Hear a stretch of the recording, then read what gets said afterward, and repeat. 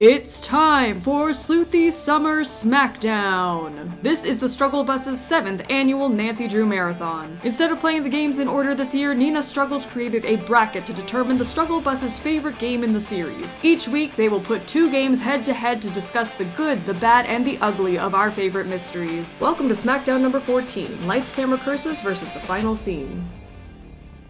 It all started with this letter from a friend of my dad's. When I called her, Molly sounded even more desperate over the phone than she did in her letter. She told me to come to Hollywood ASAP and meet her on the set where Pharaoh is being shot. The set is on a very old movie lot, which is apparently being made into a very modern theme park. I've investigated mysterious accidents before, but never on the set of a real live movie. This is one case I can't wait to solve. Soundstage A, here I come.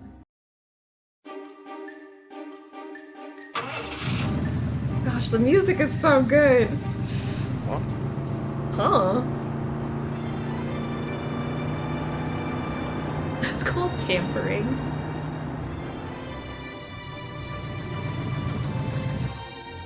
Hollywood.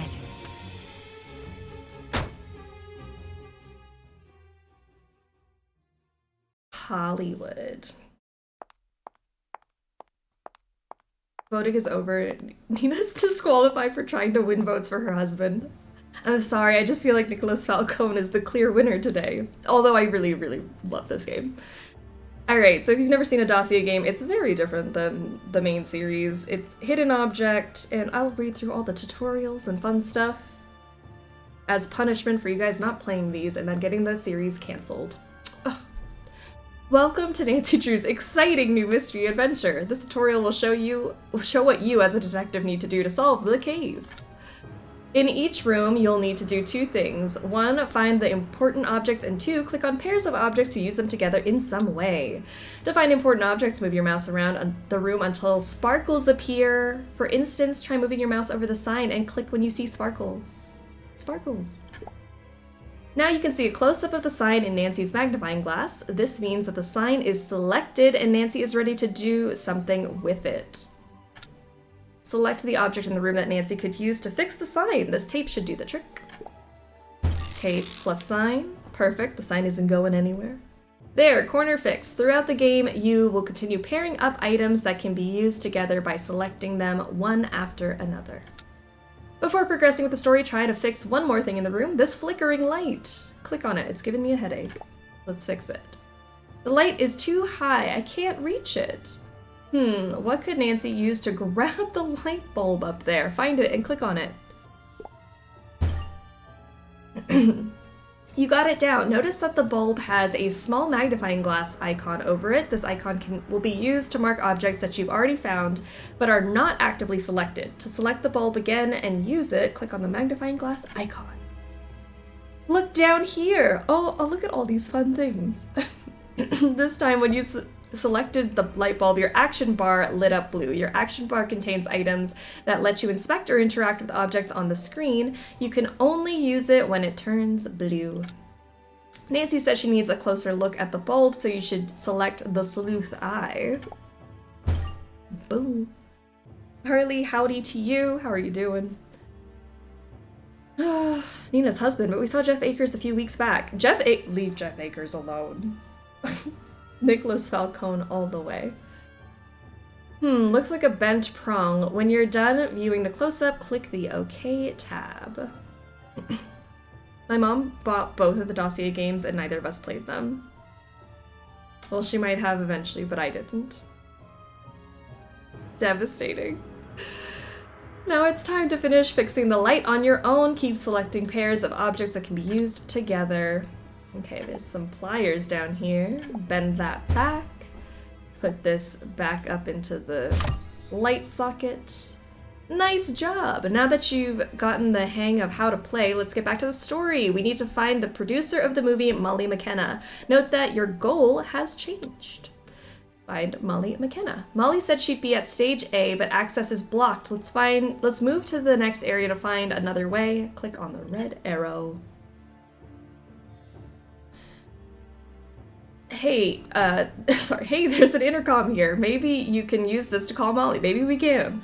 See if you can figure out how. How do we use an intercom? One last tip, see this number down here? That's how many hidden objects are in the room right now. Good luck.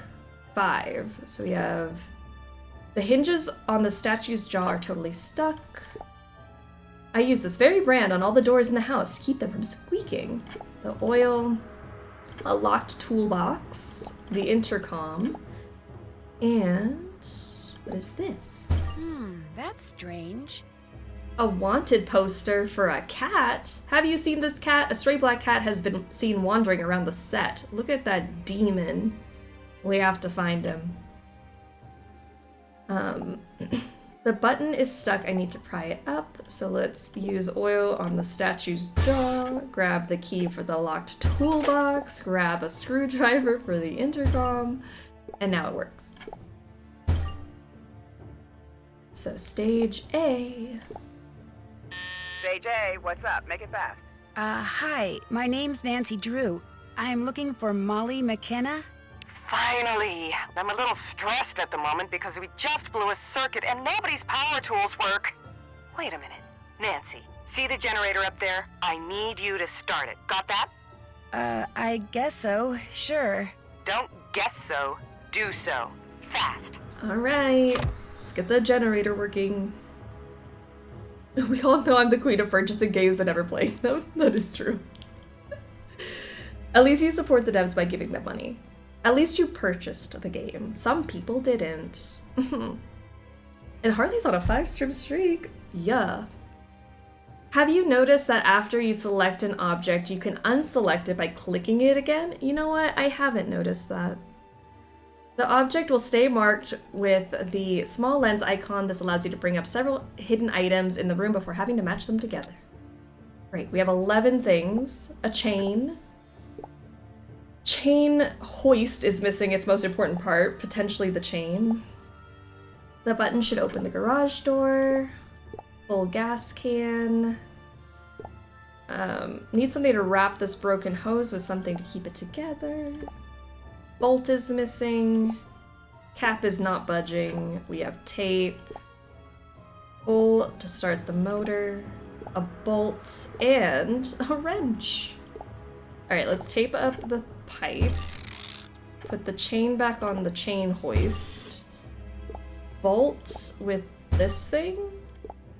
Force this open to put gas in. Open the garage door so that's not squished. And then pull to start. I think someone's coming. I have not noticed that because I get it right on the first time. Exactly. Why is the game mocking me like that? I have 212 games in my Steam library and I haven't played half of them. I feel that. Nancy, nice to meet you in person. Good to meet you too. I fixed the... This reminds me of those mid-2000s Big Fish games. It has that vibe, does it not? I know her name is Molly McKenna, but she kind of looks like Kate McKinnon in a wig.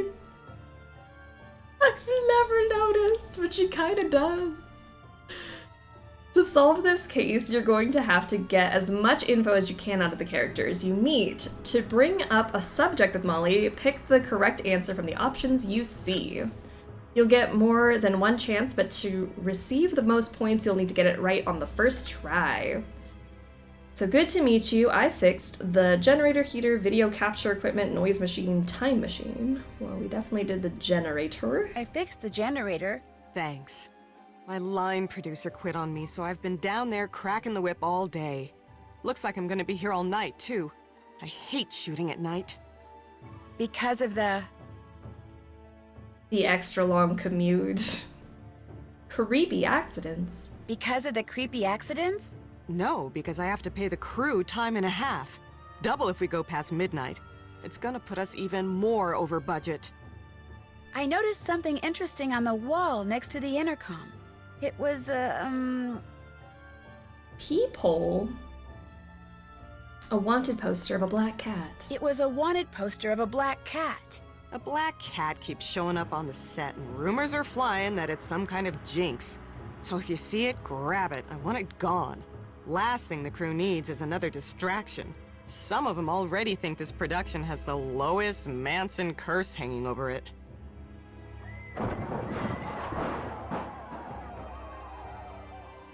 Oh no, now what? I gotta get down there. Look, go outside to Main Street and get the Ankh out of the storage room behind the pawn shop, okay?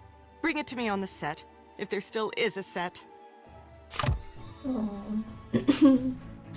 Okay. We got some points. Conversation bonus. Because we have to get the special ending. This is the detective ranking screen. You'll be taken here at the end of every chapter. The more points you get, the higher your ranking will be. If you obtain the highest ranking, you'll get a special ending to the game. We have to get it. So help me. Plot twist, it was the time machine that we fixed.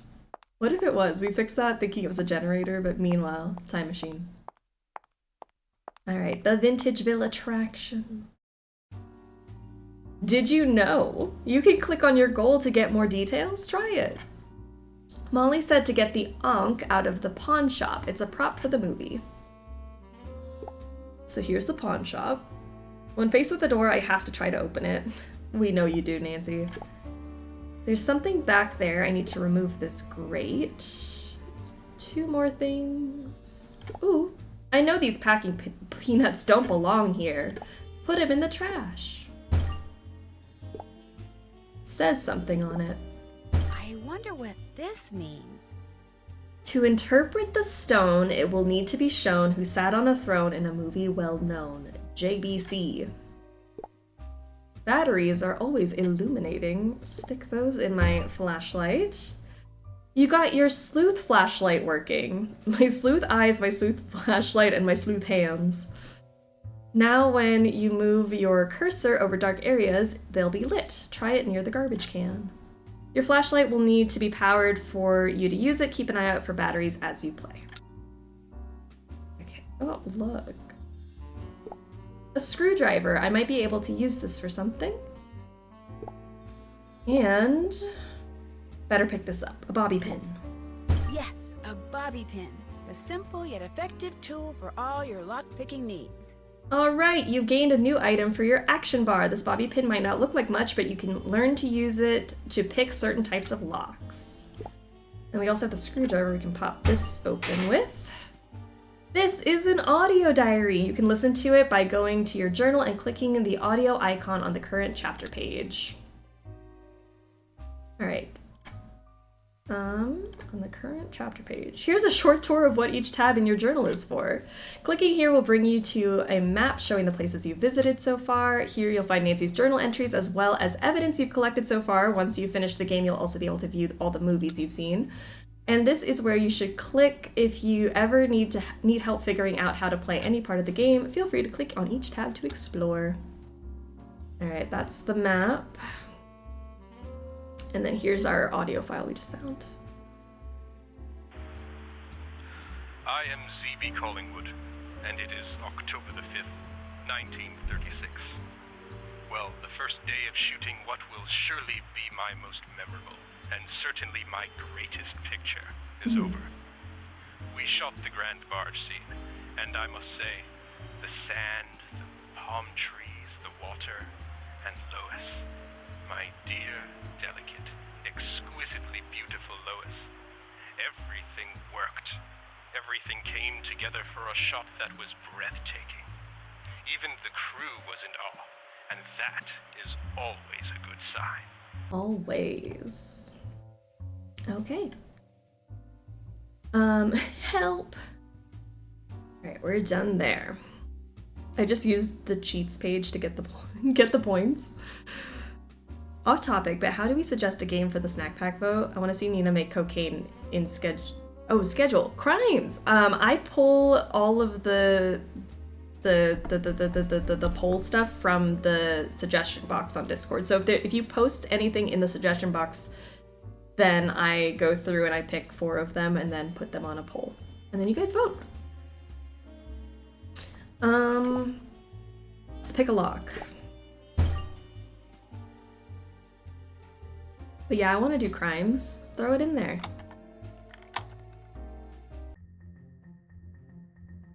You have entered lockpick mode.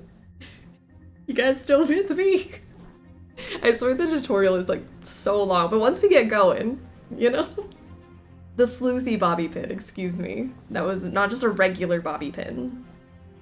You have entered lockpick mode. To unlock the door to the pawn shop, you need to make the right patterns with these colored lock tumblers. This shows you the pattern you need to make. Drop pieces down here to match the pattern on the left. Now it's your turn. Try dropping a piece. Drop, drop, drop. Great, you completed your first pattern and added to the lockpick meter. We're that much closer to unlocking the door. We are. One more. There we go. That is how locks work in real life too. I can open this. Yes, here's the onk Molly wanted. Beautiful.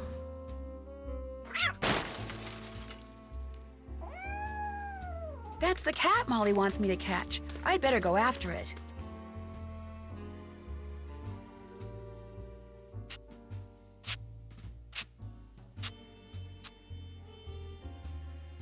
Look at that cutie.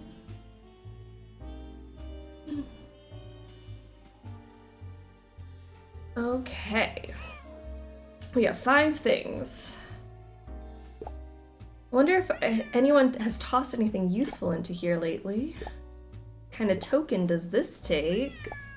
Hedge clippers, brambles. Let's hedge clip Looks like there are these. some tools behind that gate. Maybe I can use them. How can I get into this gate when it's locked? My Sleuthy bobby pin. Clearly. Why was the screen for putting the locks down so large? Black kitty, we love the black cat.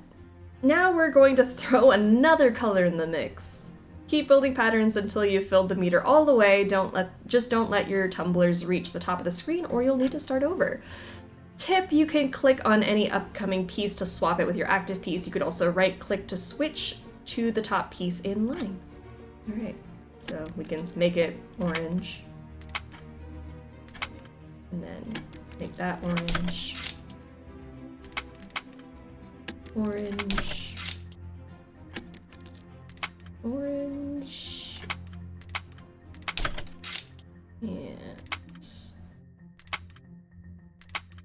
And yellow. Ugh. Don't do this to me. There.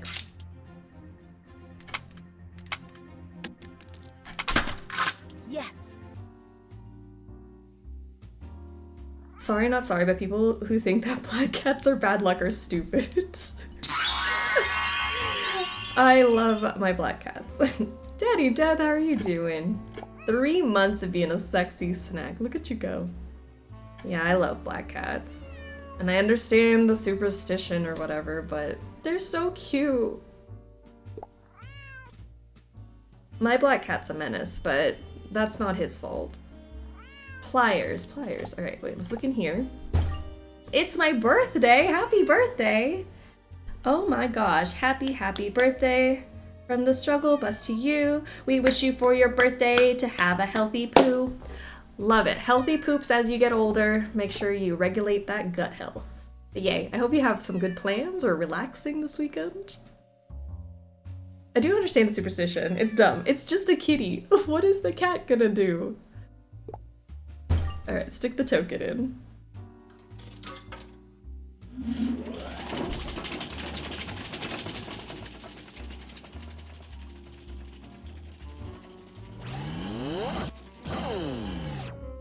Oh no.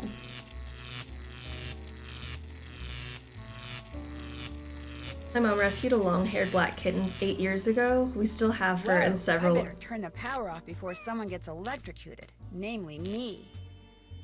Excuse me. Her progeny. She's a beautiful diva, but definitely not unlucky. Absolutely.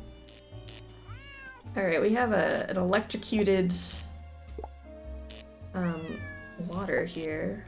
Better turn off the power before someone gets hurt.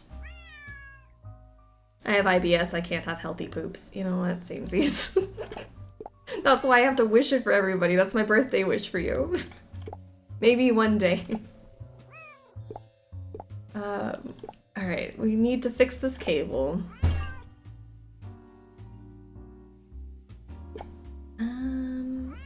Okay, the cable is fixed, and then... Oh, we turn the power on. And then we stick the token back in here. I'm going to escape room? So excited. That's gonna be really fun. Good birthday celebration pick. Escape room. I haven't gone in 3 days, so I would like some of that healthy energy. Spread the poop sure love. got the cat to come down. Now where'd it go? Alright, where did that cat go? I do them every year. That's so fun. What a good tradition. Alright, there's the cat. Now, how did you get up there? Better get a closer look. Guess I'll have to go upstairs if I want to catch that cat. Through the door, of course. Alright, great. And we got some points for minigame. Amateur detective achieved. Alright, where is that cat?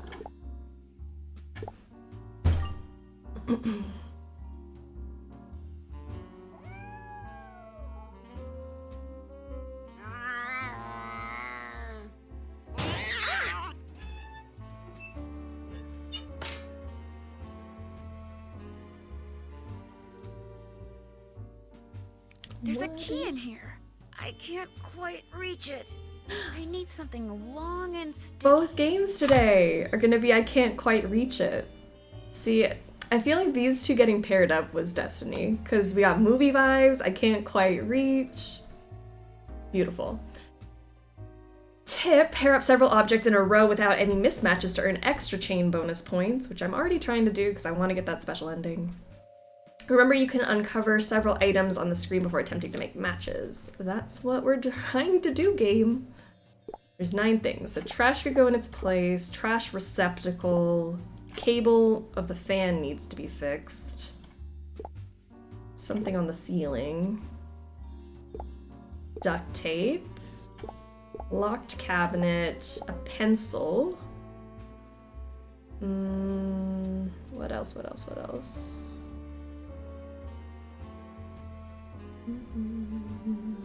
Ooh. Locked desk, and ew, looks like someone left their coffee in here. Disgusting, I can't imagine leaving your coffee out like that ever. Long and sticky, my favorite line. I like the cutscenes in this, it's so noir, I know. It's just too cute. Let's put the trash in the trash can. Take a look at the trash. We got gum. Put gum in here to make it wet, and then stick it on the pencil. Also another connection. Wait, these games are actually very similar. I didn't realize. Sticky pencil. Locked cabinet. Duct tape on the fan thing. Get the fan going to blow this down. And see how clean your desk is. Don't look at my desk.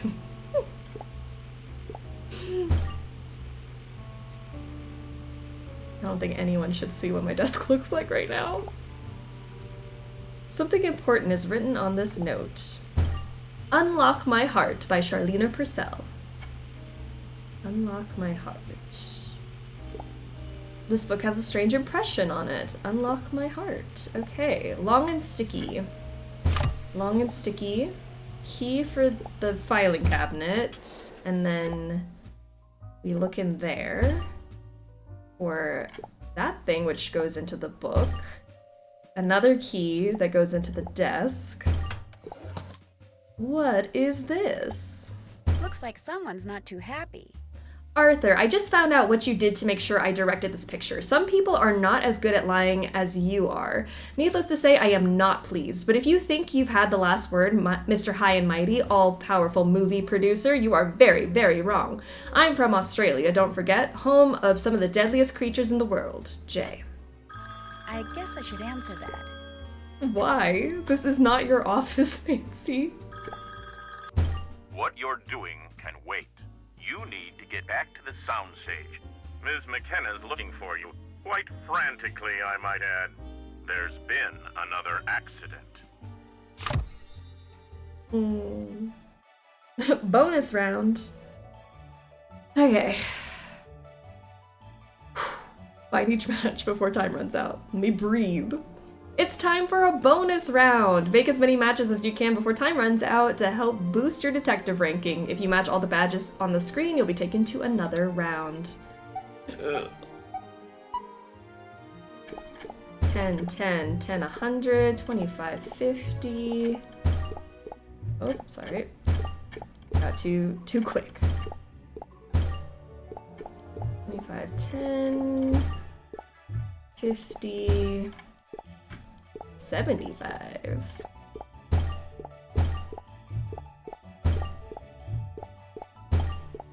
Nope, that's a 10. Excuse me. I'm getting us that bonus ending, guys. Gotta go fast. 100. Oh, that's 100. Okay. 250, 50, 50, 75? 50, 50, 100, 25, 250, 500, 100, somewhere over here. That's a 50. How did I do that? 50, 75, 100, 75, 50, 500. Oh, where's the other 500?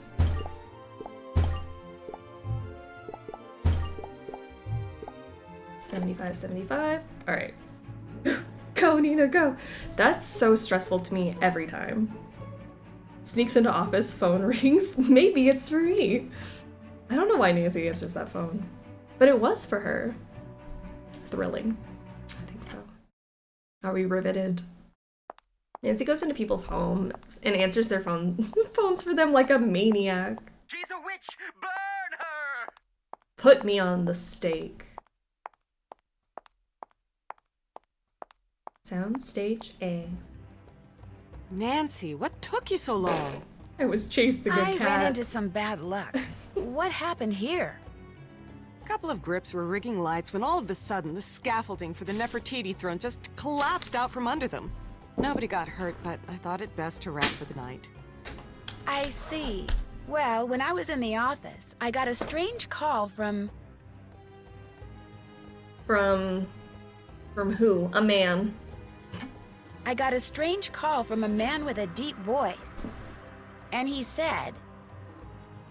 Can I go on the steak? I'm rather hungry. Steak sounds delicious right now. I think I'm just hungry too. So get back to the soundstage and do your job, Nancy. Get back to the soundstage. That was Arthur Hitchens, my boss, our boss, the boss, the guy who's financing this shipwreck of a movie. See, he bought the old theme park this soundstage sits on and is counting on the new improved version of Pharaoh to launch a new theme park he's going to develop. It's going to pay homage not to old Hollywood like the former park did, but to ancient Egypt. Oh, I see. This whole set is sitting on an old theme park then. That explains the... That explains the old detective statue. I tried putting a coin into the detective statue, and the first thing that happened was... The first thing? The first thing that happened was the detective's eyes glowed. But then, something went wrong because a puddle of water became electrified. That statue is 65 years old. It was part of the theme park that was built after the set of the first Pharaoh movie was torn down and bulldozed over. Now, the park's just a bunch of dilapidated buildings. And killer statues. Why Arthur insists on keeping an office down there is beyond me. So, regarding the latest accident, I'd really like to check out that collapsed... I'd really like to check out that collapsed scaffolding. That was the main reason I shut down for the night. So nobody could muck up the crime scene before you had a chance to look for clues. Just get to the bottom of these accidents. And keep looking for that cat. Okay. I need to get up to the part of the scaffolding that isn't collapsed. Maybe I can use this dolly. Maybe. I just need to get it in the right position. Alright, Nancy using equipment she's never used before. This dolly's track locations are pre-programmed for the day's shooting schedule. Any deviations from this order will cause the system to reset. Okay, we have shot 45, shot 2, shot 37, and shot 12. So first, Nefertiti among the pyramids, then the Sphinx loses its nose at the foot of Anubis, zoom from pyramids to sand-covered temple. Okay.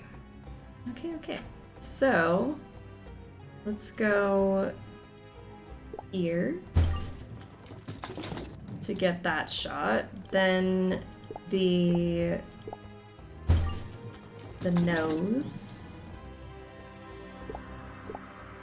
Go over this way. And then final shot over there.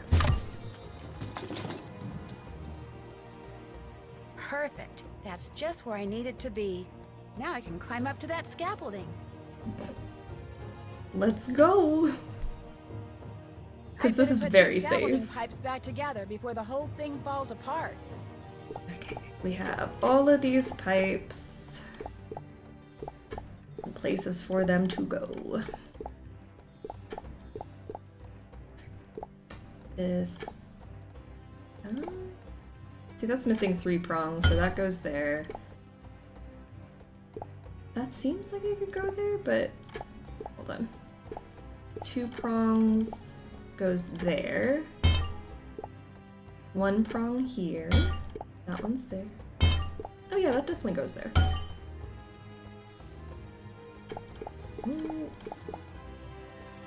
I find it easier to just find everything and then match it and then get all the bonus points. It's like I said, we have to get that ending, so help me! I need the fun ending. Alright, that's gonna be, I think, over here. It's just got 1 prong. This one needs one that has nothing on it. Then an H-looking one, and then that one. Nina's on a mission. I am. I refuse to not get the special ending. That one, just 2 more. Okay. Beautiful. That goes like that. This one goes there. This one's just missing 1. That one's there, and then this one's here. There's that cat again. 12-hour stream, let's go. Should we do 12 hours? Let's catch the cat. I just can't seem to catch that cat. Consistently crying. How are you doing? What is happening? I don't know. We're running around a set, definitely not following the correct protocols. Alright, let's see. Never seen this before. What does this say? Closer look at this bolt. Oh my gosh, this bolt has been shaved off. What happened to the scaffolding was no accident. Interesting. The Ruler of the Nile is the title to this. A film in a new style, not easily dismissed. The famous Nile princess that Lois Manson played, her life was a success. Her name will never fade. Clues. Never seen this before. Looks like these are part of a wardrobe item. I'd better check it out. These beads may be a clue as to who tampered with this bolt. I should check out the wardrobe room. Oh, I do love the wardrobe room. Molly's Dolly required only minimal resets. Okay, we got bonus points for that. Amazing. Rookie investigator, done. We're now gifted gumshoe level. OSHA, who's that? There you are. There are no rules here. Kitty, kitty. Where do you see this cat? Oh, right there. Let's catch the cat. Why is Daddy Falcone Nina's fave? Is he really caked up or something? How can I follow that cat now? These crates are too It's something. Is There's a wooden ramp here. He's but very it's much broken. caked up. Maybe I can build a new ramp. I can't see any butts in this game, so we'll really get our cake later. Alright, what does pulling this lever do? I don't know. Locked, it needs a key.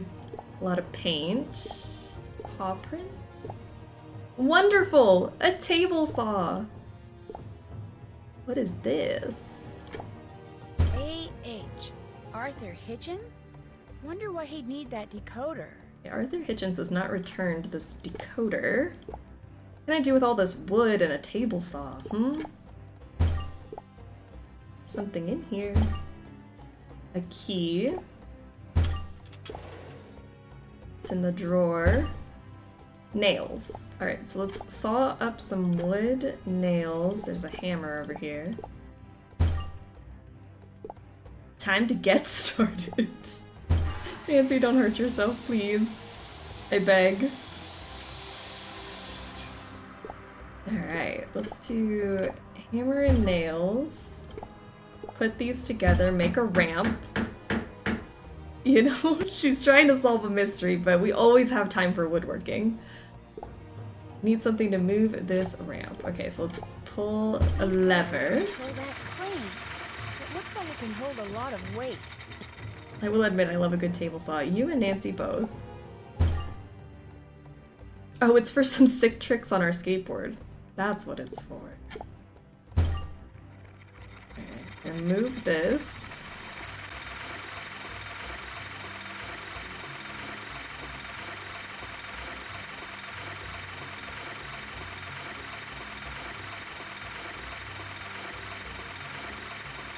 Nancy's so clever. Actually, I can't get up there. I must just build myself a ramp first. Bonus round. Alright. Here we go. 100, 10, 50.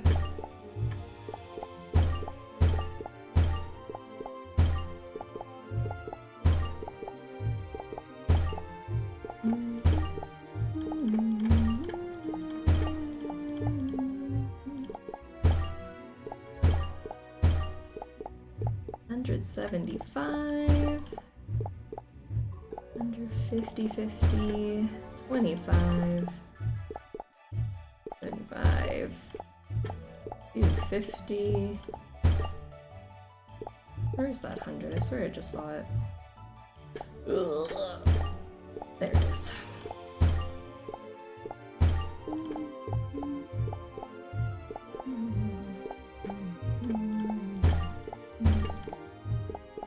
$50, 75, 250, 500.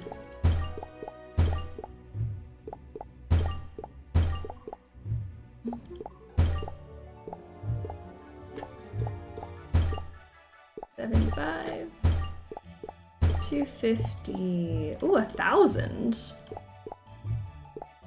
I can find that 1,000. There we are. Nice. They won't mind me messing with their movie set. Yeah. It's fine. We're allowed to do this. Well, it doesn't look like the cat's here, but this looks like the wardrobe room. Maybe I can find out where those beads came from now. Okay. Well, let's find out. There's newspaper, a note, and another note. Looks like the costumes are strewn everywhere. Maybe I'll put them away. I am the new production assistant after all.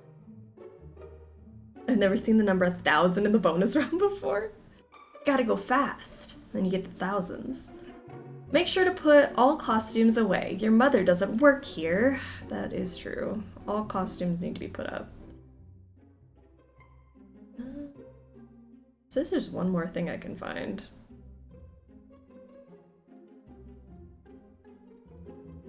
I don't know what you mean, Nancy. To whom it may concern, this is the first movie I've ever worked on where I actually dread going to work. Every day something terrible happens and there are black cats everywhere. It's obvious to me that the set is cursed. This film should be shut down before someone gets hurt. Tatiana. P.S. I quit. Okay. What else am I supposed to look at? Fine. Lydia Lynn is not a fan of Eda Brooks. Brooks has the looks, but none of Nefertiti's know-how by Lydia Lynn.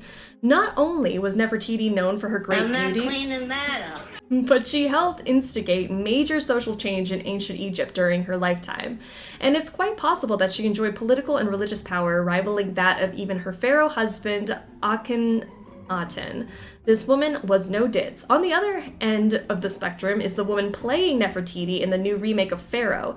She's as gorgeous as Nefertiti was, but between you and me, dear reader, she's not exactly known for being politically savvy, if you catch my drift. I don't know if I buy the idea of Eda Brooks, of all people, playing one of the most powerful and intelligent women in all of history. I guess we'll be the judges in a few short months, won't we? As long as those accidents don't shut down the movie's entire production. But that's gossip for another column. Alright. Now we need one more thing. Clean up and look for clues. Thing. Ah, a notice from Molly. For reference only. Ah, okay. Here's how I can figure out which costumes belong in which lockers. Alright, these costumes will be used in the theme park and must be in perfect condition. Alright, there's 13 things. This thing... Got different lockers. All of the wigs. More costume pieces.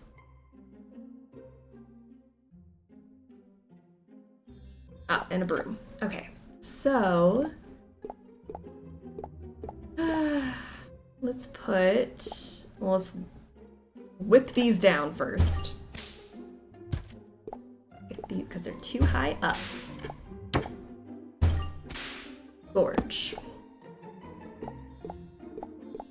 Alright, this is missing something, the crown. And that's gonna go in which locker? This locker. This locker. Nick.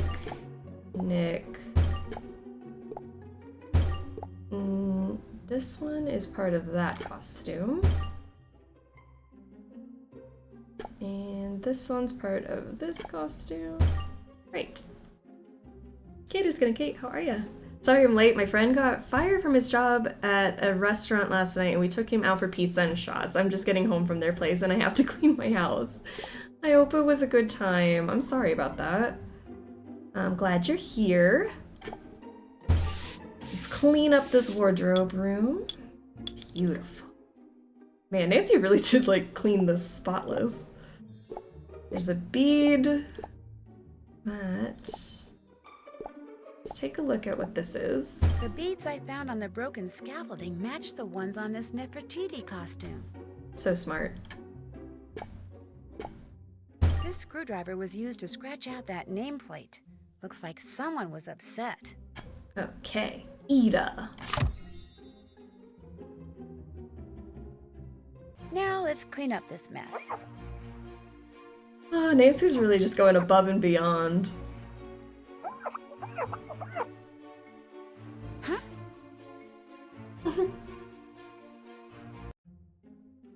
Who are you? Oh my gosh, you're Eda Brooks. Hi, I'm Nancy Drew, the new production assistant. Ugh, I was hoping you were the new wardrobe person. Ever since Tatiana quit, this room's been a disaster. I've lost 2 pairs of Italian shoes in here. I saw Tatiana's note. It was super fun, but I've been gone all night and my cat is gonna be furious. No note, car gone. Best of luck to you. Tatiana's the note. She was scared. She was really scared of the accidents. All these people quitting. They're such wusses. So what if the set is cursed, nobody's died or even gotten hurt? What the heck is their problem? By any chance is your costume? Nancy is the ultimate intern. She's just cleaning everything, finding clues, solving a mystery all at the same time. They don't pay her enough. They could never make me hate Ida. Ida's so fun. Is your costume missing a bead? Yes. Nobody can find the glue gun, so now wherever I go, I leave a trail of beads. Do you get upset when you read those tabloid articles by Lydia Lynn? Upset? Did they spell my name wrong? No, they spelled it right. Why would I get upset? It's free publicity. Actually, there's 2 stories in there about me. Well, technically, the second one's about Lois Manson, but it's kind of about me, seeing as how I'm playing the part she played in the first Pharaoh movie before she bit it. Or should I say, before the snake bit her. How did the nameplate on your locker? Well, I mean, if nobody died, right? How It's did it get all fine. scratched up? I don't know. It happened a couple of days ago. Apparently somebody doesn't like me. Although I have no idea why. I mean, as far as stars go, I'm nice as can be. So just buzz off, Mr. Name Scratcher Outer, whoever you are. Were you on the set? Were you on the set when the scaffolding collapsed? No. Just so happens I got a call from my agent saying to meet him in the Casbah. That's the lounge near the hotel we're all staying at. So I went over there, and the next thing I knew, the crew came in saying there'd been another accident, and we were done for the night. Hey, you should head over to the Casbah and meet the people you'll be working with. George is there, George Jackson. He's the director. Me, I think I'll go lie down. Being nice all the time is exhausting. Alright, let's go make some drinks. I think I'll take Ida's advice and check out the Casbah. The Casbah. Look how fancy. Hey there! Are you the new production assistant? Me? Oh, yeah. I could really use some help here behind the bar. What do you say to taking care of a few of these smoothie orders? Okay. Well, sure. Why not? Such a good This should be assistant. the perfect opportunity to hear some local gossip. Time to make some delicious smoothies while you listen to some juicy gossip. Here are the smoothie orders you need to fill. You can make them in any order you want. Let's make this hard-boiled detective smoothie. It calls for 2 eggs and 2 orange slices. Your ingredient bins are up here. First click here to select the eggs. Now click twice above the glass to drop 2 eggs in. Great, now select the orange slices. Click the glass, click twice above the glass to drop the oranges in. Excuse me. That's all there is to it. This time you'll see the glasses moving to the left on a conveyor belt. Try to fill the meter on the left side of the screen before you run out of empty glasses. Now it's time to start the game. They say the first Pharaoh director was so obsessed Juicy with ancient Egypt gossip. that he'd Get sleep it? on the set Get instead of it? going home. Maybe he slept on the set because his wife kicked him out of the house. No, he was happily married. That's what drove Lois Manson bonkers. You know who I can't stand? The snake wrangler guy. The snake Is that sure Ned? seemed to like him. Which is exactly why I don't. I've feel been like Ned's stuck talking. in this Anubis head ever since Tatiana quit. It's no fun getting all your nutrition through a straw, let me tell ya. One of the grips Pest, the reason Ned. they've been doing so many takes of Ida is because a shadow keeps showing up behind her on the video playback. What do you mean, a shadow? It's like a dark blur. Our fearless director over there sure looks happy. It's the rattlesnake he's drinking. Can't get enough of them. What's in those things anyway? Blueberries, orange slices, and peanut butter. Always served with a snake rattle swizzle stick. You ever want to have a nice long chat with George Jackson? Just put a rattlesnake down in front of him and it'll open right up. That's a good tip. I need to meet George Jackson. 1 rattlesnake smoothie for George. Coming right up. For George.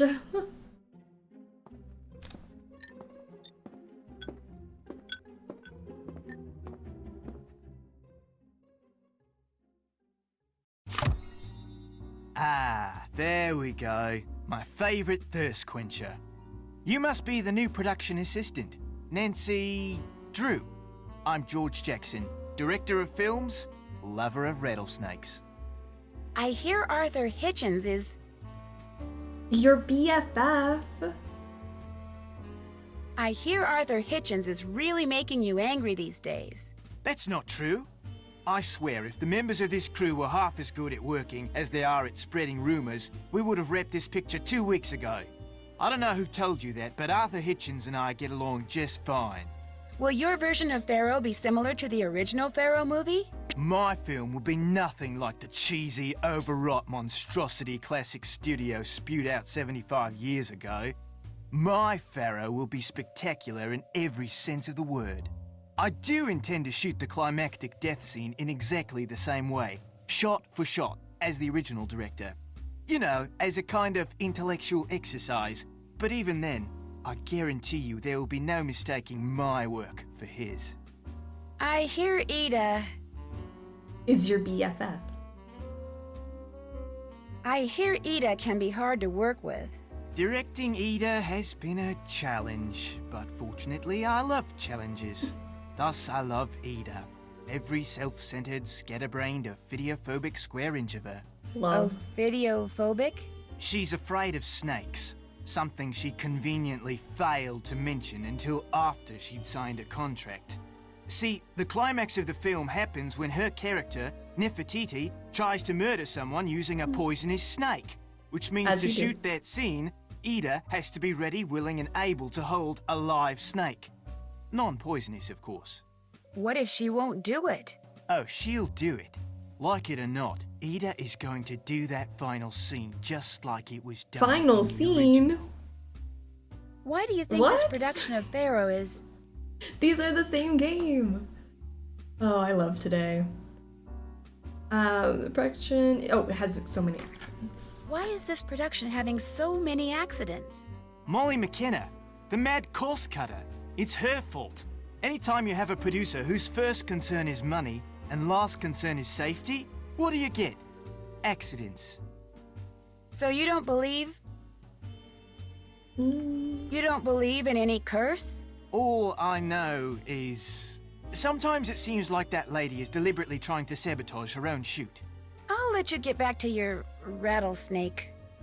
For that, I thank you. I'd sure like to get Arthur's take on all this. Maybe I'll head over to his office. Arthur... Oh, we haven't met Arthur yet. Maybe we just heard his voice. Looks like Arthur isn't here, which means it's a good time to snoop for that decoder. He's not here, so let's snoop around. Might as well. What else do we have? A screwdriver. Oh, and the hat. There's supposed to be something else? Clearly. Screwdriver. Oh, the drawer.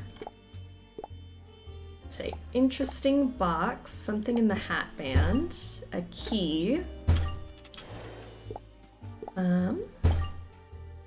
Anything useful in this bag? A brush. Okay, so now we got brush for fingerprint powder. Or do I need to look at it first? There we go.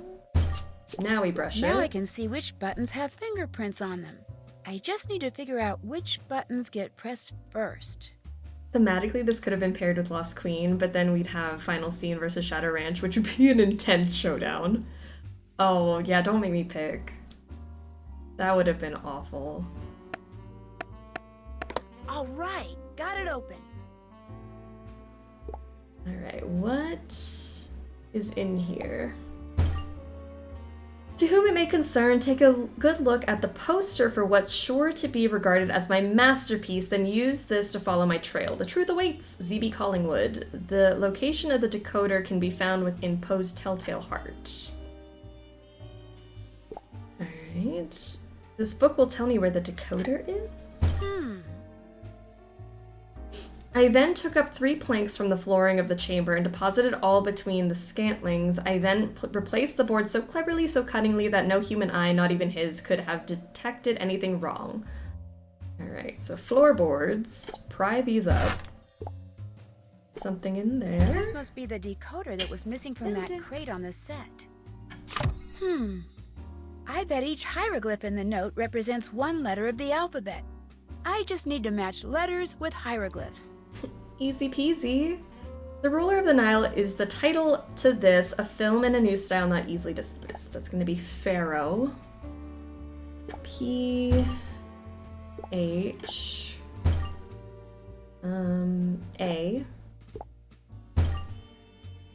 R A O H. The famous Nile princess that Lois Manson played, her life was a success, her name will never fade. This is gonna be Nefertiti. Where's that? N E F. Where are you? This is gonna be the I. There. T. Nefertiti. To interpret the stone, it will need to be shown who sat on a throne in a movie well known. Lois.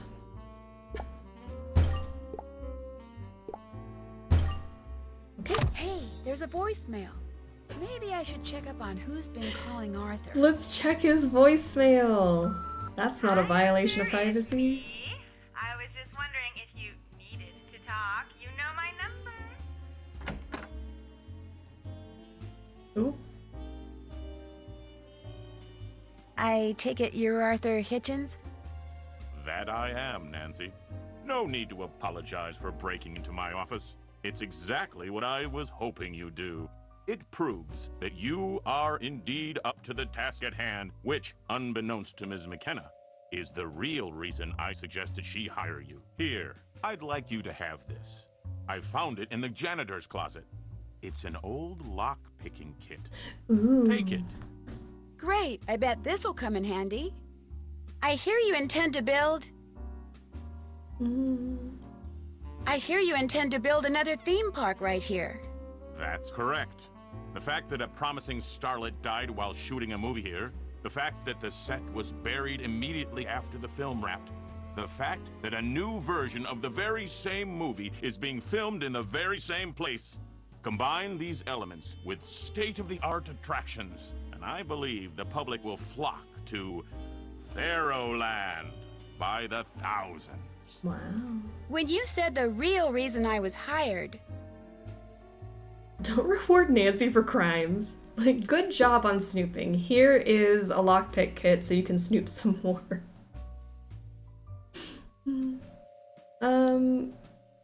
The real reason I was hired. It wasn't to investigate all the accidents, was it? Few people know this, but the version of Pharaoh that was shown in theaters back in 1937 was not the version the director shot. Much of his footage, the scene in which poor Lois Manson met her demise in particular, was somehow lost. Were it to be found, it would be incredibly valuable publicity for my version of the movie. And you'd like me to try to find it? Correct. I have reason to believe that the director hid the missing footage somewhere on the set of the original movie just before the studio bulldozed over it. If that footage really is down there, Nancy, I want it. That director, was his name by any chance? Was his name Z.B. Collingwood? Yes, that is correct. I think whoever's been causing these accidents is trying to shut down my production so they can look for Collingwood's lost footage. Nancy, it's a good motive. I think you have what it takes to find this lost footage. I suggest you head over to the Hotel Maltese. I'm keeping the cast and crew there with strict orders not to talk to the media. I suggest you start your investigation in Ms. McKenna's room. Your producer, Molly? She's a suspect? Make no mistake, Ms. Drew. Everyone is a suspect. Even you? You act like a thief. That's why I like you, Nancy. I feel a strim nap coming. Oh, get some good sleep. Alright, bonus. Here we go. Woo! 10, 100. 50. 50, 75. 100. And 25.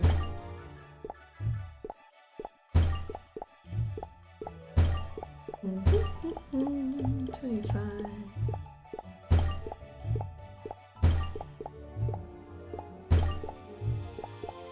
Mm-hmm. 100.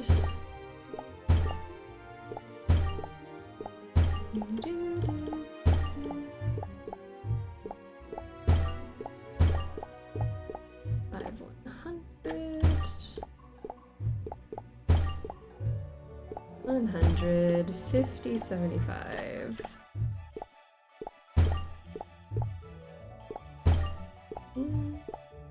250, 75.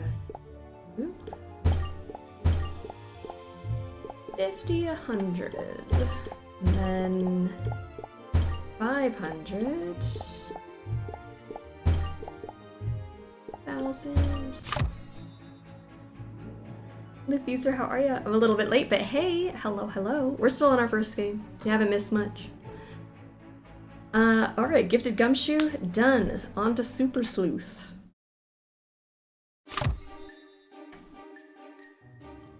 Alright, 14 things. Jeez Louise. Alright. Empty and dry. Beautiful cane. Poor plant, you look thirsty. Candy for guests.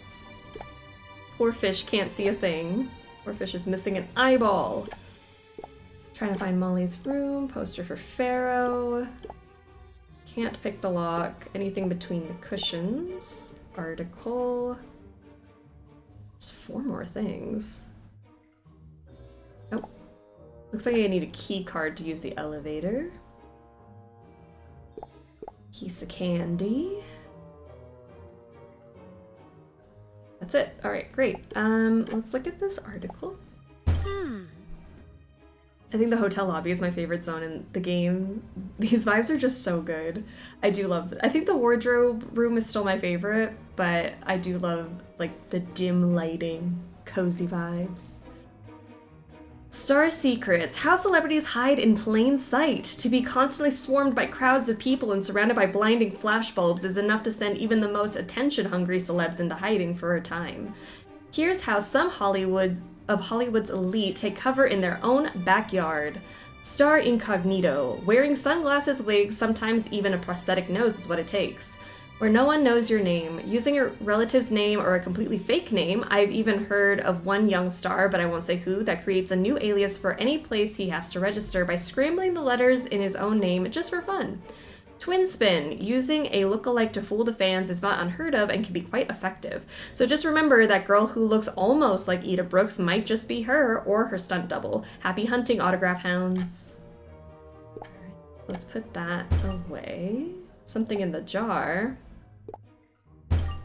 In an effort to conserve water, the lobby fountain will be timed with the clock on the opposite wall to run only between the hours of 12 and 8. The clock on the wall. Okay. Something in these cushions. Right, we have a key card. I don't think these are real names. Molly McKenna. Ellie M. Conman? Aha! Con Molly's man. staying in room 614. 614.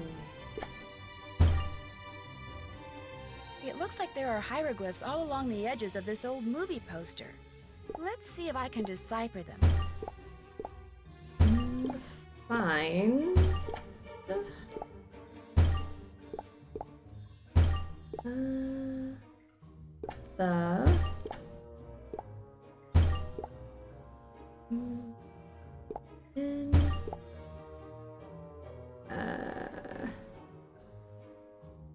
Where are you? A. J. A. H. A. J. E. What in the world does Neja Haje mean? I don't know, Nancy.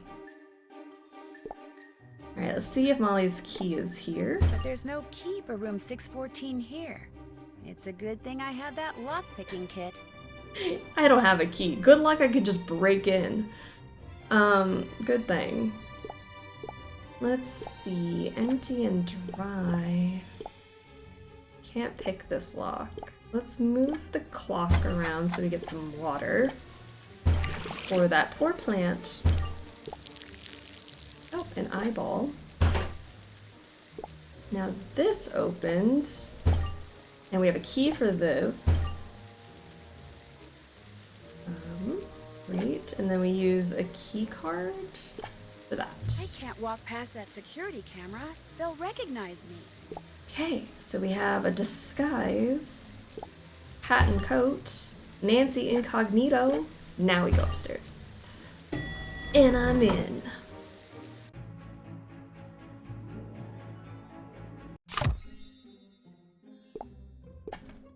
We don't have a key. Let's just pick the lock.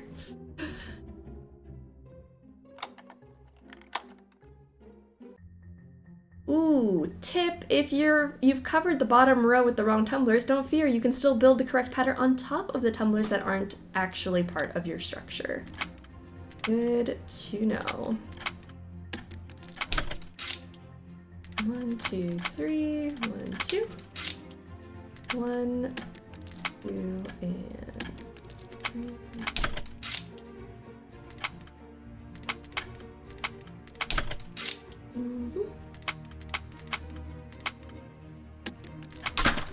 There we go. Wait, y'all, doorknobs don't look like this? Sad.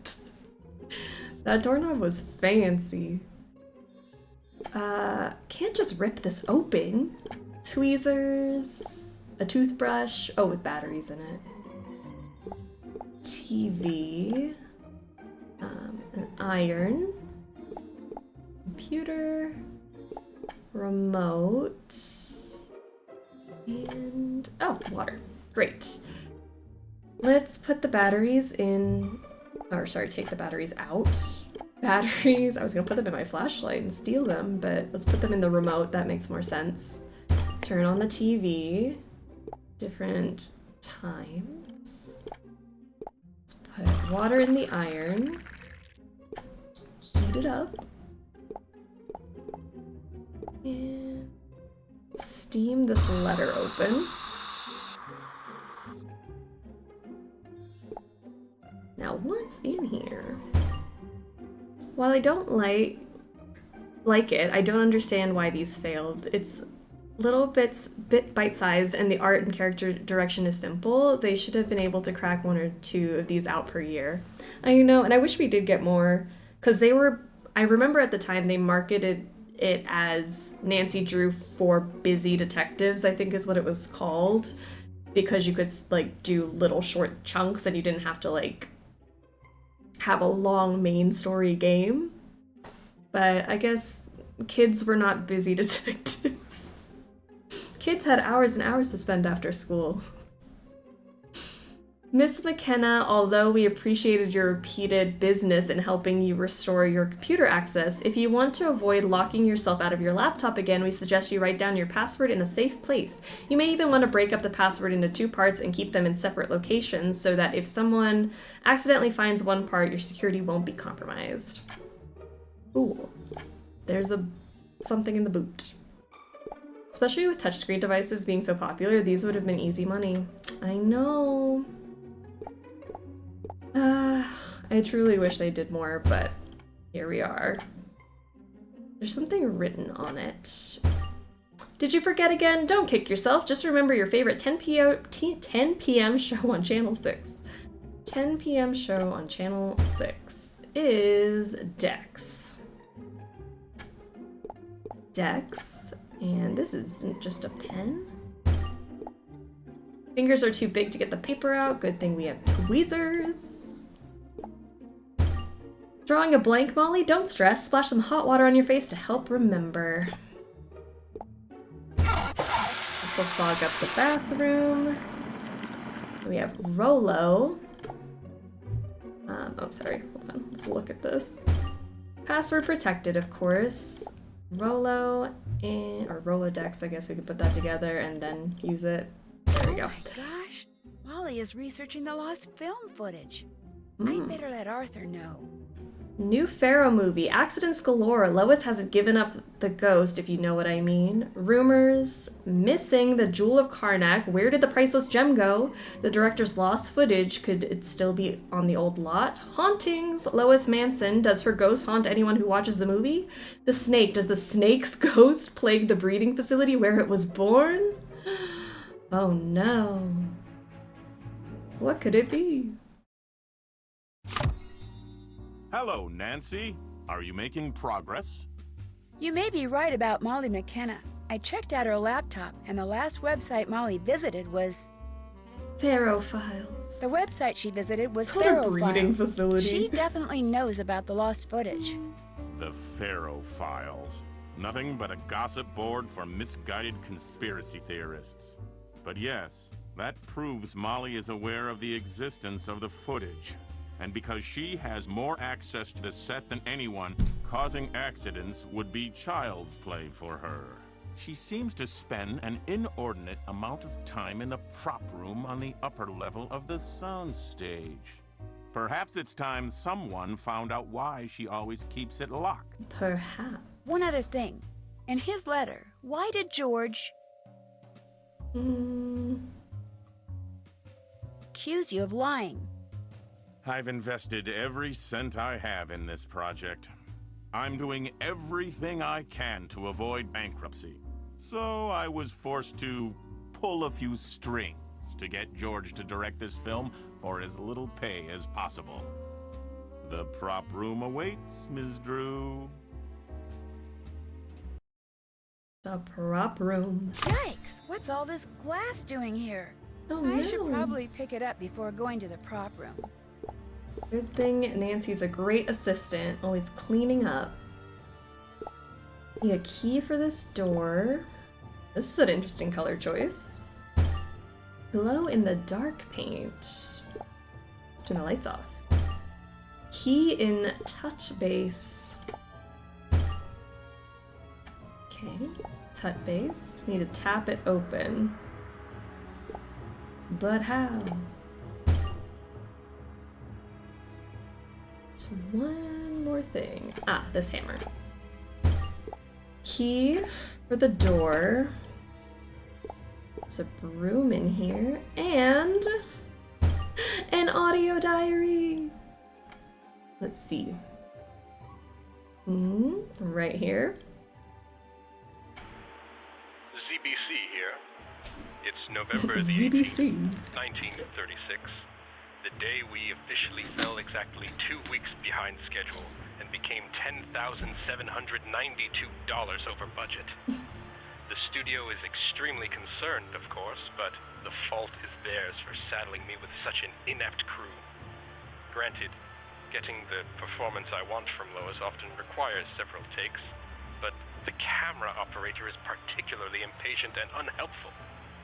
No fellow artist, that one. You just know this guy would have loved Creepy's Corner.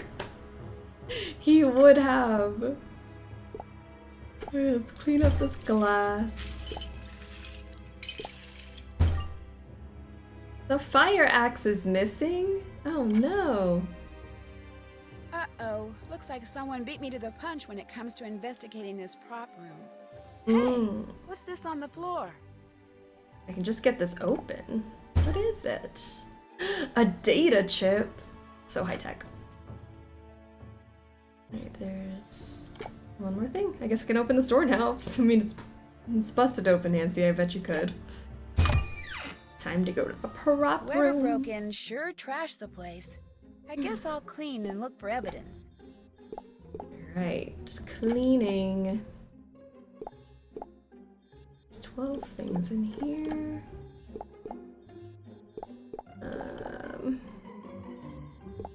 Got a box of snakes. It's 3 other things.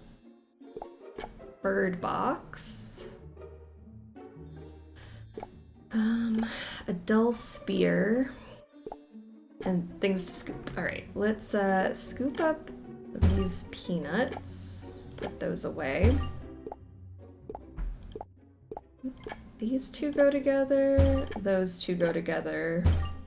Knock this snake down. Put the snakes in the snake box. Bird in the bird box. Put the mummy back in its spot. The sarcophagus is locked. I better pay attention to this mark. Okay, put a vase back, and... oh, something else in this box. Ah, so that goes in here. The perfect fit. There's something in here and it's not mummy parts. Packing manifest. Crowbar for the mouth. Packing manifest, put those together. Flash boom. Someone forged a packing manifest. Interesting. There, all clean. Hannah would be proud. Hannah would be proud. Crowbar on the flash boom. Let's see what's in here.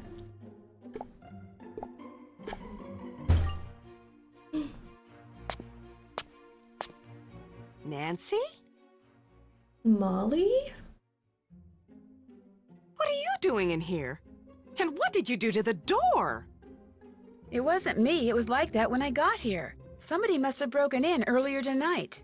Why would somebody break in? There's nothing valuable in here. If there's nothing valuable in here... Why was the room locked? Because film crews have notoriously sticky fingers, that's why. Besides, I store flashboom in here. That's a pyrotech we use for special effects. I saw a crate of flashboom. It was completely empty. That's not good. That stuff can also be used as an explosive. Who knew it was in here? Well, let's see. Everyone? I checked out the scaffolding. I found... How does she know it's not mummy parts in there? Nancy has a sixth sense for that kind of thing. She's like, I don't think it's mummy parts. It should be a clue. I feel it. A bolt and a bead. I found a bolt that was shaved off and a bead from Ida's costume. Shaved off? If the scaffolding collapsed because someone tampered with the bolts, that means these accidents aren't accidents at all. But Ida can't be causing them. She has the mental capacity of a grapefruit. Whoever broke in wrecked the security camera too, or tried to. The chip that was inside the camera. Why did anyone break in here? There's nothing worth taking. If there's nothing worth taking, why did someone break in here? I'm dizzy. Mystery solving. The chip was still intact. The chip was still intact. Is the editing room here equipped to play back video that was recorded digitally? Of course. I need to see what's on that chip. It could give us a look at our burglar. The editing room's all yours. Yay! Just be sure to check out Ida's locker when you're done. She might be a better actress than I thought. She did spend time with a mummy, so now she can sense them. That's what it was. Alright, more bonus rounds. I forgot how many of these bonus rounds there are. So much. 50. 100.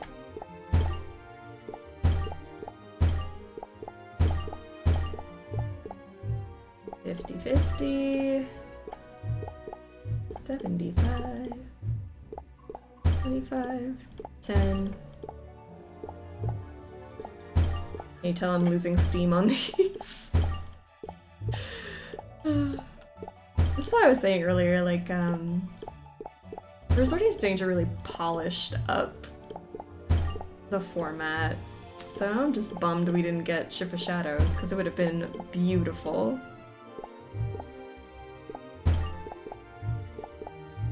$25, oh my gosh. Why am I, like, slowing down? 50-50. 575, 75. 100, 150 up there. 250. There we go.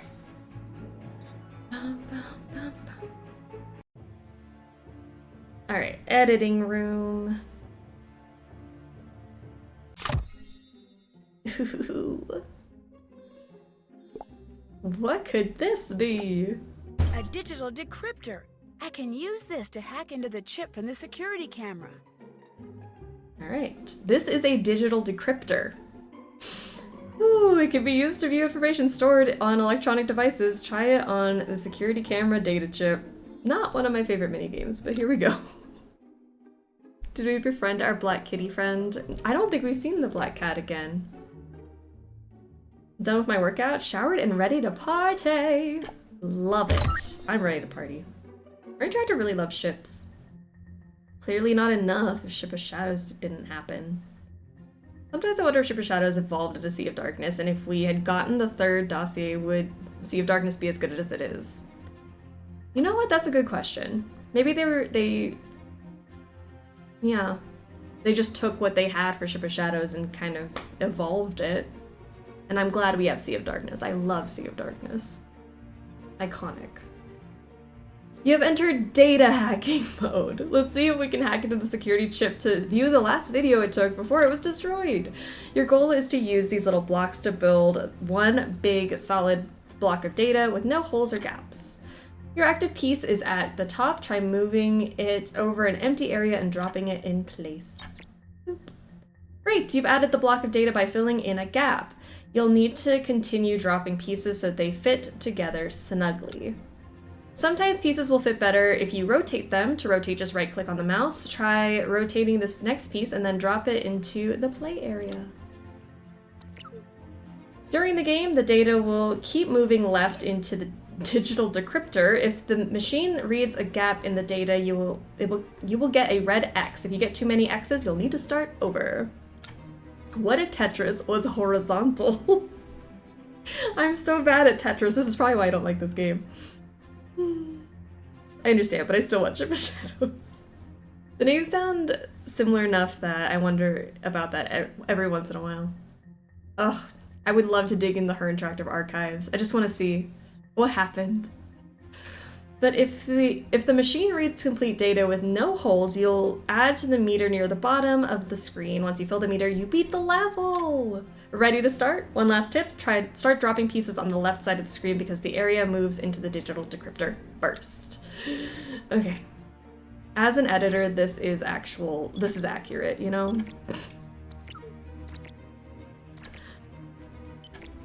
This is basically what I do. Tetris.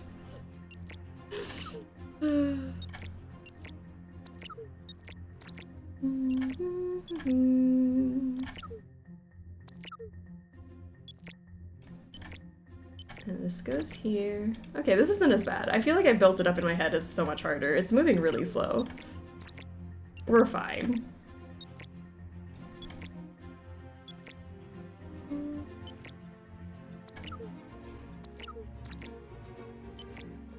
Plus, they're not all like wacky shapes or anything. That really helps.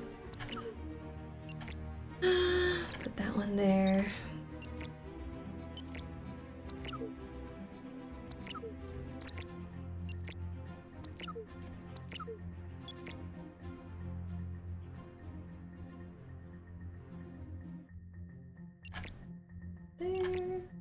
There we go. Now nice. I can see what the security camera captured. That's the same cloak I saw in the wardrobe room. With an axe? Oh. I'm in. Hacked. Alright, we were making really fast progress. We're struggling to get through the super sleuth level. Okay. Oh no. What is that? Security stepped up. No kidding. Security stepped up on Pharaoh's set by Lydia Lynn. It looks like I'm not the only one who wasn't impressed with the Pharaoh casting choice of Ida Brooks as Nefertiti. As much as I suspect it won't work, I'm at least willing to wait it out and watch the movie before I pass my final judgment. Apparently, someone else doesn't have that kind of patience. Ida Brooks' agent told us that Ida's on-set locker was vandalized by an unknown person. This event has prompted Ida's agent and the studio to beef up security on the set. No mention of the rumored accidents was made, but I'll keep my ears open. So, I think there are lasers, but I can't see them. Okay. Let's see. Or open it. Let's make some dust. There are the lasers. Pop the mirror off. Use it on the lasers. Now let me get that lock. Dear Ida, if you forget the passcode again, the dark ones will help you remember. Have a great day. Okay, so we have a blue button, a green button, a red button, and a yellow button. And if we unscrew the dark light bulbs, B1, R3, Y2, and G4. Okay, B1, Y2, R3, G4. There we go. Now I should be able to open this locker. What editing software do you use? I use DaVinci Resolve and it's robust, but I want to make sure I'm not missing out on something better. I do love DaVinci. It's great. Well, now that the snake is gone, the snake, wow. What's in the locker. I use Premiere for the most part. What's all this? I'll need to move some of her stuff so I can inspect everything. Did I hear DaVinci? DaVinci Resolve. The affordable option, which is great. Alright, let's see. Okay. Move this out of the way. Move the lipstick. Move this flower. Two Ida pictures. sure is trying to get into the part. Creepy. Little bit creepy. Inspect. Wow, an autographed picture of Lois Manson. It's kind of a little creepy shrine.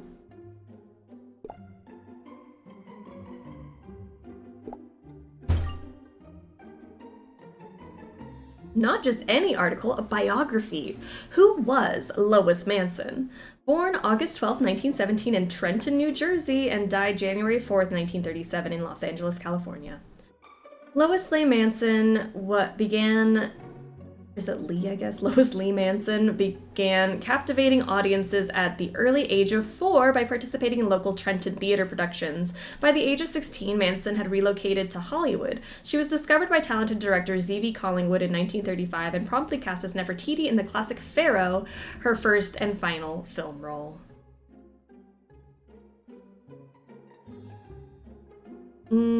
Manson had relocated to Hollywood film role. Okay, sorry. Manson perished after being bitten by a snake on the set. Much controversy still surrounds her death, and many think that she may have been murdered. Some even accuse Z.B. Collingwood.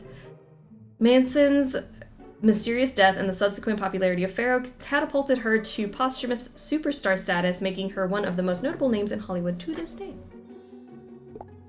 So, we've got a book. Agapanthus africanus, or the lily of the Nile, is a beautiful plant with blue-violet flowers. Plant in full sun for the prettiest blooms. The lily of the Nile originated in South Africa and is an elegant addition to any garden or flower pot. Even hesitant gardeners can successfully grow and propagate this beautiful plant no matter their location. Miss Lois Lee Manson, beloved daughter and dear friend, passed on January 4th, 1937. Private funeral to be held. Move this. The huge Jewel of Karnak emerald was lost during the shooting of the original Pharaoh film. Could the director's clues be leading me to it? More importantly, could Ida be after it? The Jewel of Karnak, Chapter 1. The most beautiful and powerful woman in the world once held it dear. Tales about curses or incredible luck follow its appearances throughout history. What could this item be? Why it's the Jewel of Karnak, Nefertiti's famed emerald. The facts are difficult to distinguish, rumors and speculation, blah blah blah blah blah.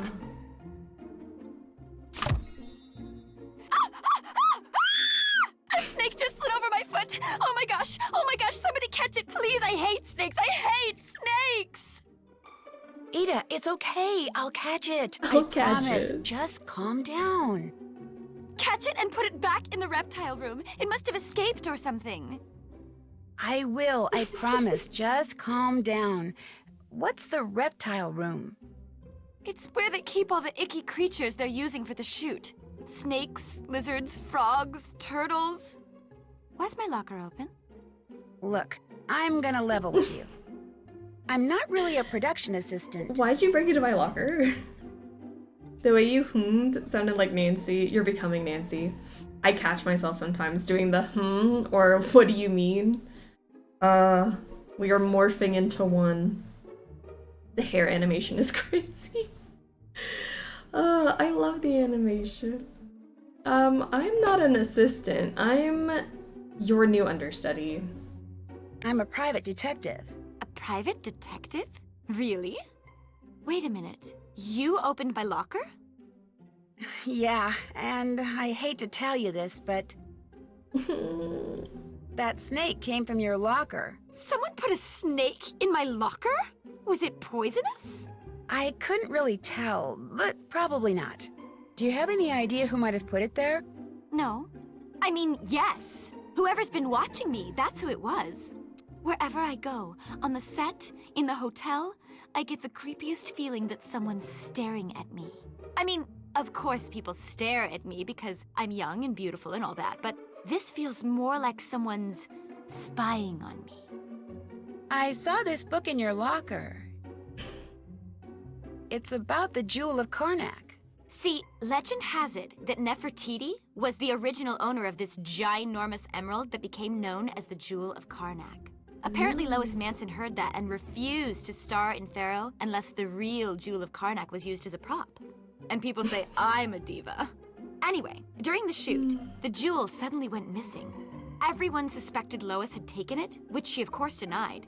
But a couple of days later, that thing with the snake happened and she died.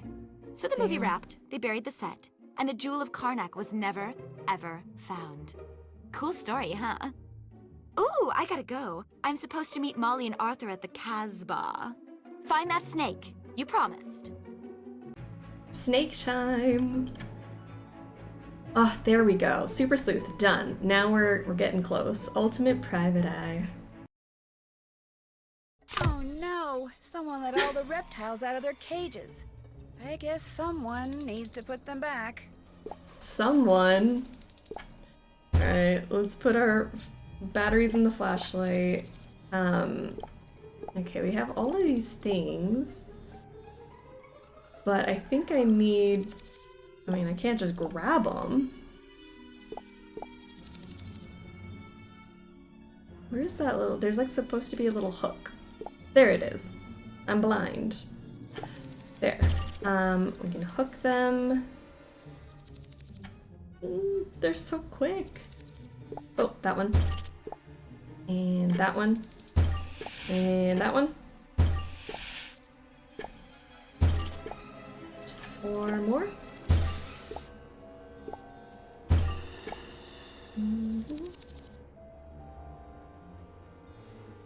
Oh. Where are you? There is one more in this room skittering across. Oop, oop, oop. There. Alright, so now we have a note. Something over there. Anything else? Something in the fridge. One more thing. Alright. Naja Haje. It must be the snake on the poster I need to decode. Oh, so smart, Nancy.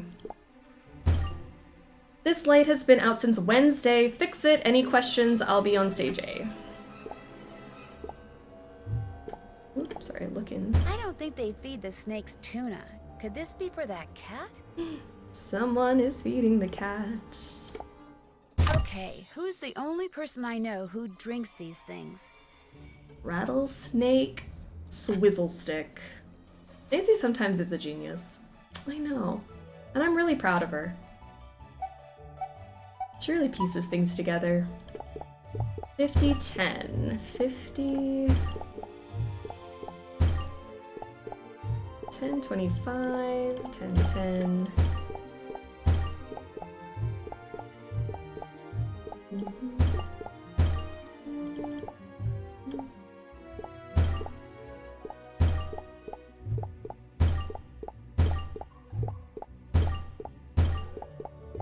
$100. 50-50.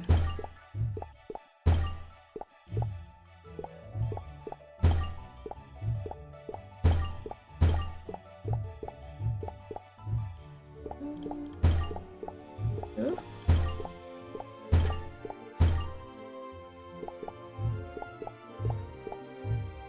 $250. 50-50.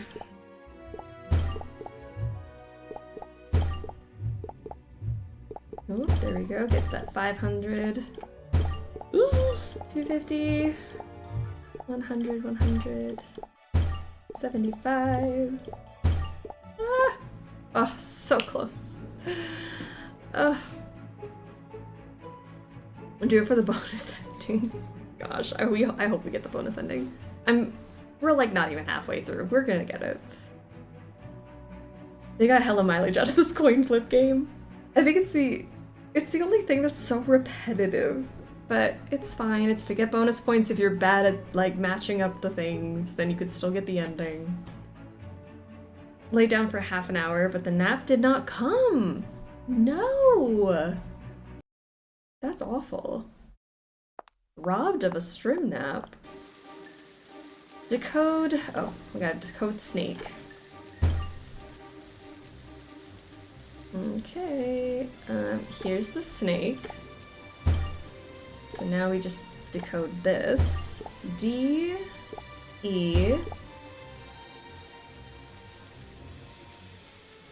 C, D, F,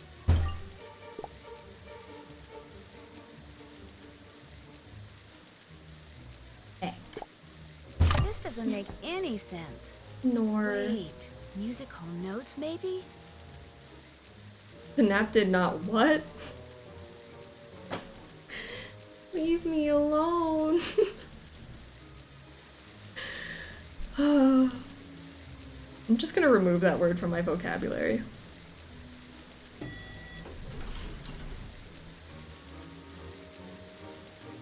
Hey, Nancy, right? You look like you're on a mission. Someone put a snake in my boot. Someone put a snake in Ida's locker. Someone put a live snake in Ida's locker? She must have had a fit. When I was in the reptile room... It's well, I hope that your nap finds a way. I found this swizzle stick. Wait a minute. If you think I put that snake in Ida's locker, you're dead wrong. Although I applaud whoever did. Exposing her to snakes might help her get over that silly phobia she has. But you're pretty much the only person around here who drinks rattlesnakes, aren't you? Yes, but I promise you I have not been in the reptile room in days. What about the actress from the original Pharaoh movie? His eyes going in opposite directions. Lois Manson. Lois Manson. How did she end up with a poisonous snake on the set?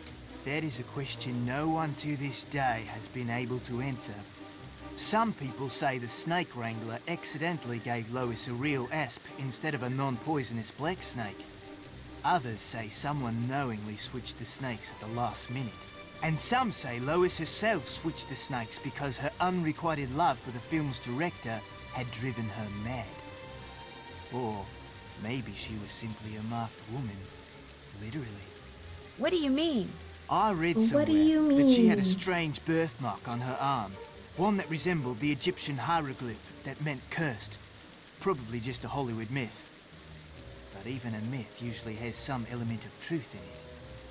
The prop room that Molly McKenna keeps locked. He's got blue eyes, one blue east, one blue west. Was broken into tonight. Don't tell me you found a rattlesnake swizzle stick in there too. No, but I do know the thief... I do know the thief was wearing a hooded cloak. Sorry, my hooded cloak is at the cleaners, but I suppose you want to test my hands for traces of flash boom anyway, right? Detective Drew? How did you know I'm a detective? I heard someone talking over at the Casbah. How did you know? How did you know the thief stole the flash boom? I just assumed that. I mean, it's the only thing in there worth stealing, right? Hey, speaking of the Casbah, that's where I'm headed. Join me? No thanks.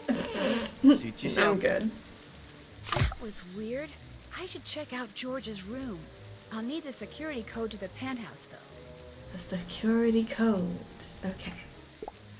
Something in the fountain. Ooh, some kind of key, and something over here.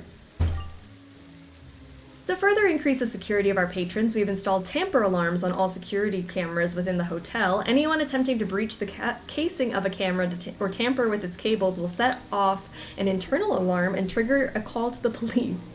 A central service panel has been installed in the main lobby to access the controls for this alarm. Please remind technicians to turn off the alarm at the service panel before doing any maintenance work on the cameras.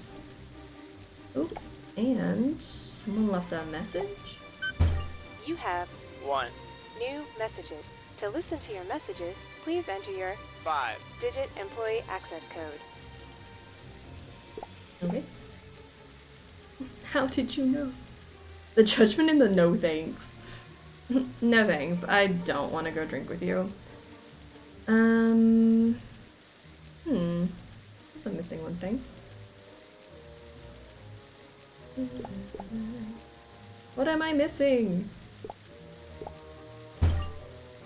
I need to turn off the fountain to get to that. Okay, let's turn off the fountain. See what's in there. My name is Riley, pin 62629. Alright, 62629 is for the phone. I know. Camera. I can decrypt the camera's data chip to see George entering his code. I just need to turn off the camera first. Got it. Hi, this is Jake from J&S Security Systems. So we got your cameras all serviced, but my technician told me that he misplaced that key you gave him to open the access panel in the lobby. Yeah, I'm real sorry about that. He said he asked the cleaning crew that was in the lobby with him that night, but none of them seemed to remember seeing anything lying around. I hope that's not going to cause you guys too much trouble.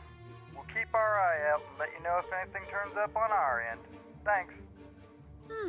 Maybe the key that opens the service panel is still around here somewhere. This needs some kind of key. Oh, something under the rug. A key, and then a key, and then a button. Service panel. Okay, turn the camera off. And then we can hack into it. Sorry, get the chip from it. And then hack into it. Here we go.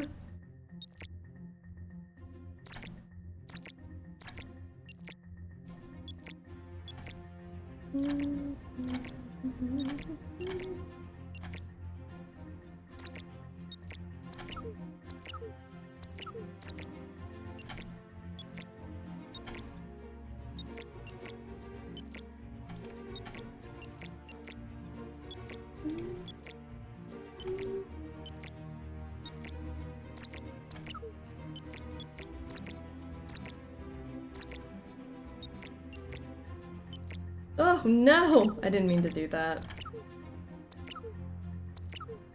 Just clicking too fast. Maybe I'll get it before it even goes in, though. We're getting kind of close.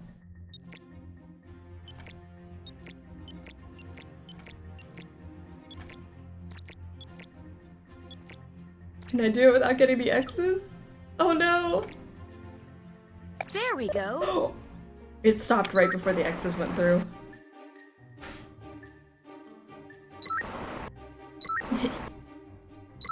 Aha! There's George entering his code. Perfect. Perfect. Getting that code wasn't so hard. Alright, so now we can break in. Here we go, the penthouse. This looks almost as bad as the wardrobe department. Alright, let's put this light on. Whoa, a makeshift photography lab. Shoot. Creepy. Burned out. How can I get another red bulb? Does anyone else make makeshift photography labs in their hotel room? We got Grenady. Can't get the film out, the batteries are dead. The remote works. Minibar won't open. Can turn the TV on. Coffee filter. Light bulb. Something in the boot. Oh, hell no. Why would George have Arthur's card? It's interesting. Enter your credit card number. Okay. Thank you for your payment. All services are now available. So now we can open the minibar. Batteries for the camera. Now we have the film. I'm gonna make this coffee filter to stain the light bulb red.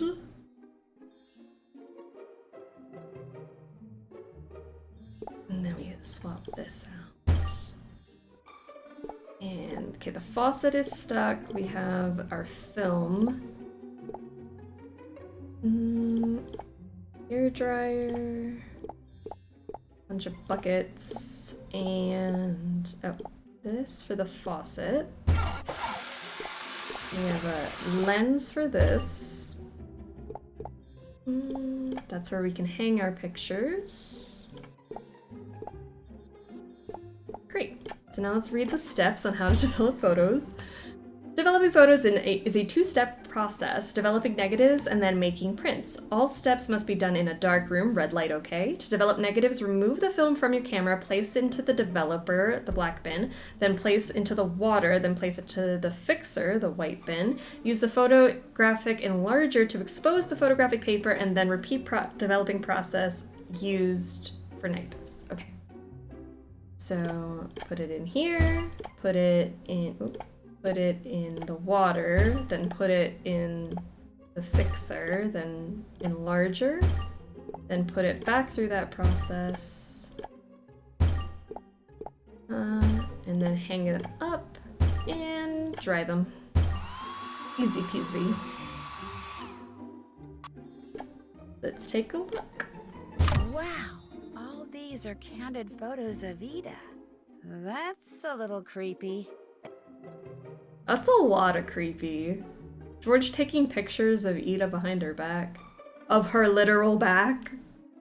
Ooh. Nasty.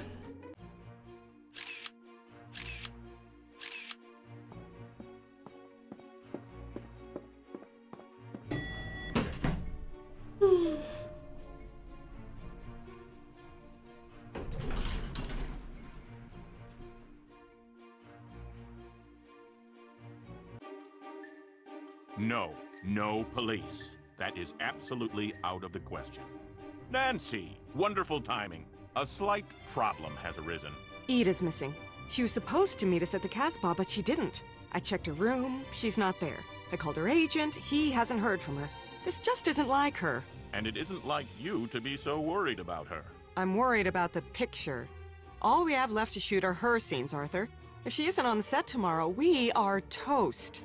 Since you put it that way, perhaps you should drop whatever it is you're doing and look for her. Great. Do you have any idea why George Jackson? Why George Jackson would be taking pictures of Ida on the sly? You know, without her knowing it? That makes no sense. He spends all day with Ida on the set. Why would he secretly be taking pictures of her? I don't know, but he's got a ton of them in his room. That's sick. Is George still at the Casbah? To my knowledge, he was never there. At least, not while we were waiting for Ida to show. And we were there Weird. quite a while. That's odd. He said that's where he was going. Ida's missing, George is missing, George has been stalking Ida. I'm getting a little creeped out here. Arthur, we really should. No police.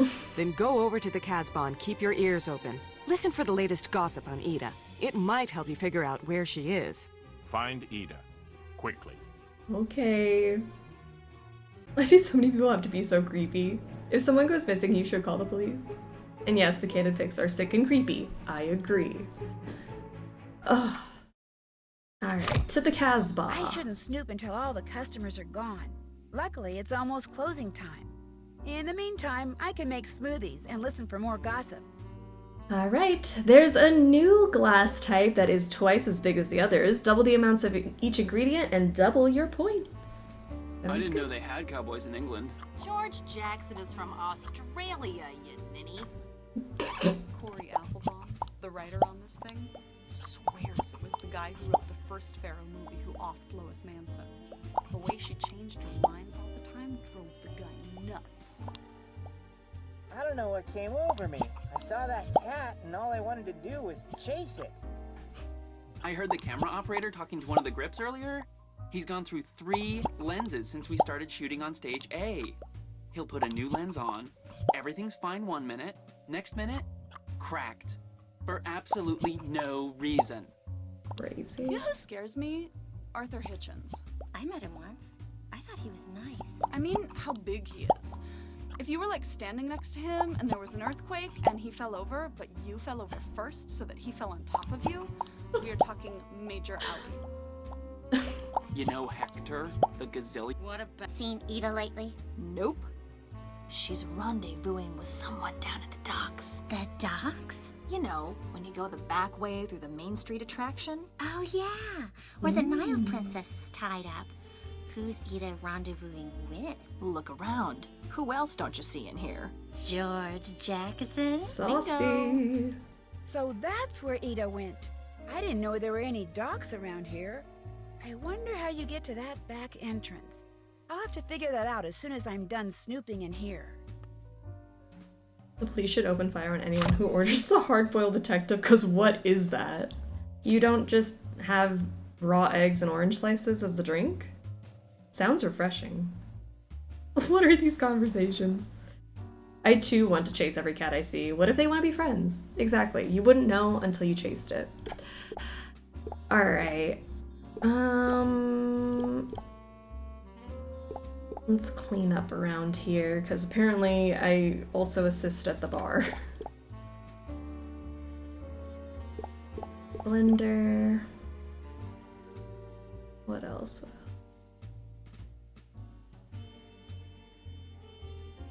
I don't know. Let's put the blender on the base. This needs to be refilled, so if I put this in the blender, turn that on, refill this, restocking. Someone will want to move this in the morning. Need a key, 4 screws. Test this. No technical difficulties. Effect. Oh, screwdriver.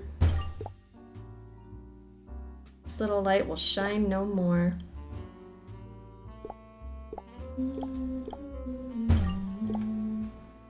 Open this. Light bulb. Great. Break at 25 hertz. 25 hertz. You got it. That really broke glass. A key! How do I pick it up without hurting myself? I'll use a nice thick towel. If there's one thing Nancy's gonna do, it's unpaid labor. True. Alright, let's open Could this. come in handy. Maybe I'll just borrow it for a little while. Perfect. Hey Boyd, I know you're behind schedule updating the electrical systems, but I really need you to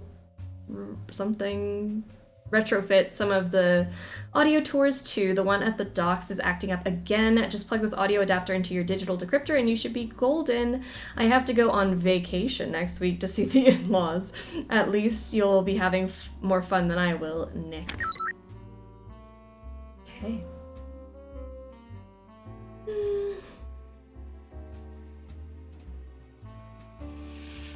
Hey!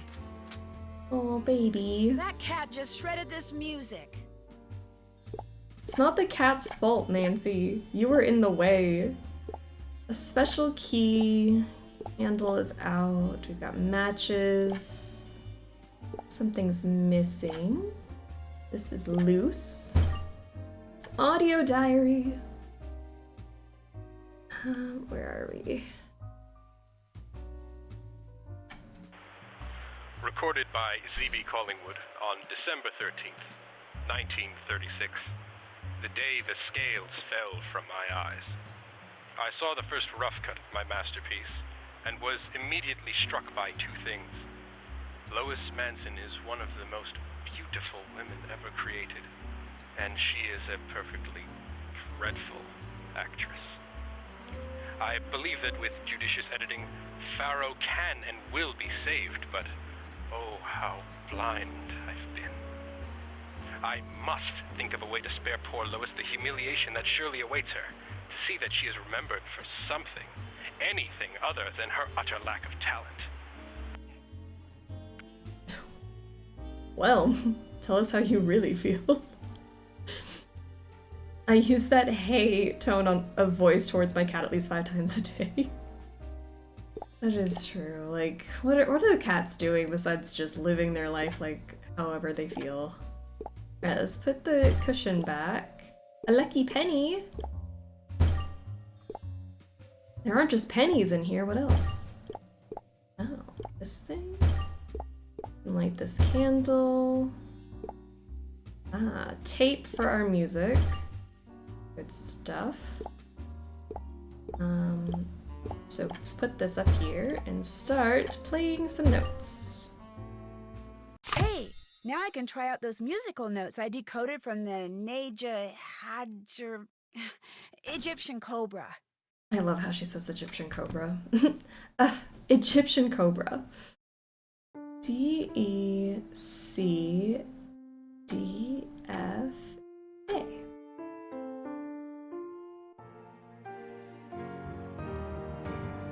Get it, Nancy.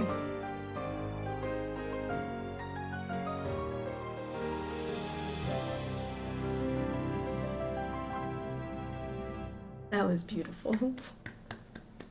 That was pretty. Wonder if that song has a name. Here we go. The Nile Princess. Where have I heard that name before? To the docks. She likes to play with my hair while I work out, but then gets mad at me for moving too much. Like, okay, girly pop, sorry for moving around too much in the apartment I pay for you, you freeloader. The pets really do feel like they run the place that they don't pay rent for. It's crazy. The audacity. The one thing pets do have.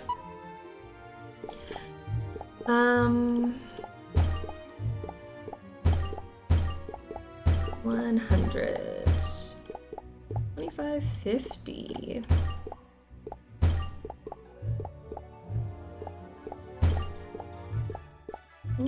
Sorry, that's a 10 there. 50.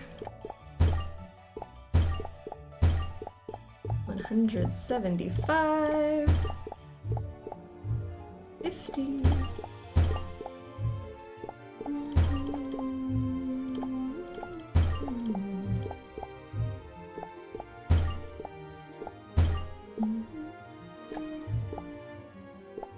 Oops, thought I saw it.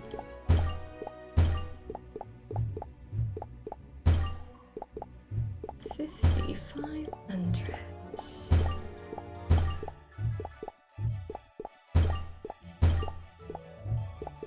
100,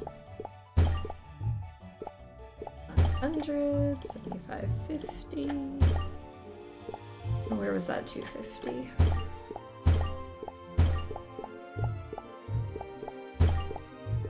Thousand, 100. I didn't mean to do that, but that was great. Yay! I legit hate this minigame. It stresses me out in a way. It just feels like you're not doing enough and it's going so fast, but it's honestly... I think it's just repetitive. I'm about done playing that one. Okay, to the docks. Ooh. Now I can get a good look at this. It looks like the Dead at the Wheel attraction uses a car and a fake crash wall, along with a detective statue. I guess there was more to that statue than I thought. Okay, so here's the wall. Looks like it's supposed to break. So let's piece that together. So this is a fake wall, huh?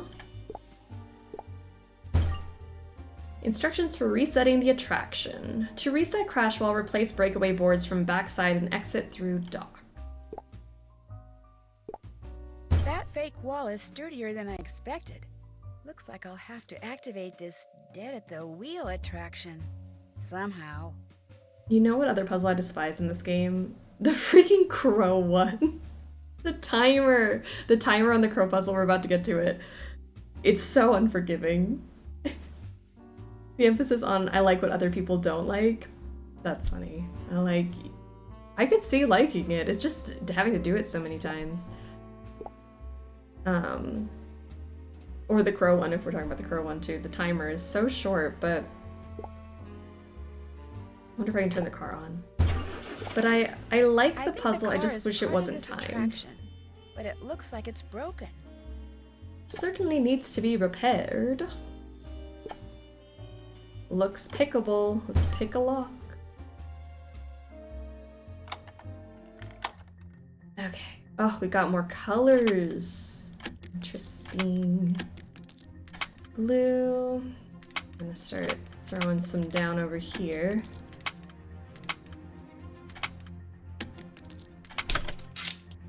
Great. Well, that's not helpful.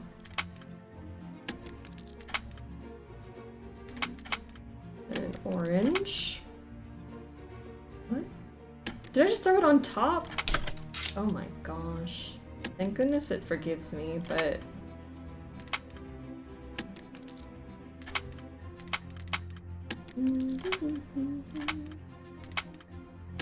There's an orange.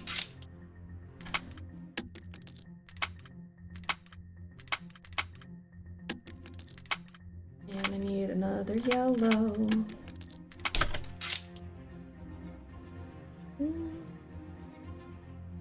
I mean, there's 1, 2, 3 with that on top of it. Can I just get a yellow to sit over there?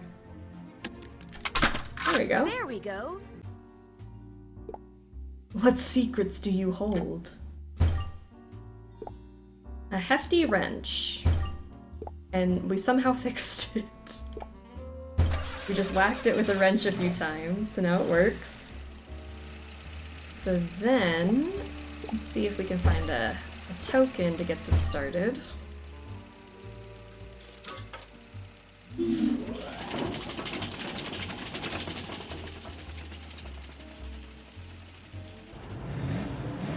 Now we're Nancy the mechanic. Yes. Straight through the wall. Wow, that was pretty cool. I wonder how the car gets repaired at the end of the attraction. Alright, here we go. That's where I'm headed. Okay, so now if we put our thing there, time for some data mining.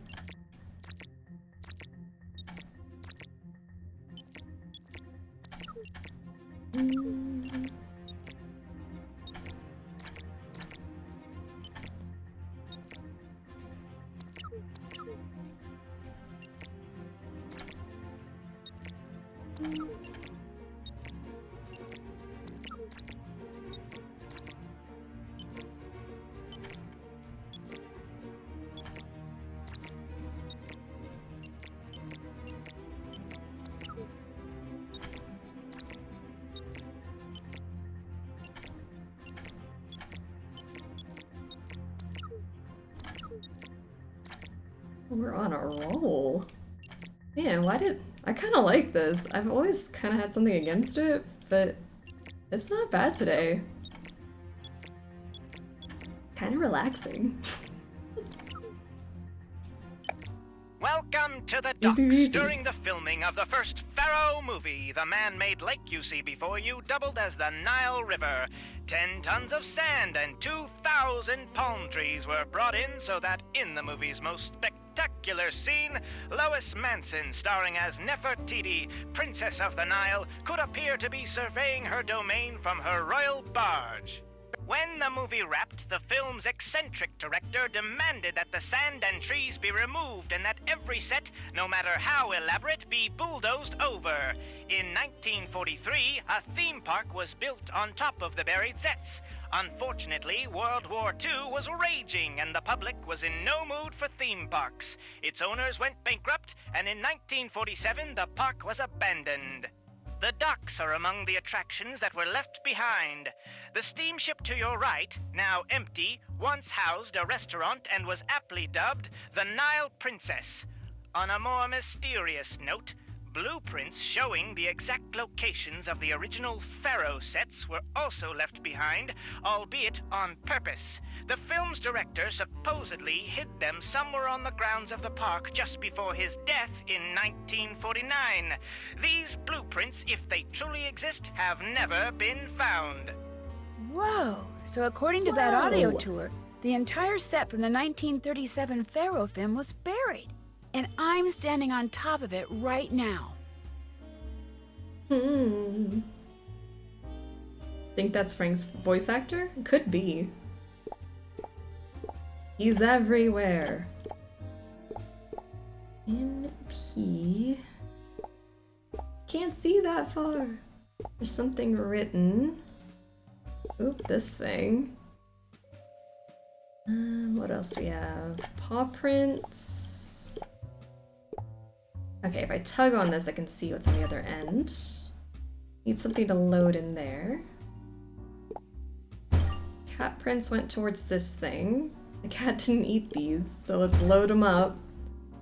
And we can throw it at something. Need a key. Look over here. Something in that light, and this is the Nile Princess. So let's shoot the light. Oh, it's hot. Okay, empty bucket of water. I mean, empty bucket, put water in it. Something down in the water.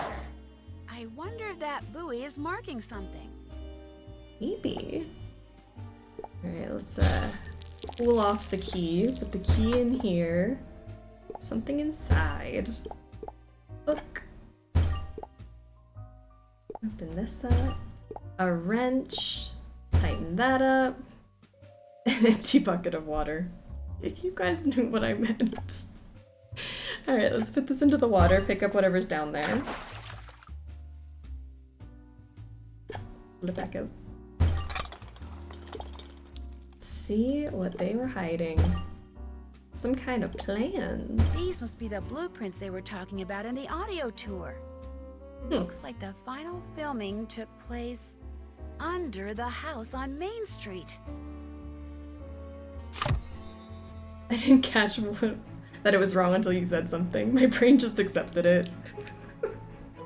My brain feels so frazzled today. Alright, oh, we're so close. Almost there. Alright. That cellar door looks like a good way to get under the house. But these crows won't let me by. I have to distract them somehow. Something tells me I need to pay close attention to color. Are we ready? Oh no, the crow. I love this game. This timer is so quick. Alright, we gotta match the crows with the colors. There's a red, Another red. This one's a gold one. Gold? Red. There's a blue. There's like silver. Blue. This one's gold. Gold, gold. Red. This one's green. What other things do we have? That one's red. Let's get red, red. Silver? I thought I just saw a silver one. Silver? Oh, black cat with the black bird. Blue. Blue on that one. Gold. Blue. Green. There's a silver here. Red. Silver, silver. Silver. Silver. Oh my gosh, the timer is going. The timer is going. Red. And I need a green. A green something. Something green. Something green. Green. Phew, there they go. Now to get into that cellar. Okay. Pick the lock.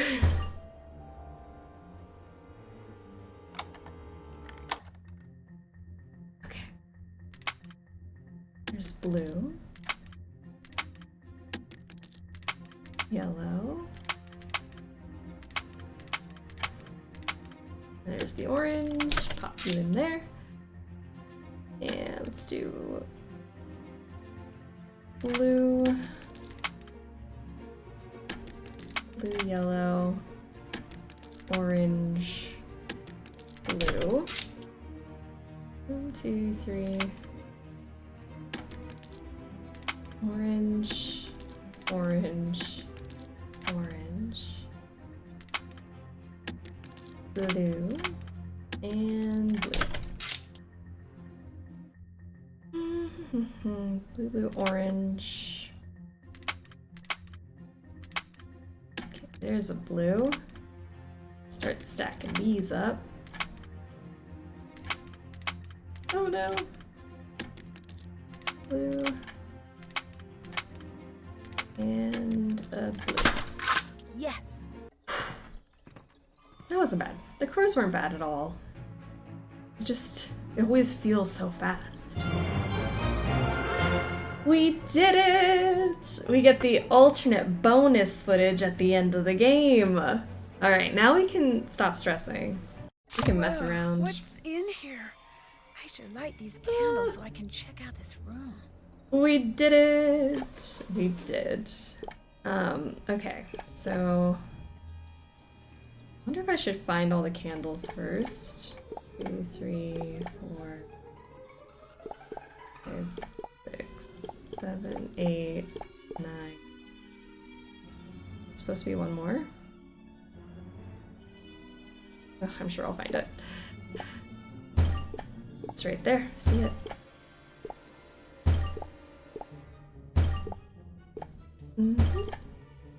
Put that one there.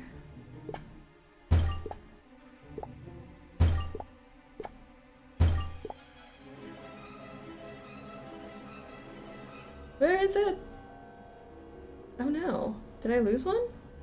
Where are you? Oh. Beautiful. Need to take a closer look. And what else do we have in here before I do that? What do I spy? Aha! So this is where all the flash boom ended up. I'll bet someone is using it to look for the lost footage. I bet. This looks tricky. I don't think my lockpick kit will work on this one. It's a fancy Someone's one. outside. I'm going to find out who.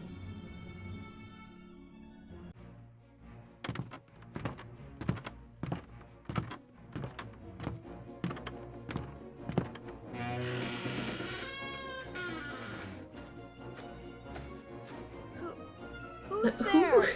Who? Nancy! Oh my gosh, you scared me. Oh my gosh, my heart's not beating. I'm not kidding, I can't feel my pulse.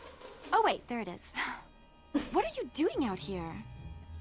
Arthur sent me to look for you. She says lockpick kit, even though it's just a bobby pin. Oh, we upgraded from our bobby pin. We started with a bobby pin, and then Arthur gave us an actual lockpick kit.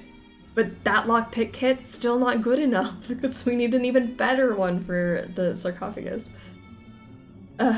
Arthur sent me to look for you. Because you didn't show up for your meeting at the Casbah. I'm hiding!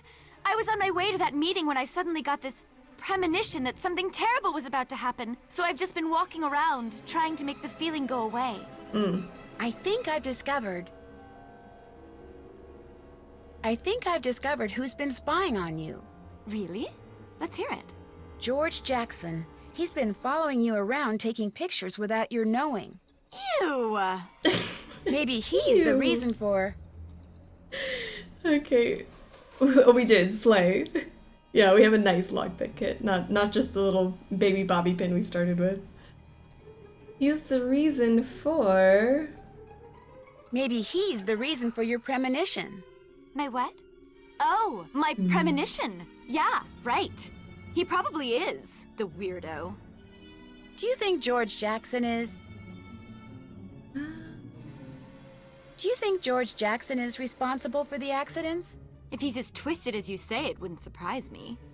Although, my money would have been on Arthur. Arthur Hitchens? Why? My agent says he's one of the most powerful men in Hollywood. Not because he's super rich, but because everybody owes him. In fact, if I were you, I'd figure out how to sneak a peek inside that safe in his office. I bet you'd find all sorts of goodies in there. Julie, how are you doing? And all you beautiful raiders, welcome. How was your stream? What did you play? What's the hot gossip of the day? We're playing Lights, Camera, Curses, and we're gonna play the final scene a little bit later for Nancy Drew Day. Solar, how are you? Welcome. Hope you guys had a good time doing whatever it was you were doing. Gotta love the dossiers. I know. They don't get the respect they deserve. It's truly tragic. We've been mourning the loss of Ship of Shadows all morning. Alright, we have to do what? Snoop in Arthur's office. You know, what else do we do? Nancy just snoops through this poor man's office all day, every day. What's in here? The safe is locked, naturally. Because people know you're gonna be around, Nancy. They tend to lock their things up. Need to raise the blinds. What is this? The combination is plain. Plain. You see? Oh, maybe move the plane? Something over here. This must be the code to the safe. Left, Sammy's birthday. Right, Treasure Island volume. Left, Coat Inspector. And borrows things from people. Yeah. Does she ever give anything back? I don't know. The third crate here contained that decoder. But what's this Valley of the Kings one? I'd better head over to Stage A to find out. Maybe we should. Alright. Who is Sammy? Sammy's birthday's on the 21st. Treasure Island and then the Coat Inspector. Treasure Island, Volume 9, and then Coat Inspector, 37. 21, 9, 37. There we go. And now we can open it. Who knows, Nancy might be a klepto. Might be? Is there a possibility that she isn't? What is all this? Maybe I should try out this phone number.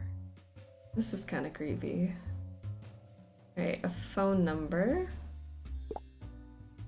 Let's see who it is.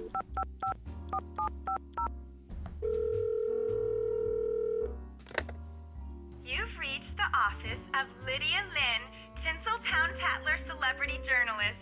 Leave a juicy message after the beep. Interesting.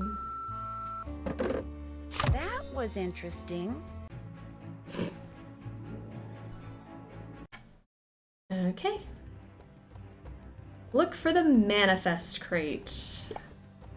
We can turn this on. We got the storyboards and different crates. Okay, pop this on. Scene 73, take 4. Prop box 73. 73. Look at it. This is the crate from the manifest in Arthur's office.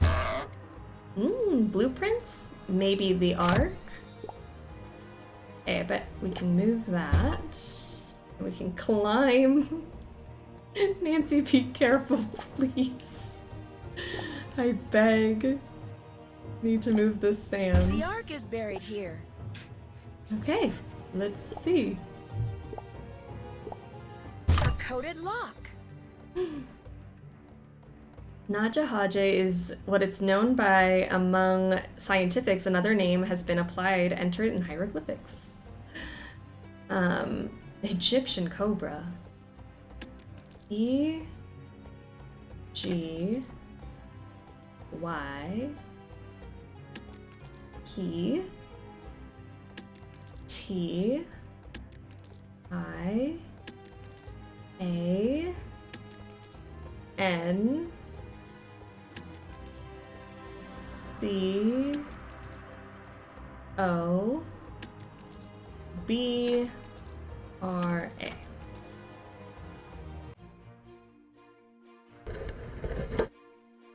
This is the lockpick I need to get into that sarcophagus under the Main Street house. Wow. I think it's time for a little powwow. Alright. Let's get all the suspects in one room. Well, well, the gang's all here. Where have you been? Believe it or not, I was actually worried about you. As well you should have been. I was hiding. From Mr. Spy Cam here. You talking to me? Who else would I be talking to? George, I saw your makeshift photo lab, along with the photos of Ida you took behind her back. Or should I say, of her back? You were snooping in my room? She's a detective, freak lips. How did you know she was a detective? I told her. I was trying to calm her down after someone put that snake in her locker. Someone put a snake in your locker? Apparently taking pictures of me wasn't enough. I did not put that snake in your locker. Come on, who else would have done it? Actually, you. Hey, look, Ida may not be my favorite person, but I would never risk traumatizing her like that. It would jeopardize the picture. Probably true, but that snake wasn't meant for her. It was meant for me. While I was checking out that video chip, you shoved that snake into Ida's locker. You knew the wardrobe room would be my next stop.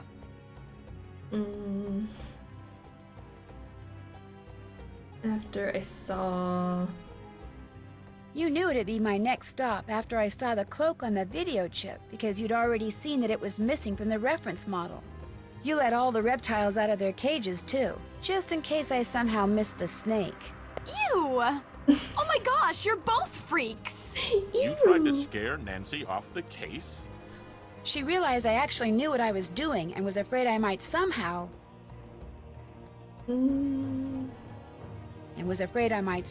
keep her from finding that lost footage. You broke into your own prop room to make it look like someone else took that flash boom, didn't you? And you tried to frame me for the snake stuff with that stupid swizzle stick. Okay. So maybe the idea of finding that lost footage made me do things that were a little excessive. But I never used any of the flash boom because finding the entrance to the original Pharaoh set is impossible. And I never put anybody's life in danger like you did. Since when is feeding a cat a threat to anybody's life?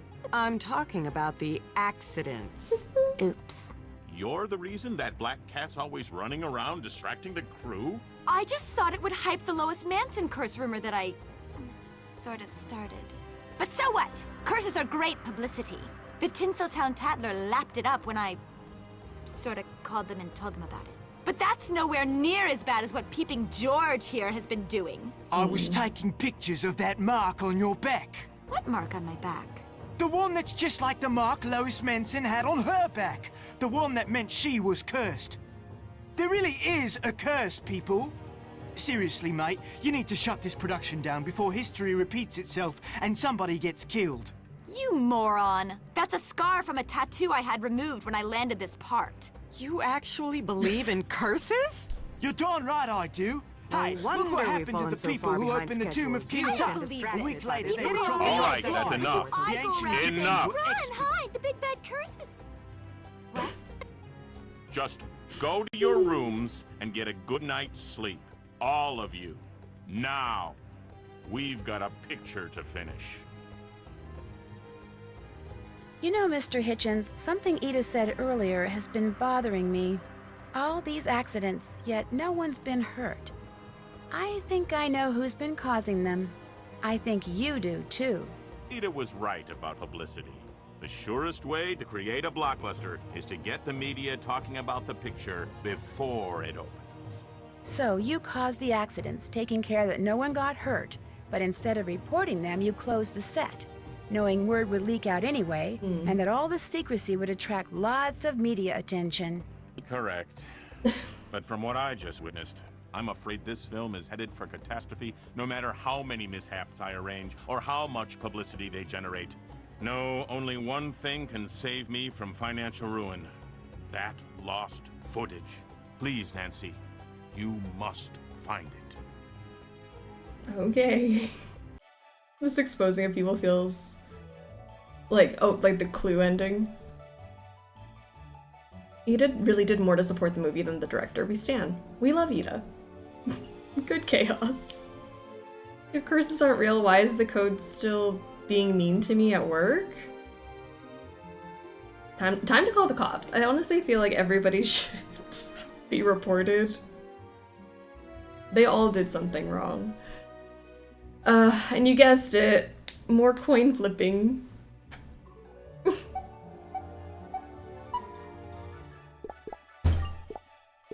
10, 100, 50, 25, 10, 100, 25, 50, 50, 100, 100. To be fair, the coin flipping is after every third chapter. Does that make it better? I'm just about tired of it. But we got the special ending, so I don't even know why I'm going fast. We got the ending I needed. 75. 25. 100.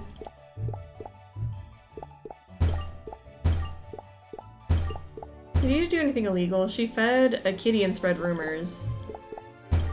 You know, and for the good of the movie. Innocent in my book.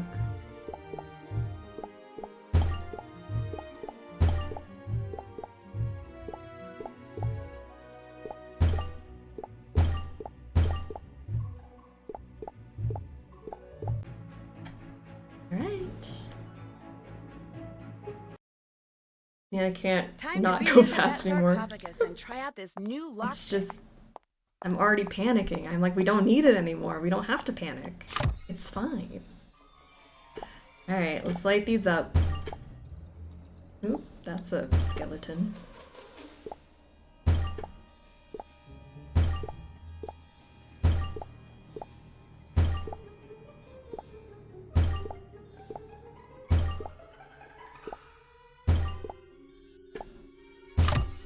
Ta-da!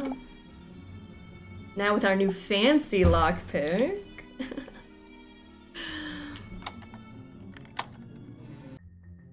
Okay. Rainbow Escape, how are ya? There should have been more of this style of Nancy games. I know. Rip Ship of Shadows. Devastating. Oh, I didn't mean to do that. I meant to grab this blue. Why am I doing that? Oh my gosh, sorry, I'm just getting all kinds of chaos.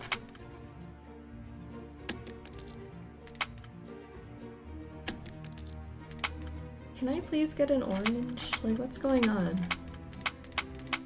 Oh my gosh! That was unfair. That felt...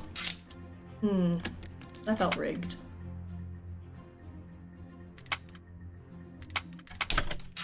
Okay. Then I have this and...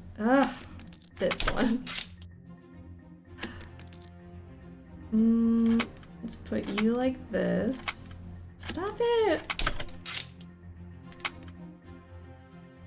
Here, here, here, and there. It's a passageway that leads farther underground. Oh boy, I guess I have to climb down through this sarcophagus. Okay.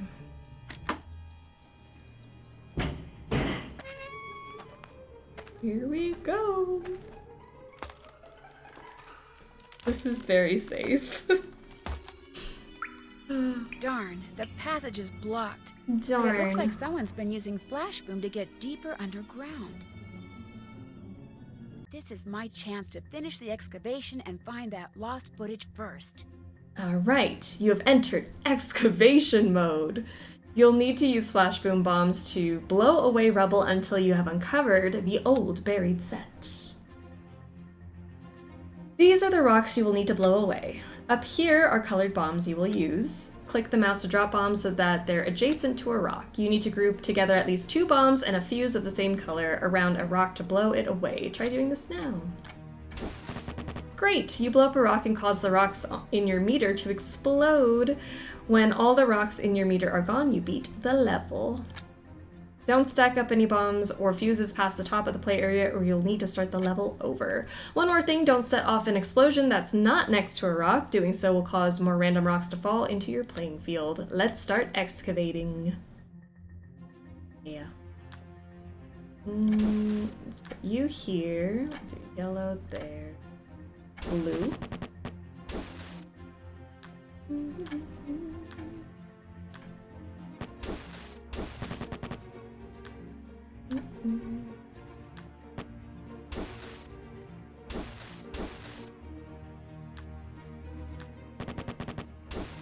Great.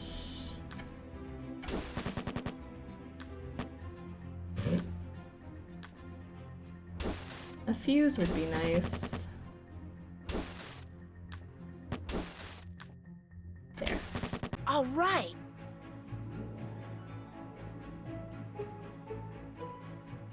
Whoa, where am I?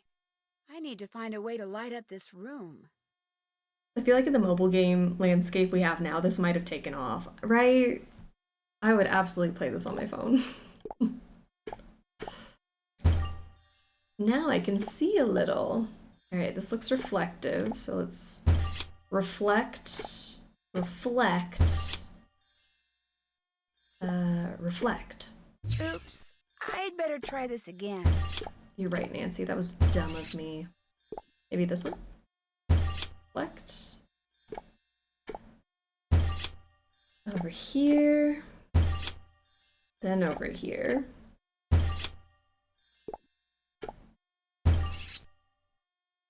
Look at it go. Wow, cool. Let's check this place out. All right. Something in here. An audio diary, you say? The final scene. ZB Collingwood here.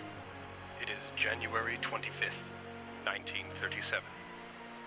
Today, Pharaoh at long last wrapped. To say that it has been a tumultuous shoot is an understatement. I have convinced the studio that the entire set should be bulldozed over immediately. Given all that's happened, such a burial, dark and dramatic, is bound to generate massive amounts of free publicity, I told them. Which is true. But it's not the whole truth. That is what I shall bury. The truth in its entirety. So that someday, some worthy soul can discover it. Is that us? Are we a worthy soul? The final scene? That's the name of the game! Oh, wait. Alright. What do we have here? Congratulations, you've made it this far. There's only one thing left. Remove Lois from your path to see the truth. I've left you one more clue to be your guide. First, Lois flies with a grace unrehearsed. Next, Lois quenches the desert's deep thirst. Thirdly, she creeps and she scurries and stings. And lastly, she honors the deaths of great kings. Okay. So let's grab all of our little markings.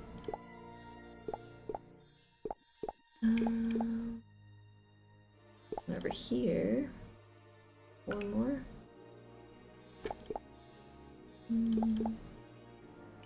3, 2, 2, 2, 2, 2. Oh, one there, and one there. Okay, so let's look at this again. Flies.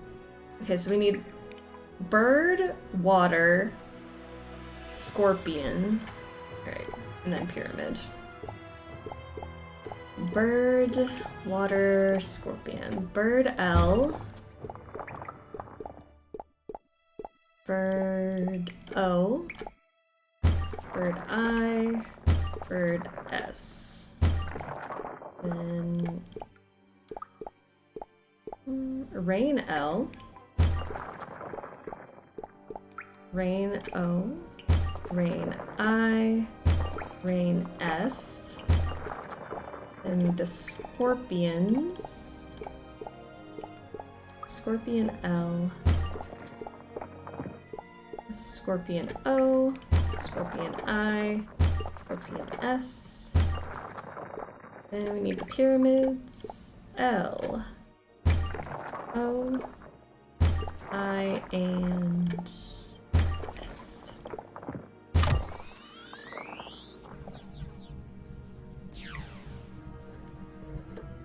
Oh my gosh! What is that? What is it? The lost footage. It really exists. Wow. Oh my gosh. The director kept the original Jewel of Karnak for himself. They're good games. What is this hater energy? I can see why they stopped making these. I love this music. The music is great. I know it's not everyone's cup of tea. It's just... whatever. To whom it may concern, if you're hoping to find the Jewel of Karnak, I'm sorry to disappoint you. The jewel that appeared in Pharaoh was a replica that I secretly had made. I kept the real gem for myself. I admit it, I am a thief. However, I am by no means a murderer. Contrary to what people have said about me and may still be saying, I had nothing to do with the death of Lois Manson. What you now possess proves it. You are here because of my desperate need for someone someday to know the truth, and about the jewel, about Lois, about me. The path down which I have led you has not been easy. I applaud your perseverance, but more important, I thank you, CB Collingwood. Oh my gosh.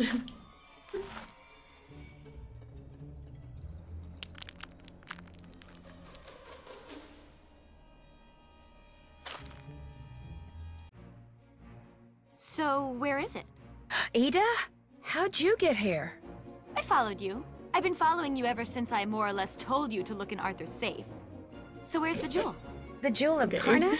It was never here. Not the real one, at least. The director couldn't resist having an exact replica made and keeping the original for himself. It's all right here in this letter. There's no Jewel of Karnak in here? I don't believe it! Here we are on the very set where the original Pharaoh was shot, just like I planned, only there's no jewel? How am I supposed to get rich and famous now? By being the star of this movie, maybe? Are you kidding? Even I'm smart enough to know this movie is going to be a disaster. Unless... what if disaster were to strike again? Oh no. Oh my gosh. If someone were to die as tragically and mysteriously as Lois Manson did on this movie, oh my gosh, it would make headlines all over the world. Ada, what are you talking about? Publicity! You die in a cave down here. We finish the film in your memory. It opens, bam, smash hit, and I'm rich and famous after all. I die in a cave-in? Last Train to Blue Moon Canyon vibes. But hey, that's showbiz. It was a pleasure working with you, Nancy. Bye-bye.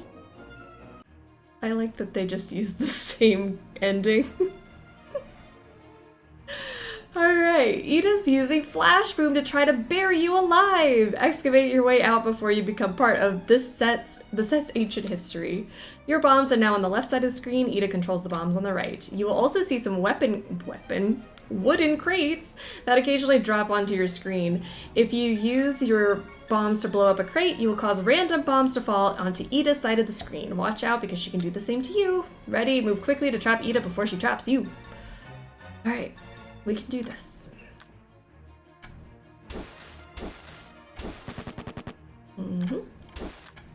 Great.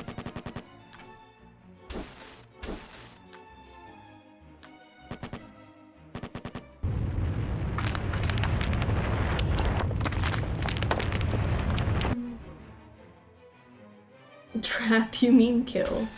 Yeah, correction. Let's put this box here.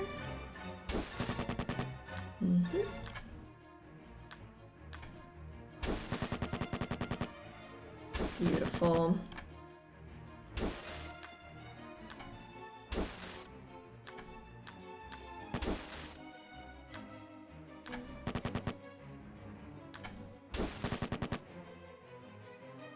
What else can I do?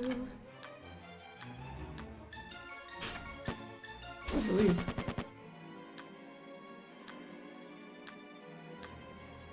Oh, this is rigged. Where are my fuses? What's happening? Oh my, this is mean. That was horrific.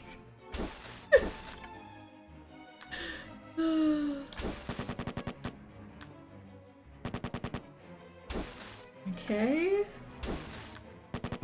There we go. Cringy hates you. It was just bombs, no fuses.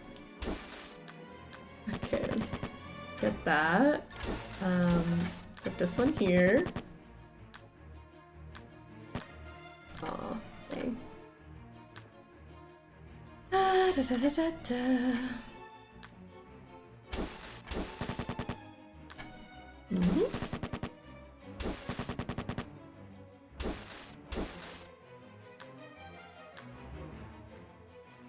Let me not accidentally blow stuff up.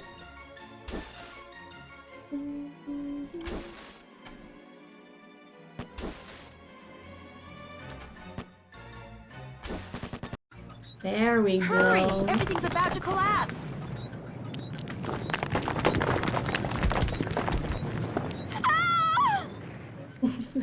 It isn't the consequences of your own actions.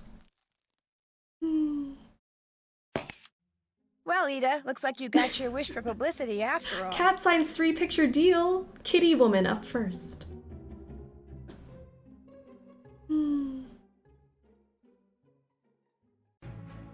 Yay. Back to game.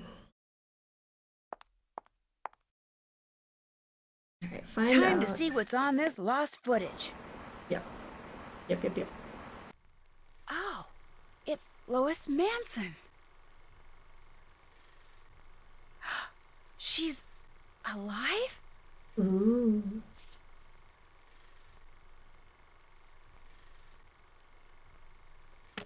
That's the Jewel of Karnak.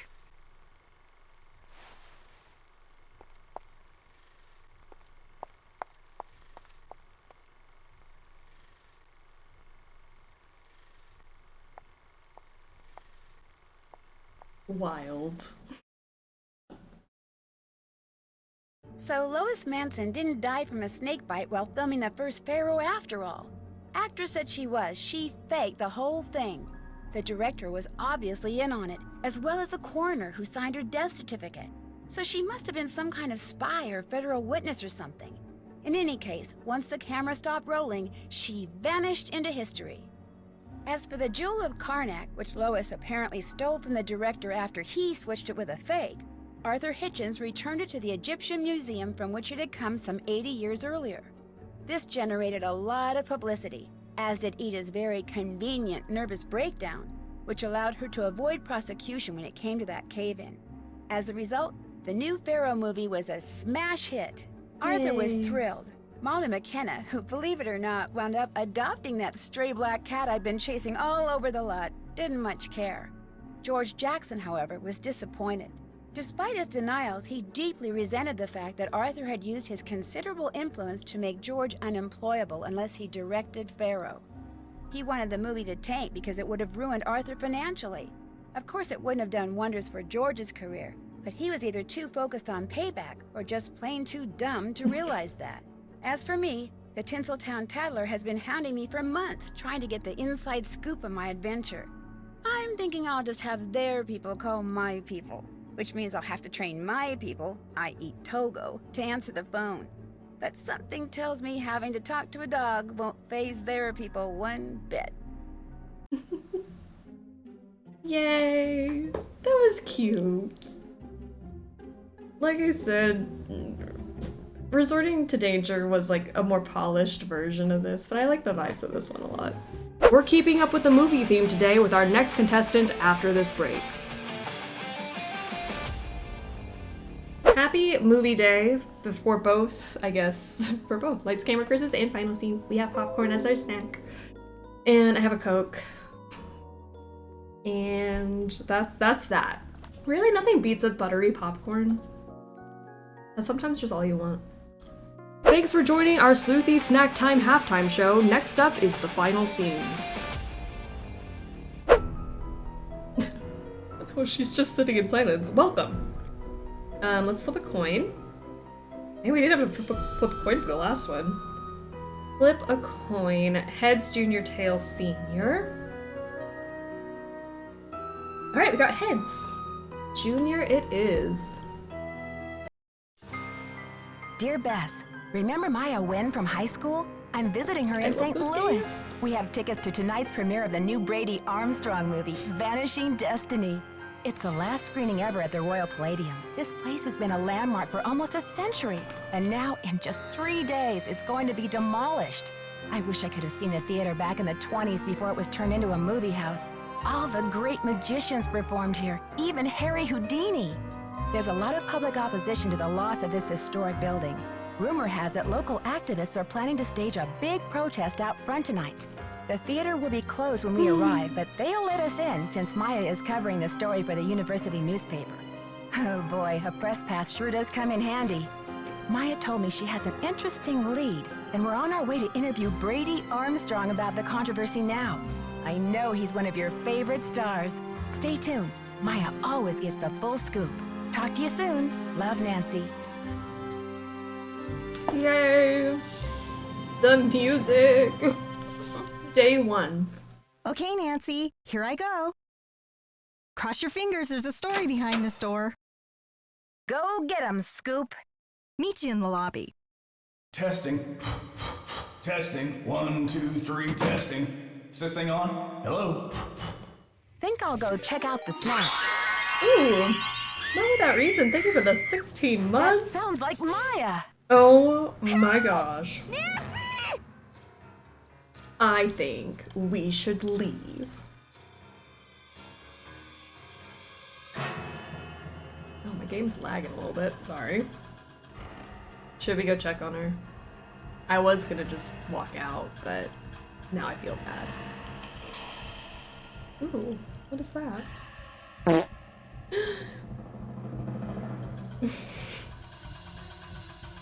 Rip Maya after this game. The only proof we ever get again is that she existed is the picture on Nancy's desk in Alibi.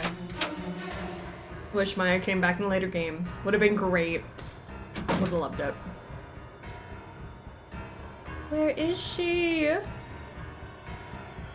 I got scared and needed to fart, sorry. Now let it out, I get it. Hello? Listen carefully. If they knock the theater down, the girl goes with it. What? Who is this? Hello? Hello? And they hung up. Rude.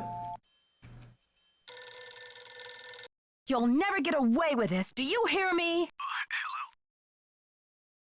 No, Maya, don't disappear. You're too sexy. You're messing with the wrong girls, whoever you are.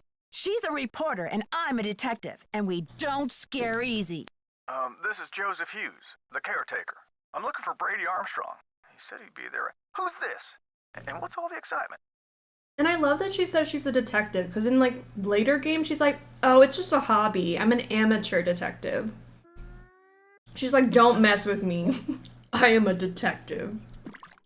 My friend has disappeared thank from you for gifting Brady's us up to dressing room. Jasmine. I heard her scream. I think she's been kidnapped.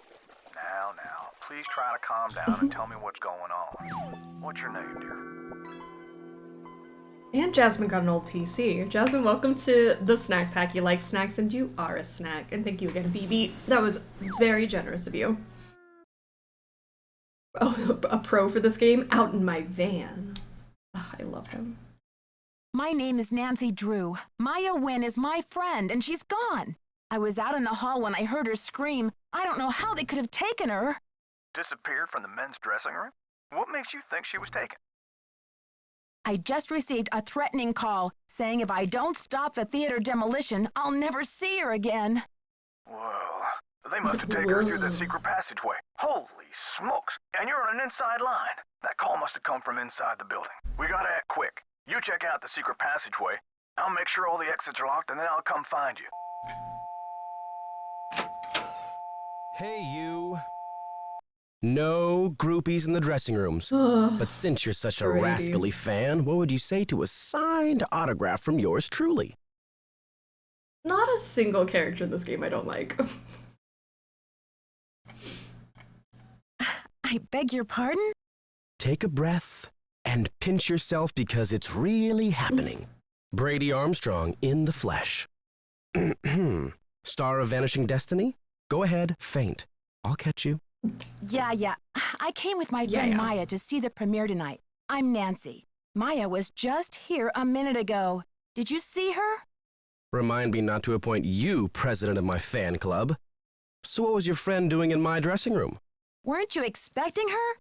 I thought she emailed you to set up an interview for her article. All my email goes through Simone. She reads it, she writes back. Control issues, you know? Off the record. Any message that says love Brady is just a big electronic smooch from her.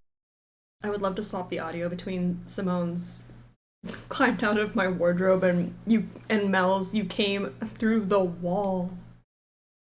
The call is coming from inside the house. Simone is an awful, horrible person, but I love her character so much. Like, eat your all beef Frank Queen. I know. Iconic. What a ripoff! If your devoted fans only knew. Simone Mueller, CEO of my life. My agent. Focus on being wholesomely smoldering, she says, and leave the rest to me. So I do. She's been setting up Premier HQ in the women's dressing room. Haven't you heard her snarling at people on the phone? I wonder if she knows anything about what happened to Maya. Maybe you better tell me what's going on here. I heard Maya scream. When I got here, she was gone, vanished. And then I got a creepy phone call from the kidnapper. But where could they have taken her? What did they say? It's something to do with the demolition of the theater. The voice said, if they knock the theater down, the girl goes with it. Those stinking radicals. Please, I don't have time for Please. small talk. Sure thing. How can I help? She may still be in the building. We've got to search this place from top to bottom. Roger. All right, let's search. This game really nailed the love to hate with her and Brady. It's so good. Like, man, you're an awful person, but I can't not like you.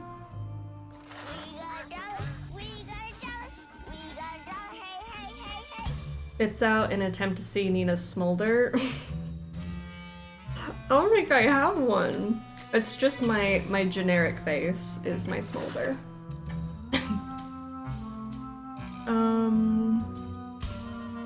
Maybe I'll try it out on Nick. I'm kind of sensing some sarcasm, Brady. Some sarcasm? A magic wand. Never know when you might need that.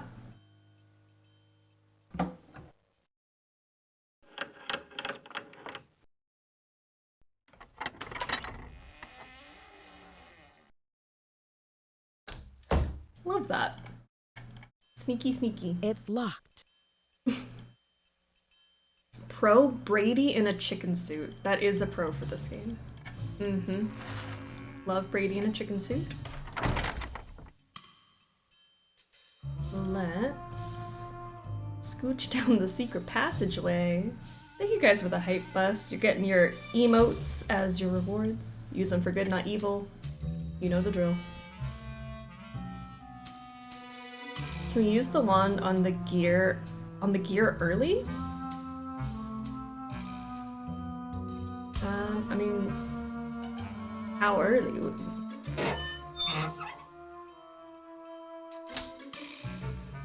I may have to cut this short, Hal. Someone just climbed out of my wardrobe. Can't you see I'm on the phone here? Wait, after we talk to Simone? Okay, we can do that. My friend's been kidnapped. Listen, sweetheart, I have a premiere tonight and no stylist for my star, so don't tell me about problems. But this is an emergency. I said scram. This call's priority. Try me later. Okay. Let's look at her sink. Nice. Keeping it clean. Old files. Stuff back here. Whatever, Simone. We do have to fall to our deaths first. It's required. Okay. Fall to our deaths. Top priority. Let's go do that. So in order to do that first, I need to go through here.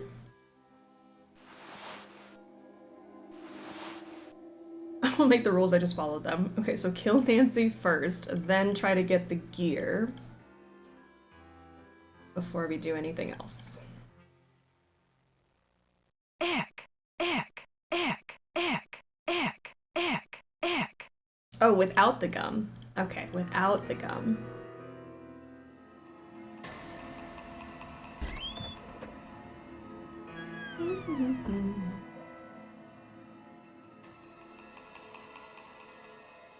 Is it on this side or the other side? Over here. I can't quite reach. Abracadabra. Stick. Stick. Abracadabra. Stick.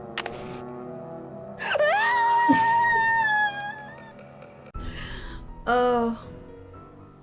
Beautiful. No notes. Oh. Step 1, fall to our deaths. Step 2, actually solve the mystery, maybe. Step 3, profit.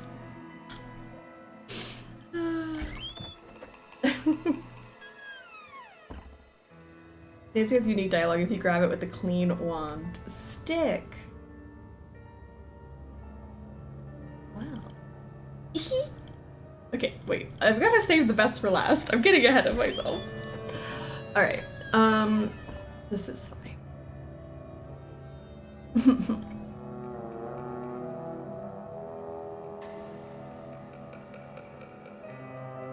Step 4, find more deaths. Yeah, just keep killing Nancy over and over. Alright, so now that I have that gum, let me go back here to where we were. I'm getting all out of order. I'm gonna confuse myself.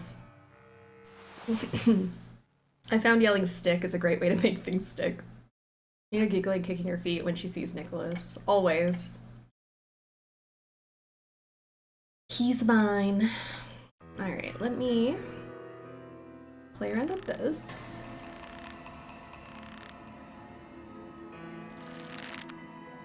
Like, forget Dave Gregory. Nicholas Falcone is right there. Ooh, clunk.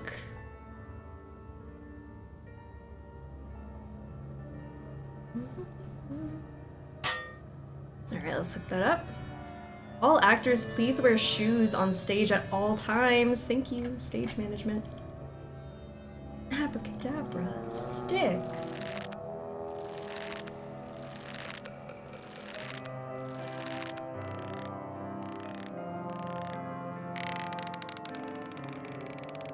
Beautiful.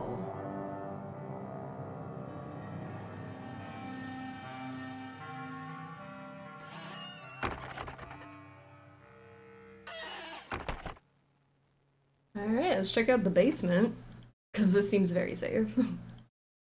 I'm a Grigger fan, if I do say so myself. Ah. Another person with taste, I see. Oh, Grigger. What a beautiful man. Okay, so this does something.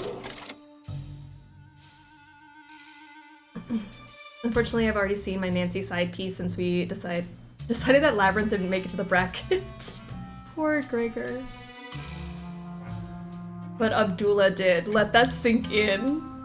Abdullah is in the bracket, but Grigger is not. Don't get me started. You know I'm gonna rant.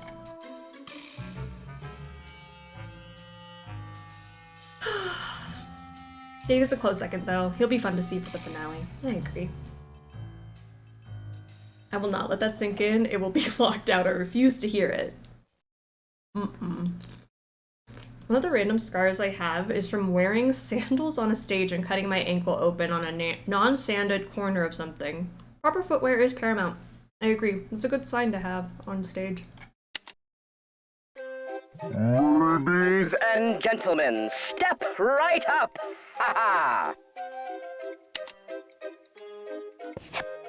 Find the ace of spades. Keep your eye on the card. This one. Am I magic? Congratulations! Okay. You beat the magician. Don't forget to collect your winnings! Ha-ha! Your audience will be dazzled. Flash paper. Every magician keeps some handy. 1. Slide the flash trigger ring through your middle finger. Use the flint wheel or finger flasher to create the spark. Then throw the flash paper and watch as it ignites. That was crazy to get on the first try. Your audience will be dazzled by the bright light and the puff of smoke. Great for theater, special effects, disappearing acts, or any time you need to throw someone off your trail. Caution, flash paper is a pyrotechnical device and should not be used by children without adult supervision. Alright. And if you're my sister, close your eyes and ears, because I know this freaked her out so much as a child. But we're gonna play again. Ladies and gentlemen, step right up.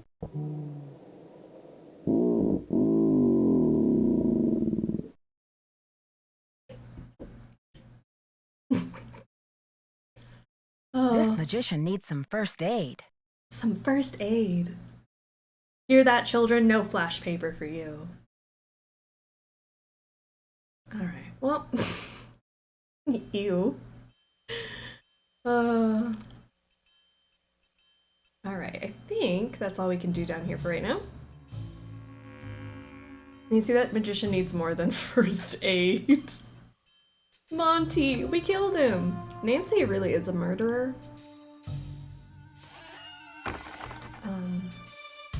An actual crime. What else can we do? I agree with your sister. Oh my gosh. I mean, I was a bully, so I would do it anyways. I'm like, look, it's gonna do something fun.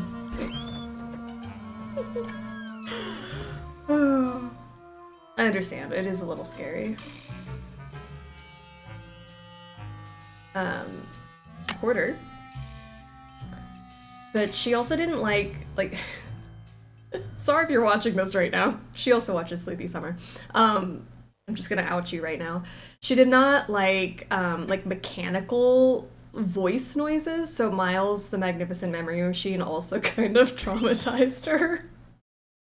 Sorry, this isn't funny to anyone but me. Oh, so funny.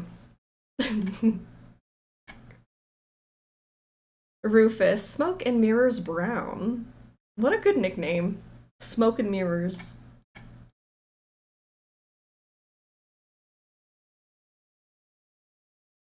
Oh, Frank. Frank's got a mustache. Mirrors.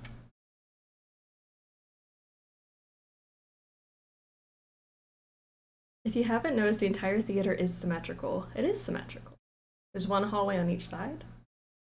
Dizzy Notion. He doesn't look very happy. That gets us back into the theater.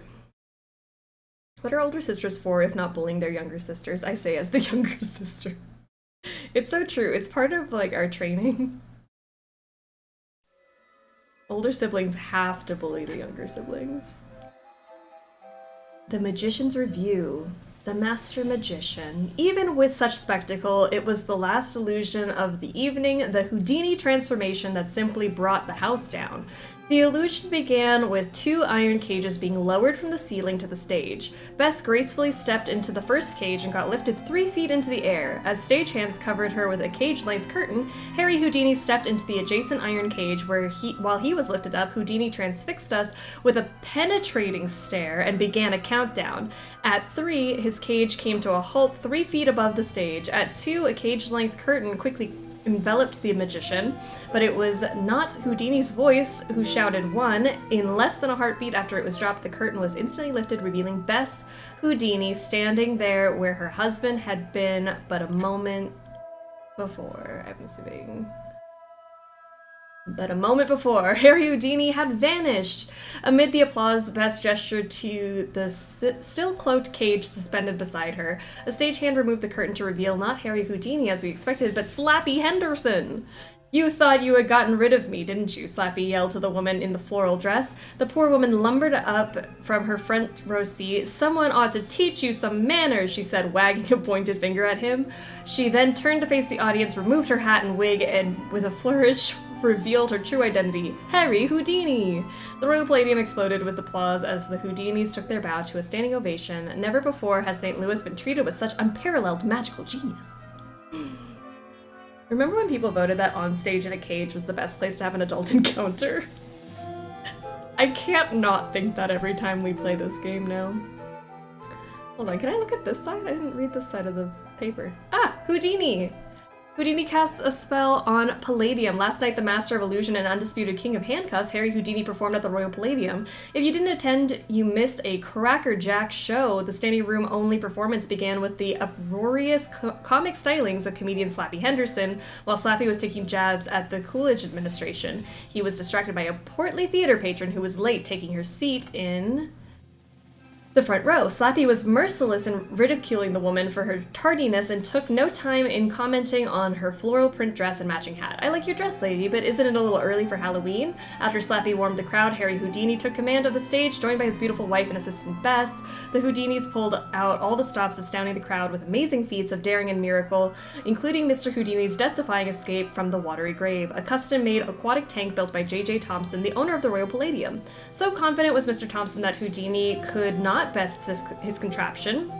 Thompson staked $50,000 on the challenge. Yow, what a blow to JJ's billfold. Read our exclusive coverage of the story on page 5. Sorry, I read the story backwards. Cool. And then on this side, the Society of American Magicians would like to thank Harry Houdini for his great generosity and tireless devotion to promoting the craft of magic. As president of the society for 10 years, Mr. Houdini brought worldwide recognition to the art and helped to foster the careers of countless aspiring magicians. We are honored to follow in his footsteps. I can't believe I missed a crackerjack show. I know, it really is a bummer. Oh, the master of magic. The Houdini transformation, the goddess of mystery. This week at the Royal Palladium Theatre, witness an astounding metamorphosis that dares to boggle the human mind. Alright, this is Harry Houdini, the king of chains. Chains and whips excite him. Then Zagad the Magnificent. Harry, 1974 to 1926, the master magician. Born in 1874 in Budapest, Hungary under the name Eric Weiss, Houdini's family soon moved to Appleton, Wisconsin. From there, at the age of 12, Houdini ran away from home. By the age of 13, he had reunited with his family in New York City and begun performing magic card tricks under his original stage name, Eric the Great. Harry Houdini sounds better, I think, than Eric the Great. In the course of his illustrious 33-year career, Houdini escaped from prison cells, handcuffs, leg irons, straitjackets, packing crates, milk cans, coffins, and St. Louis tycoon J.J. Thompson's infamous watery grave. In addition to being the greatest escape artist of all time, Houdini was also a master of illusion. In 1918, at the Hippodrome in New York City, that was on Connections Today. I swear, the last couple games we've been playing, I'm like, how did that match up with early squad goals specifically for today? Crazy. He made an elephant disappear on stage, and according to Houdini, the elephant Jenny weighed 10,000 pounds. His brilliant skill and ability to baffle and amaze an audience remains unsurpassed to this day.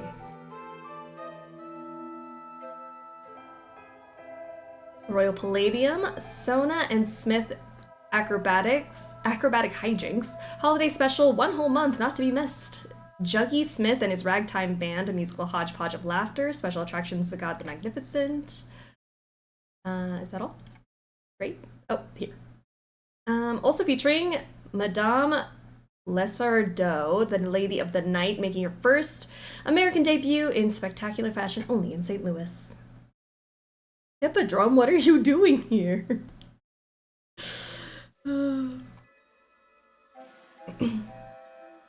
Y'all, I'm such a Juggy Smith fan. Royal Palladium presents The Genius of Escape, Harry Houdini. Challenged by J.J. Thompson, entrepreneur and owner of the Royal Palladium Theater. Witness a once-in-a-lifetime event right here in St. Louis as the masterful Houdini is plunged into the watery grave and faces the most impossible escape of his career for the cash reward of $50,000. Oh.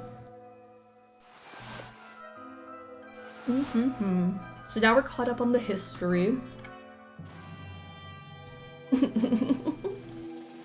My boy! Look at that cake! Oh, I love him. No teeny boppers till showtime. House rules. What's that supposed to mean? Aren't you here to worship at the screen of Brady Charmstrong? I came to see the premiere, if that's what you're asking. That doesn't make me a worshiper. You are what you consume, and that movie's nothing but processed cheese.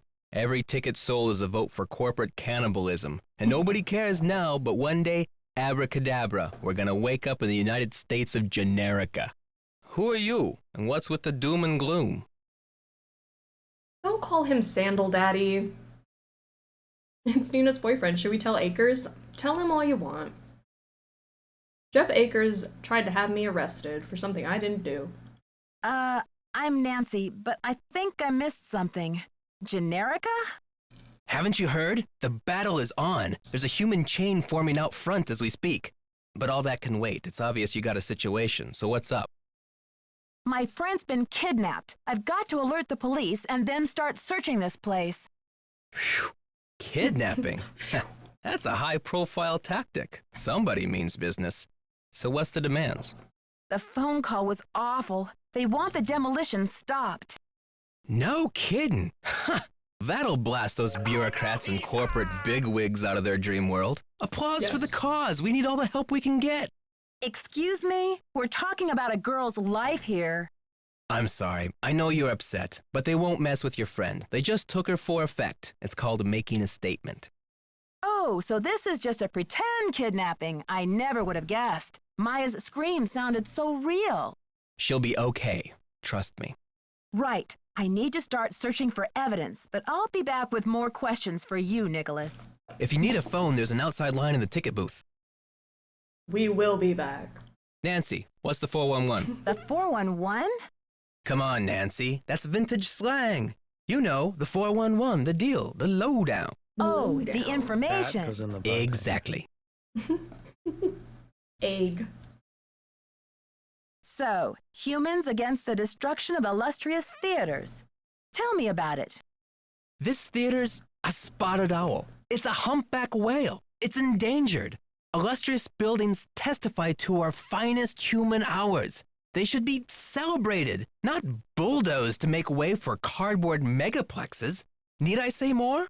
Do you know what they plan to build on this spot after the theater is gone? Oh, it's very hush-hush.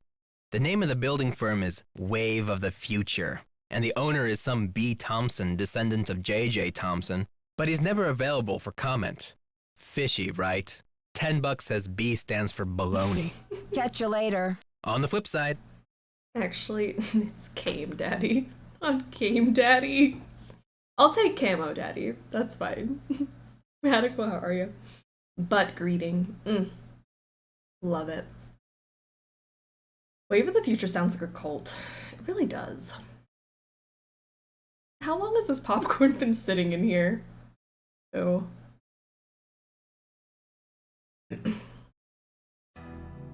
I respect. That goes in the butt bank. I respect his judge, but I simply do not care about historical buildings as much as him. He really does care. Newly refurbished.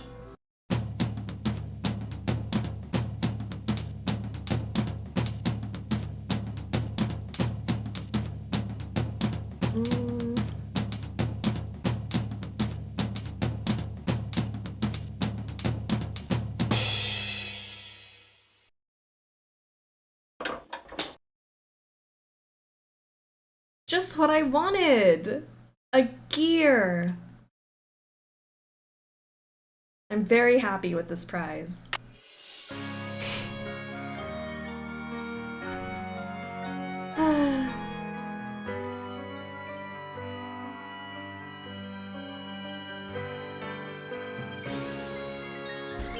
Victory music. I miss having victory music for puzzles. I feel like the later games don't really give you that many victory moments.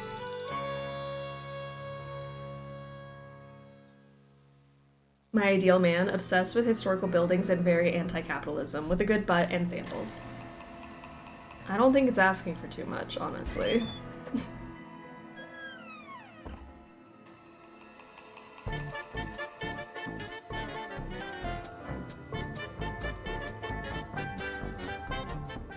Shelly Love Gaming, how are you doing? Welcome to the stream and all you beautiful raiders. How are you? How was your stream? What did you do? Tell us everything.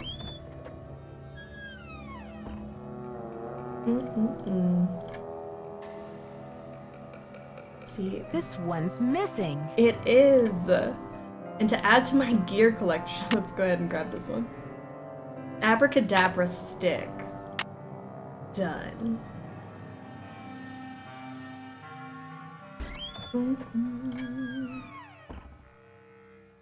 Okay. The moose next door. This whole place is gross.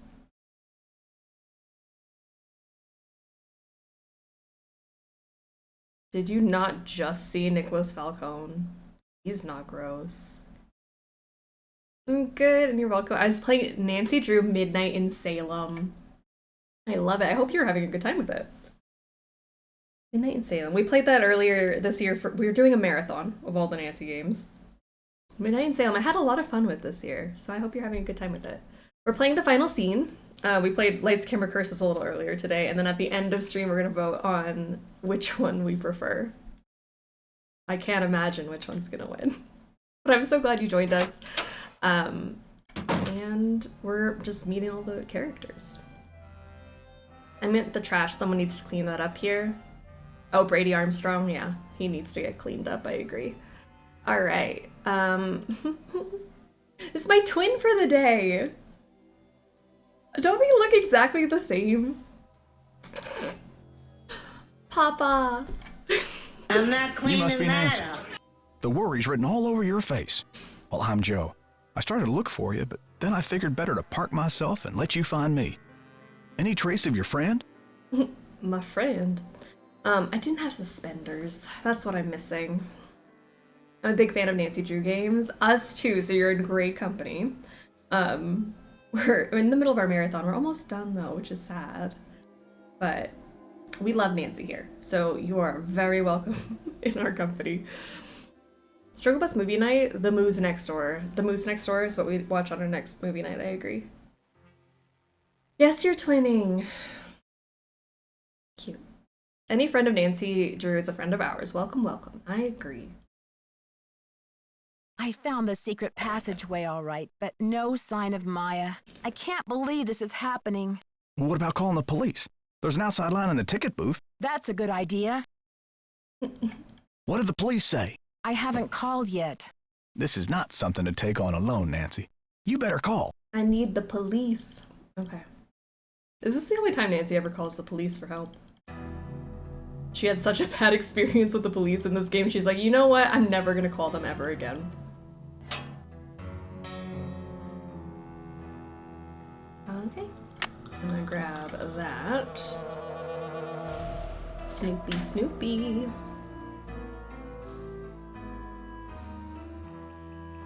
Let's go out to the lobby. Clayton Projector Care and Operation. Monitoring the film and the projector. Once the film is properly loaded, see page 77 for full instructions, adjust the focus knob to clarify the picture. Different film will come into focus at different points. While film is running, stay beside the projector and continue to monitor the following. The loops are correct, all rollers are rotating properly, the surface of the film is not being scratched or obstructed, the sprocket holes are not being strained or torn, the projector is not making any odd noises, the film is winding safely and smoothly on the take-up reel. If the image on the screen begins to flicker or the sound becomes warped or any of the above processes begin to fail, switch off the projector immediately. Never leave the projector running unattended. Cleaning and maintenance. Regular cleaning of your projector will keep it running well and prevent built-up dirt from scratching the film. Use a toothbrush to remove built-up dirt and a paintbrush to remove dust from the film pathway. Apply methylated spirits to a soft cloth and use it to wipe the film path. During screenings, dust the film pathway with a clean paintbrush after each reel of film. I'm laying down and will likely strim nap. I would love a strim nap. I would love a strim nap. There was a key here. Well, there was a key here. Projector housing key.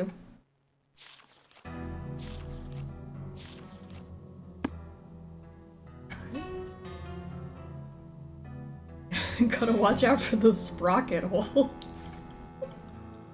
Beware.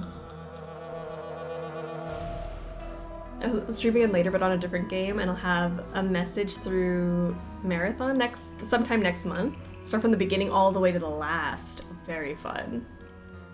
Hope that goes well. Watch out there, Nancy. That projector's crumbling like a prehistoric cookie. Go ahead and nap. I'm sure we won't be completely unhinged without supervision. I have been known to trust you guys on your own. Mm-hmm. Don't touch that projector, dear. It's a temperamental old beast. Fine. Okay. Let's call the police.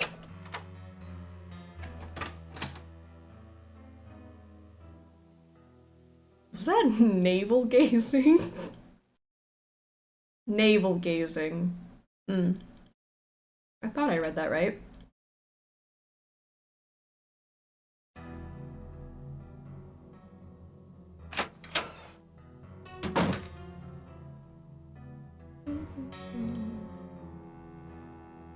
Alright, we got some phone numbers.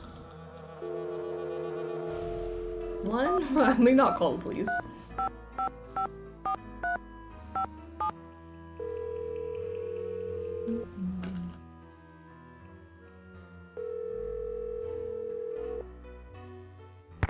Hi, you've reached Nan at Omega Chi Epsilon. I'm not here to take your call right now, so please try again later. Okay.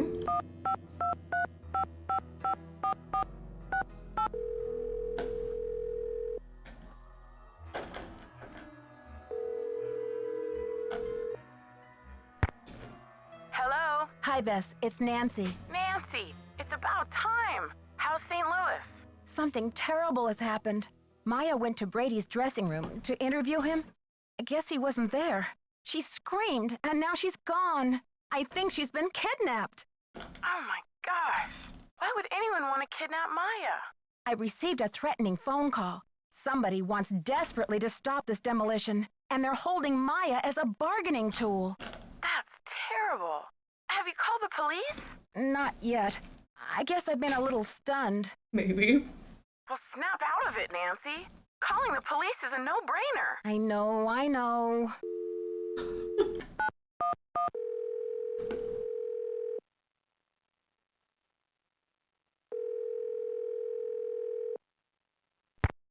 St. Louis Police Department. I'm calling to report a kidnapping. Is the kidnapping in progress? No. Hold on, miss. I'll transfer you to the Missing Persons Unit.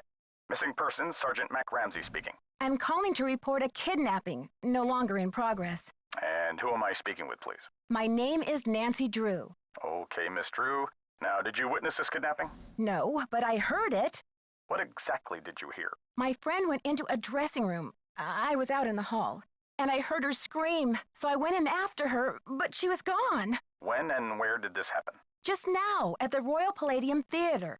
And what's your friend's name, Miss Drew? Maya Wynn. Can you spell that, please? M-A-Y-A, last name Nguyen. Age? 19. Physical description? She's Asian American, I guess about 5'5", long black hair. So you didn't actually witness anything, is that right? I heard her screaming, and I received a threatening phone call. That must count for something. A threat. Can you describe the voice? Was it a man or a woman? It was spooky. I think they were using some voice disguise device. Yes. That'll make it impossible to tell the gender of the caller. Did you notice anything suspicious looking in the vicinity? No. No suspects. Any visible signs of struggle in the dressing room? Struggle? Did your friend leave anything behind? Her purse? Anything that might have fallen out of her pockets? No. No evidence. Does your friend work at the theater? No, she's a student at Washington University. Does your friend have any enemies? Maya? I highly doubt it. And what business did Maya have entering the theater dressing room? She's a reporter for the school paper. She was there to do an interview. What about Maya's parents? Have they been contacted? They're in Vietnam this time of year. I don't know how to contact them. Okay, miss. I'll file this report. After 24 hours, if she hasn't turned up, we consider her a missing person and begin to investigate. How can she turn up? She's been kidnapped. Unlikely. With all the scuttlebutt around this demolition, this stinks of student prank. A prank? But this building is going to be demolished in 72 hours. How can we afford to take that chance? How do you mean? The kidnapper must be holding her in the building, don't you think? Unlikely. No competent kidnapper keeps their captive anywhere near the scene of the abduction. Is there anything else, Miss Drew? Sergeant, I really don't think we can afford to wait 24 hours. It's standard procedure, Miss Drew. Unless you can provide us with some evidence that your friend was taken by force, it's 24 hours. Thanks, Sergeant. I'll call you back when I have the evidence. You do that. Bye. Okay.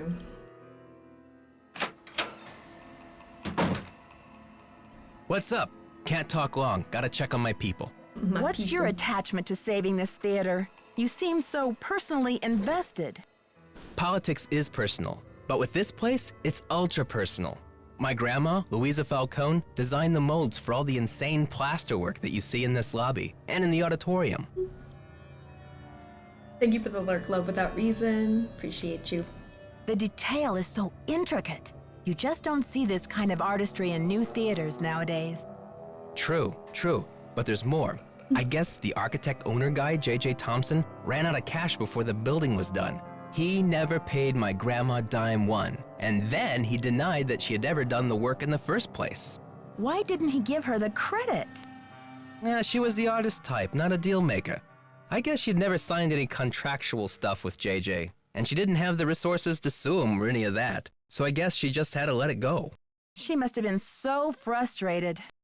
Here's the kicker. After JJ sharked her on this 2-year project, she was broke, and then the Great Depression hit. She could never afford to work as an artist again. What did she do instead? Louisa, Mother Serenity Falcone? She just kept on trucking in true Falcone style. Died at 97 without a bitter bone in her body. I think she had a happy life, but this theater holds the last artwork she ever did. Don't you see, Nancy? Saving this place is not just for history, it's for justice. Justice. Can't you get some justice now? My family has been trying for years, but there doesn't seem to be anything on record that links her to this place. Nancy, could you do me a favor? I think I know what you're going to ask. While you're searching, could you just keep your eye out? If I run across the name Louisa Falcone or anything else that might help, you'll be the first to know. You're cooler than I thought, Nancy. I try to play it down. Brady Armstrong and Vanishing Destiny, premiering at the Royal Palladium. This thing is out of service. Damn. What did the police say? Standard procedure says I'm on my own for the next 24 hours. Standard procedure? I mean, I understand the police can't go chasing after every kid who gets lost at the mall, but this is different. But this theater's gonna be torn down in 3 days. Did you tell them that? They say it's unlikely that the kidnapper would keep her in the building. Well, I checked all the outside doors and they're locked up tight. Only folks who've been in the theater all day are Brady and Simone, you and Maya, Nicholas Falcone, and myself. Nicholas Falcone. How can you be sure? Well, I've only got this one pair of eyes, so I can't say 100%. Did you notice anything suspicious? I was up here in the projector room, sound testing for the premiere. But I'd be disappointed in your detective work if you didn't put me through the ringer like a regular suspect. Sound testing. Yeah, I think I remember hearing you practicing your MC voice now that you mention it. I reckon if the kidnapper wants the demolition stopped, they must be keeping Maya somewhere in the building. Did I mention what the kidnapper said? Oh, I think so. Or maybe Brady told me when I saw him in the hall. He seems eager to help. Helpful suspects. What more could I ask for? That's the spirit. Now, what's your plan of attack? Time to start searching. Can you give me a map or some blueprints of this place? Try calling county administration. The records division keeps that type of stuff. I bet a blueprint would show secret passages that even I've never found. Ask for the original plans, not the ones from the 56 remodel. When was the theater built? Completed in 1925. The vision of one J.J. Thompson. Anyway, I've spent the last 40-something years finding my way around this place, so let me know if I can help. Thanks, Joseph. Don't let the turkeys get you down. Lonnie's voice acting in this game hits different. She was putting her all into it. It's so sassy and like, I love the stakes. Ugh, it's great. I guess we can try to go talk to, I don't think because we read everything in this hallway, correct? Yeah, we'll go down the other hallway and make it over to Simone. But I'm wondering if we should read all the other stuff. Because look, that's J.J. Thompson. What a fool. Woolly Hammer, play on 1925. Ooh. James Jehoshaphat Thompson, otherwise known as JJ. Born in Hannibal, Missouri, Thompson was the fifth son of Jasper Jiminy Thompson and Mary Tally Monroe. While the four older sons followed in their father's footsteps, serving their community as large animal veterinarians, James Jehoshaphat was a born entrepreneur and showman. At the age of 6, he was already selling tickets to local boys to see one of his older brothers birthing a calf. JJ could attract an audience to almost any event. At the age of 18, he moved to St. Louis to make it big. By the age of 34, he had designed and built the Royal Palladium Theater with grand ambitions to make this theater one of the foremost venues in the country for magic acts. He had the stage specially built to attract and accommodate the masters Frank Chappell, Dizzy Notion, Rufus Smoke and Mirrors Brown, Zagad the Magnificent, and the greatest of them all, Harry Houdini. Over the course of Thompson's lifetime, the Royal Palladium became world-renowned. After his death, his children carried on the entertainment tradition, and the theater remains in the Thompson name to this day.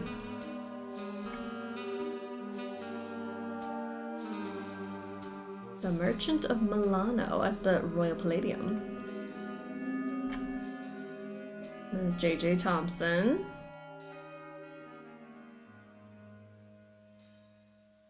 Magdalena Applewhite. Brigadine the Musical at the Royal Palladium. King Liam. William Shaker's King Liam, excuse me. Laurie Bryn and Ted Saatchi in Wonderful City. What do we have? Sorry. What do we have over here? Jake Shorewood, Nebraska. Wonderful City. Oh, I skipped one. Nebraska! Another great Rogers and Cumbersome American musical. Nebraska.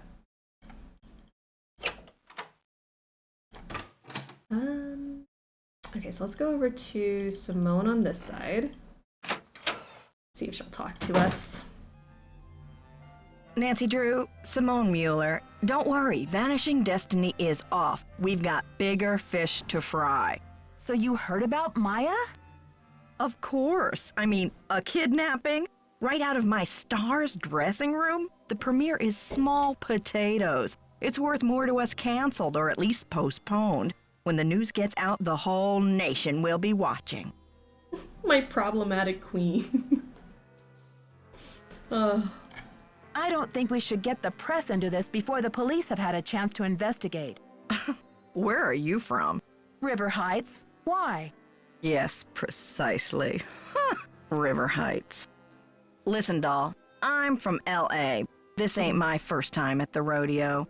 We'll find your friend, or Brady Armstrong will, and when he does, every girl in America will wish she'd been kidnapped instead of Maya what's-her-name. I can't believe you. No girl wants to be kidnapped, ever. I'm proposing a business alliance. You scratch my back, I'll scratch yours. We don't have to see eye to eye. I propose you back off. Honey, you've got spunk. Ever consider acting? This girl power thing is red hot right now. Of course, we'd have to think of a stage name. Nancy Drew is so utterly forgettable. How long have you been Brady's agent? I discovered him on an electric spring morning 6 years ago. He was working the original Coney Dog stand on Sunset Boulevard.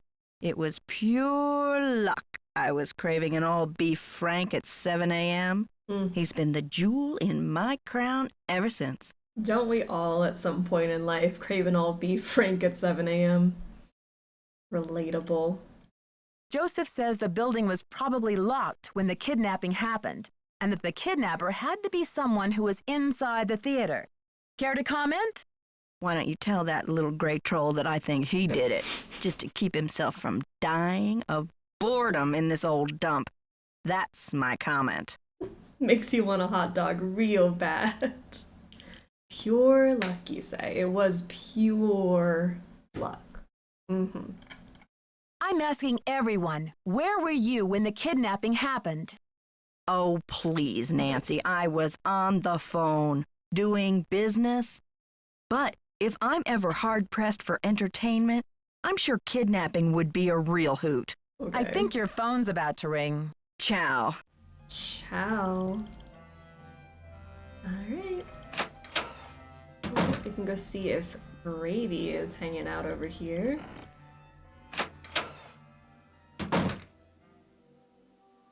Need any help? Don't you want to know what Maya's article was about?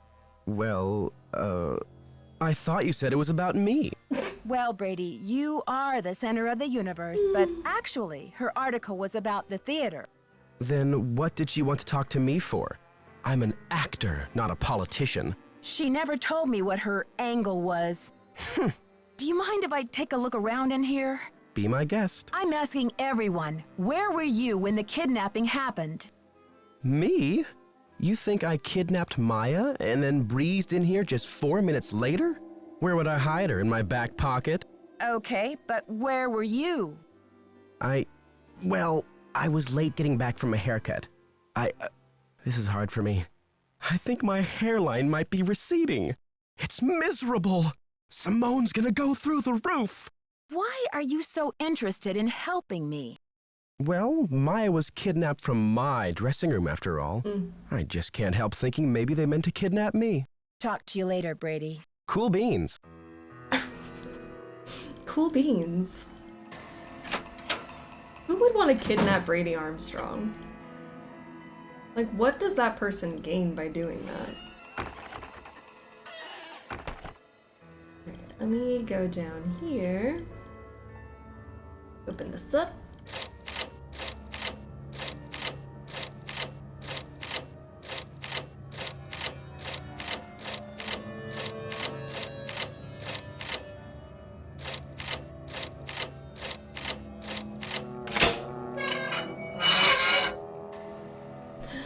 Yay, a puzzle.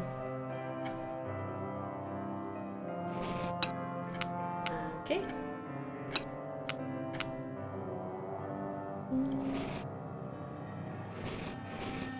You go down here. It basically had a lot of this already in play. Oh, I'm on Junior. I'm like, why did it look basically done? Let's see, this goes on that side. It's over here.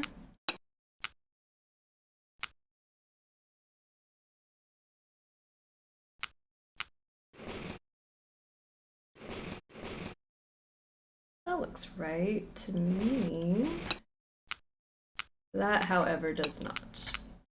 I'm gonna put this over here, flip these two. I love the sound of the pieces. So relaxing. And put that.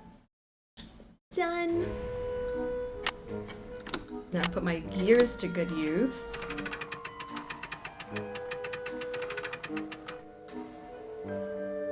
Right, a key and the Royal Palladium Theatre. On March 21st, 1925, dear Mr. Houdini, congratulations on your latest unbelievable feat. Never have I seen the crowd at the Royal Palladium so enthralled by performers. Stupendous. Honestly, I was assured that the watery grave was inescapable even for a master such as yourself. Really, if I'd had any notion of risking my money, I might have not offered so grandiose a reward. After all, what man is made of money? Isn't that right, Mr. Houdini? My point is, well, I must admit that my cash flow is a little tight at the moment. More specifically, I do not have the $50,000 available to give you at this time. The theater is young but bound for glory, I'm sure you'll agree, and my bank account is still recovering from the building expenses. I'm sure you understand, sir. However, this letter is an announcement of golden opportunity, Mr. Houdini, not one of gloomy regret. In lieu of cash, and in accordance with my lawyer's counsel, I am prepared to offer you a reward far more valuable than cash. This guy. I would like to make you my business partner by transferring 50% ownership of the Royal Palladium Theatre into your name. Just think of it. Together we can make the Royal Palladium the foremost venue in the world for magic. Stupendous! Exposure. You can get paid in exposure. Certainly a man as brilliant and worldly as yourself will recognize this as an irresistible offer and realize that there is no need to squabble over petty details of the reward or invite the press to make a mountain out of a molehill in this affair. Please sign below and return this document to me if you agree to proceed with the transfer of 50% ownership of the theater into your name. In doing so, you will also be agreeing not to sue me or publicly defame my name. A detailed contract will follow. Stupendous! I am looking forward to a mutually rewarding relationship with you, Mr. Houdini. Sincerely, J.J. Thompson and Harry Houdini, they both signed. Everyone hates J.J. Thompson. Terrible. Oh my god, I had a new dining table delivered and the box was not cardboard for transporting furniture. Both corners are totally split. I don't know how it looks completely undamaged. That is crazy. I had to take it in pieces up 3 flights and then I died. Rest in peace. I still have to pull up my old rugs, clean my floors, and put down the new ones, and cook dinner. No, I think you need a nap, to be honest. That sounds like a lot of work. For a Saturday? Okay.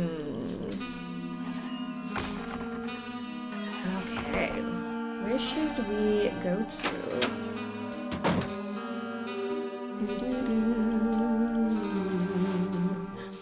The music is so good. How goes the search? I found some of JJ's personal documents inside a secret panel in the basement. Well, don't just stand there, start breaking it down. Did you ever hear about a challenge that J.J. Thompson issued to Harry Houdini back in 1925? Yeah, and? Thank you for the nap validation. I might do that. I think it'd be nice. JJ put up a big reward for this Houdini challenge. He must have thought the escape was impossible, but Houdini did it, and JJ didn't have the reward money. What does this have to do with the ownership of the theater? From what I can tell, JJ had to give Harry Houdini 50% of the theater as the reward. Ha! Serves that swindler JJ right. Nancy, do you realize what this means? I'm working on a couple of theories. If Thompson didn't own the whole place, then whoever inherited it from Thompson doesn't legally own the whole place either. Which means they don't have the authority to knock this building down. We've got to find out what happened to his half of the ownership. You keep looking for Maya. I've got a laptop out in my van. I'll get online and do some research. Check back soon. Catch you later. Fight the power. And he has a van. He really is the perfect man. Start breaking it down. Nancy starts breakdancing. Out in my van. Nina's so smitten. Stop. I love him. I've never seen her focus on a character this much. I'm fine. He was very important in my formative years, you know? The Royal Palladium Theater. Oh, save the Royal Palladium Theater. Alert. Citizens of St. Louis, it's happening right under our noses. The character of our community is being wiped out. The history of our city is being erased. I hate the way he goes out in my van. You hate it? I love it. County Administration, 314-555-3309. Nancy, I wasn't ready. 555 309. It's like when someone on the phone gives you a number to call and you don't have a pen ready. All right. St. Louis County Administration. For nearly 80 years, audiences have been gathering at the Royal Palladium to see world-renowned magicians, celebrated theater productions, and blockbuster movies. If the theater goes down, part of the unique heritage of St. Louis goes with it. Weird phrasing. If the theater goes down, something goes with it? Where have I heard that before? Act now to voice your opposition to this demolition. Democracy is just a phone call or an email away. Out in my van, altered my brain chemistry. Yeah. Nancy, it's Joseph. Wait till you see this. Come to the projection room. Hello?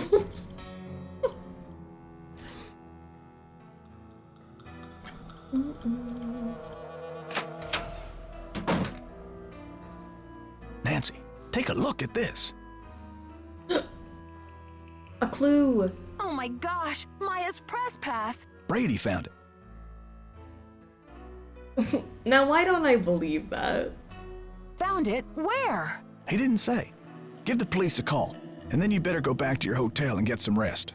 Just when I have a lead? No way! I've got to keep searching. You won't be any help to Maya if you get too tired to think. Okay, I surrender. Go ahead and use the phone in the ticket booth. I'll be down in a minute. Joke's on him. I'm always too tired to think.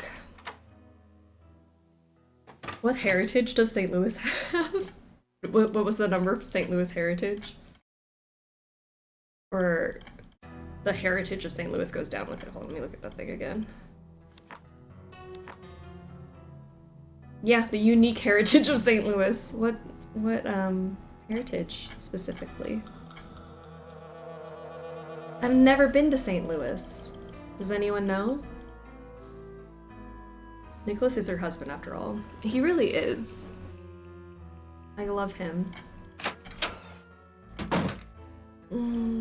Should I call... Oh, she wrote it down. I didn't have to write it down. Great. 555-330-9. I don't know, for some reason I remembered her not writing things down. Being top 3 in the murder rate of America? That's what St. Louis is known for? Madeline speaking. Hi. I'm looking for the blueprints for the Royal Palladium Theater. Do you have them on file? Are you a county employee? No, just a citizen on a mission. Okay. Well, we do keep blueprints on file. Let's see. The computer says there are 2 sets for the Palladium, 1923 and 1956. Do you have a preference? 1923, please. The originals. Would you like to hold while I retrieve them? Sure, thanks. St. Louis is a very dangerous city, at least statistically. You're probably fine in reality. I mean, kidnappings. That was crazy. That's dangerous. They got a big silver McDonald's arch? That's cool. Ma'am? Yes, I'm still here. It's very strange, ma'am. They're gone. Gone? You mean someone checked them out? Oh, we don't allow people to check them out. You can bring the blueprints to our reading room and study them there, but they're not supposed to leave the building. I can't imagine where they could be. Hold on, let me see if Charles knows. Ever been to St. Louis? I'm guessing it's their amazing peanut butter and bacon sandwich recipe. Could be. It's so wild to think about. And her instructor said, dangerous, let's make a video game with a theater plotline. Ma'am, this is so strange. Theater Charles kids said are some guy was dangerous, just in here speaking looking as at them one. a few days ago. What did he look like? Hold on.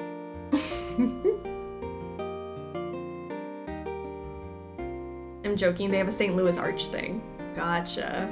Not a McDonald's arch. Gotcha. That makes more sense. Hello? Charles said the guy had a hat on. He never really got a look at the guy. Was he young or old? Hey, Charles, young or old? Energetic is all Charles remembers. Okay, well, my name is Nancy Drew. I'm working on some things over here at the Royal Palladium. Could you do a search for the blueprints? Sure thing. I'll put in a find request. Call back in 5 to 7 business days. Next week? Oh, I'm afraid I don't have that kind of time. Is there any way to expedite the search? I'm afraid not. The guy who does our misplaced materials searches just returned from a month of paternity leave, and he's swamped. I see. This is urgent? Yes, it's urgent, all right. But I'll figure something out. Thanks, Madeline. Good luck. Bye. Aww. Let me call the police because county administration can't solve my problems. St. Louis Police Department. Missing persons unit, please. Please hold. Missing persons, this is Ramsey. Hi, Sergeant Ramsey. This is Nancy Drew. I spoke to you earlier today about the disappearance of my friend, Maya Wen. Hello, Miss Drew. You're calling to tell me that you found your friend, I hope. I wish that were true, sir. No, she's still missing. I'm calling to report that I have the evidence you asked for. What did you find? Someone else here at the theater found Maya's press pass. It was clipped to her shirt when she went into the dressing room. It must have been torn off when she was kidnapped. Or it fell off. Or she just tossed it. Maya is very serious about her work, Sergeant Ramsey. She never goes anywhere without that pass, and she would not willingly leave it behind. Is the pass damaged in any way? No. Was anything disturbed in the area where it was found? I don't know. I'm not the one who found it. Okay, well, thanks for checking in, Miss Drew. If Maya hasn't turned up by tomorrow, we'll definitely be out to investigate. Someone will take a look at the press pass then. But you said that if I found evidence, you'd investigate the theater today. I'm sorry, Miss Drew, but we can't go chasing after every kid who decides to take a leave of absence. The vast majority of missing juveniles disappear of their own accord, and they reappear when they're good and ready. You have to believe me. Maya would never play this kind of game. Nicholas Falcone said he thinks somebody is using her to make a statement. Nicholas Falcone? Is he involved in this? Are you involved with him? Haddock is demonstrating against the demolition in front of the theater. Nicholas has set up shop in the lobby. I've spoken to him. I'm not involved with him. Are you aware of the allegations against Mr. Falcone's character, Miss Drew? Allegations? Nick Falcone operates according to his own rules. He'll do just about anything to save a theater, and he's not afraid to use extreme tactics. What kind of extreme tactics? You name it. Vandalism, sabotage, chaining himself to demolition machinery. Is that right? And last year there was a situation over in Nashville. Just when the oldest theater in the city is about to be torn down, and mind you, Hadit is there in full force, a girl goes missing. So happens she's the daughter of the demolition boss. They go crazy looking for her. There's a call, just like the one you described. Anyway, to make a long story short, the demolition is called off. And 3 weeks later, the girl is seen snuggling up to Falcone in a Memphis coffee shop. Are you suggesting Nicholas is staging this thing? I'm just saying that there's more to situations like these than meets the eye. Nick Falcone is a real operator and he likes to humiliate the police. I'm not going to jump on the bandwagon here with this whole Royal Palladium thing and let him make my unit look like a bunch of chumps. I see. Maybe you shouldn't be a bunch of chumps and that wouldn't happen. If you join ranks with him. Does he have a criminal record? Oh, minor stuff. Disorderly conduct, trespassing, yada yada yada. But Nick Falcone can slime his way out of a sticky situation like no one I've ever seen. Unfortunately, there's no jail sentence for being a royal pain in the neck. There are no good citizenship awards for it either. Look, I know you're worried, but for now, there's nothing we can do. And there's nothing you can do either. Why don't you go home and get some rest? I'm sure you've had a long day. Well, this has been very informative, Sergeant Ramsey. I'll talk to you tomorrow. Good night, Miss Drew. Damn. Peak voice acting. It's so good. Ugh. If the Nancy games did one thing well, it's the voice acting. It's true. Very, very true. I heard the whole thing, Nancy. Go get whole some thing? sleep. I'll keep an eye on things till morning. Oh, see, Hadit's out here. There's the van. You see his van? He has a laptop in it. Joseph jump scare.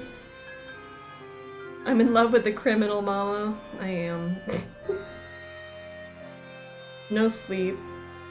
Let us no sleep, just we need to explore. It's day 2. Nancy had to get some rest. Rip.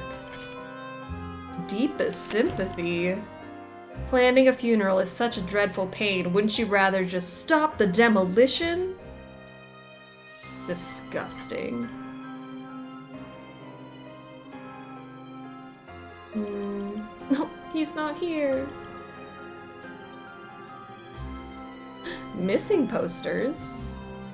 Maya Wen, last seen at the Royal Palladium Theater, October 22nd, 1982 is her birthday. Vietnamese, from St. Louis, 5'5", 127 pounds. Complexion part oily, part dry. Did Nancy give this information?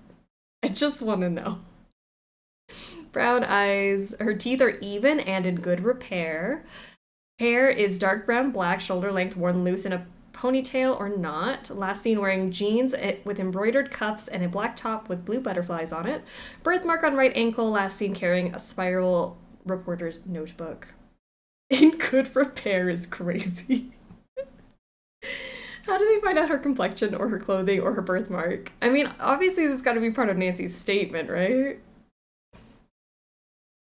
Right? Does that make her a Libra or a Scorpio? Oh yeah, what's October 22nd? Scorpio? What does that say about Maya?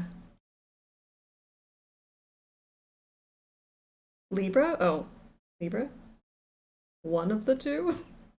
Nancy doesn't spend 7 hours a day on her detective skincare routine to not point out oily skin. It's Libra? Okay, she's a Libra. Look at Brady. This picture is so crisp compared to Maya's. Maya Wen, originally from River Heights, is a sophomore at Washington University and a reporter for the school newspaper. She was at the Royal Palladium conducting interviews for an upcoming story when she disappeared from one of the dressing rooms. One witness claims to have heard Maya scream. It's possible that she's been kidnapped. Please, if you have any information concerning Maya's whereabouts, please contact the following: Sergeant Mac Ramsey or Simone Mueller. One of the two. Baldo Armstrong. She's a sun sign Libra. Slay Libra. Incarnadine, height 5'6", teeth, yes, other weird. Reward for information leading to Maya's safe return, Brady Armstrong is offering signed posters for his new movie, Vanishing Destiny, whose national premiere has been postponed due to this unfortunate turn of events at the Royal Palladium. I'm a Scorpio. Wanted her to be one of us. Aww. Ugh, so close.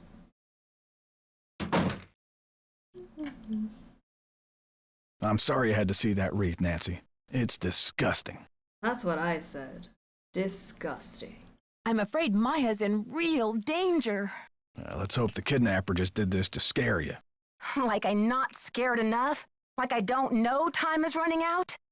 The phone's been ringing off the hook all morning.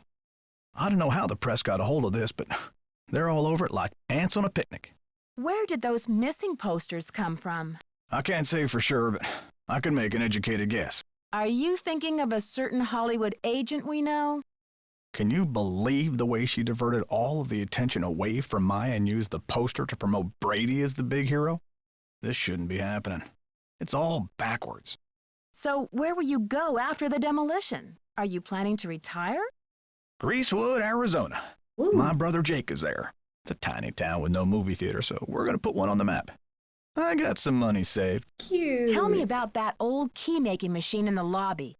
Has it been out of order long? It's been broken for a spell. The kids lost interest in it when video games came along. But I bet it wouldn't be hard to fix. I'd love for you to see how it works.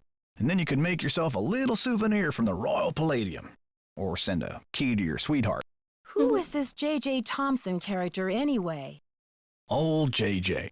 Owner, visionary, wheeler dealer. J.J. loved a magic show. He had this place built with those kind of big spectacle shows in mind. J.J. also happened to love the sight of his own mug in the mirror. You can tell by the way he ornamented the auditorium with his own head. The history of this theater is so rich. I'm surprised the city of St. Louis isn't more interested in preserving it. Well, they are interested.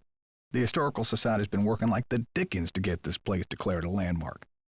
But someone downtown has been stalling. They're awfully close.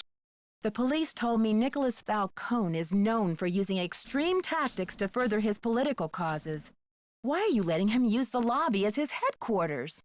Nicholas has been hanging around this theater since he was a little boy. I know how torn up he is about the theater. This'll be over soon enough, and then he'll go home. I don't think he's dangerous, for gosh sakes. Gotta go now. Bye.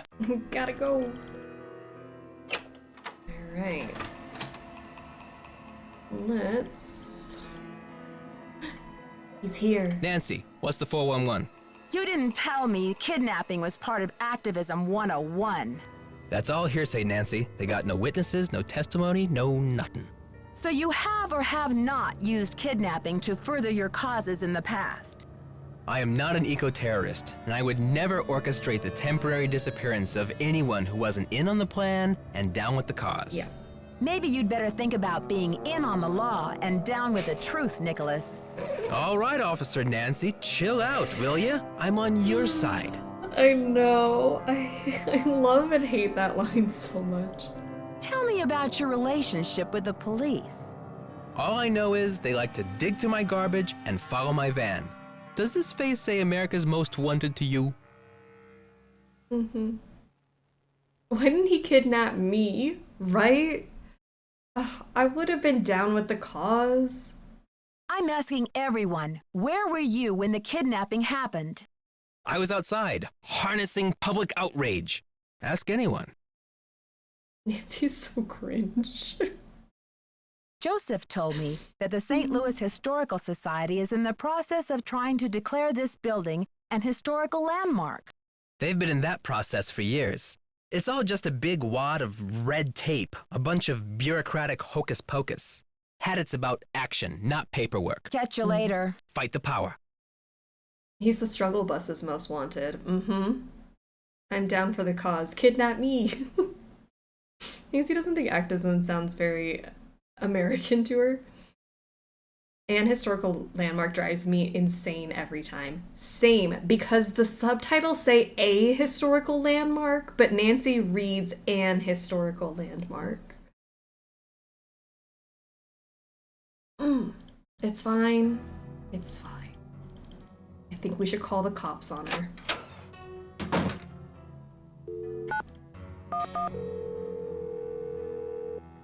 This is a woman who wanted to rat out a woman who was good at her job because she lied on her resume.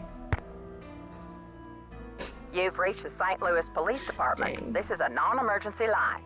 Calls will be answered in the order they will receive. All operators are busy helping other callers. We will be with you as soon as possible. Your patience is appreciated.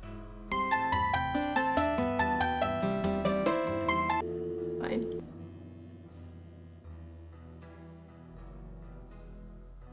I've heard people say Anne historical before, but I swear I heard her pronounce the H. Isn't Anne grammatically correct if it's before an H? An hour? But isn't it only sometimes? Because hour, you're not pronouncing the H. Because hour, you're saying it like an O. And the reason you put the N on an A for Anne is so that it doesn't run into a vowel. Like, you don't say a apple, you say an apple, an hour. But you would say a historical because his is an H, right? I've never heard historical with silent H. Me either. An historical? I guess if you go an historical, it's an I sound. Why has it ever occurred to me that you don't pronounce the H in hour? The more you know. Hour. The hour. Yeah, because if you said the H in hour, you'd say a hour. But you don't, so you say an hour. Like U is pronounced U, so it's A-U. Yeah, A-U. Even though it begins with an E. I feel like I would say an U. A U seems wrong to me. An U? The N is there to support the vowel, right? So if the U is a Y sound, wouldn't it be a U? A U. A female sheep is a ewe. I feel that's how you say it. Now that you say it out loud, I get it. I take it back. And you. Have you seen the posters? Aren't they fabulous? That picture of Maya is the one from her press pass, isn't it? Yes, thankfully she's photogenic. That poster is just an advertisement for Brady. Maya's on the poster. It says she's missing. So what's your issue? Brady's out plastering those posters all over St. Louis and every podunk town for 50 miles. He's due back at any time, though, for the press conference. Press conference? I've invited the press here today to report on Brady's commitment to solving this case. You know, a few questions, a few photo ops, no big deal. That funeral wreath was awful, wasn't it? You saw the wreath? Where is it now? I had it moved out front for the press conference. We want the press to know just how heartless this kidnapper is, don't we? Then it's all the more fabulous when Brady saves the day. I think your phone's about to ring. Ciao. English is complicated and stupid sometimes. I agree.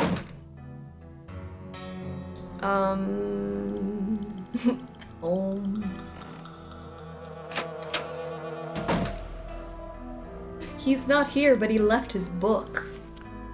You are what you project, becoming the captain of your own destiny. For the first time in paperback. Alright, so he's on chapter 2, The Language of Success. In the last chapter, we established one of life's great truths and the premise of this book. You are what you project. Another way of putting this is what you project is who you are. As we saw in the cases of Lisa and Dwayne, a negative attitude is a poor foundation from which to win friends and influence people, because who wants to be around a grouch or do favors for a loser? No one. On the other hand, with a positive attitude, or what we call your inner captain, the sky's the limit. The stories of Rick and Beatrice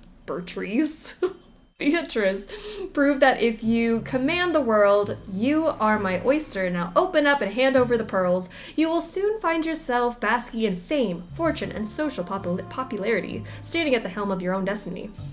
In this chapter, we'll learn how to speak the language of success, and that's not just verbal language, it's body language too. It's everything that you communicate to the world, so stand up straight, pull up your socks, and freshen that breath because you, yes, you, are going straight to the top. I like that he wrote yes. Yes, that's where I want to be, the top. Before we get started, take a look at this chart to see whether you're speaking like the captain of your own destiny or the cabin boy. Okay, let's see. Are you more captain or cabin boy? I'll get that for you, sir. Don't say that. Say, I'm busy. Get it yourself. Minimum wage is okay with me. There is no limit to my worth. I'm parched. I am driven to quench my thirst. I'm hungry. I eat my competitors for dinner. Why does this sound like Yanni Volk style? I eat my competitors for dinner. What if I lose my hair? I'll make baldness irresistible. Irresistible. Double B. What if the door of opportunity is locked? I'll huff and I'll puff and I'll blow that door down. Nothing will stand between me and my destiny. Ned is a Capricorn? Go Ned. Oh, Brady would be into those alpha male podcasts, wouldn't he? He absolutely would. For sure. The Bible. Irresist Bible. Do you know, or do you know, do you see how the cabin boy is ruled by fear and doubt, whereas the captain greets the world with his chest puffed out and his best foot forward? Isn't it time you grabbed your destiny by the horns and sailed it into the sunset? The choice is yours, but remember this, if you're not the lead dog, the view never changes. Ready to transform your life? Read on. Okay. There's a piece of paper over here. Come back here and swab this deck. You work for me. Captain Brady. Simone overboard. What's your fashion sign? Astro style. In a rut? Want to change your life right this minute? Why not start by changing your outfit? The clothes you put on say a lot about your attitude, so why not put on success from head to toe? The key to enhanced self-presentation is in the stars. With the Astro style guide, you can invent a new image that is guaranteed to attract people and money. Keep reading. Gemini, the twins. You're witty, charming, clever, and sometimes mischievous. At times you can be a bit of a double dealer. Some even call you two-faced, but let's think positive. It may be that you are just too dynamic to settle for simple. In order to keep things exciting, you may even enjoy leading a double life. This doesn't mean you're shallow, disloyal, and fickle, as some people say. It just means you're curious and eager to try new things. Gemini style, you have a big new project coming up, Gemini. You'll want to project a new sense of adventure and daring, but at the same time, you'll need people to take you seriously. Consider a theme and then accessorize. Wild Wild West, try alligator skin boots, a shiny pair of spurs, and a turquoise-studded belt buckle. Do we think Brady could pull that off? Pirate of the High Seas, try a ruffled shirt, an eye patch, gold hoop earrings, and a parrot. Gambling tycoon, try a purple velvet hat, lucky dice cufflinks, and a walking cane. Add some studious-looking glasses and maybe a pipe to any of these styles, and people will know that you consider things carefully before you act. Looking good is feeling good. Coming soon, dress your pet for success, too. I mean, some hot tips.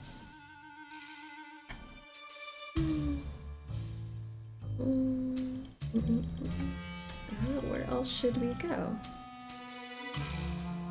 I have stuff. I like stuff. Is the press conference about to start? On your stage name? I'm thinking Samantha Quick. You love it, right? I think your phone's about to ring. Bye now. I don't think Brady could pull it off, but I'd love to see him try.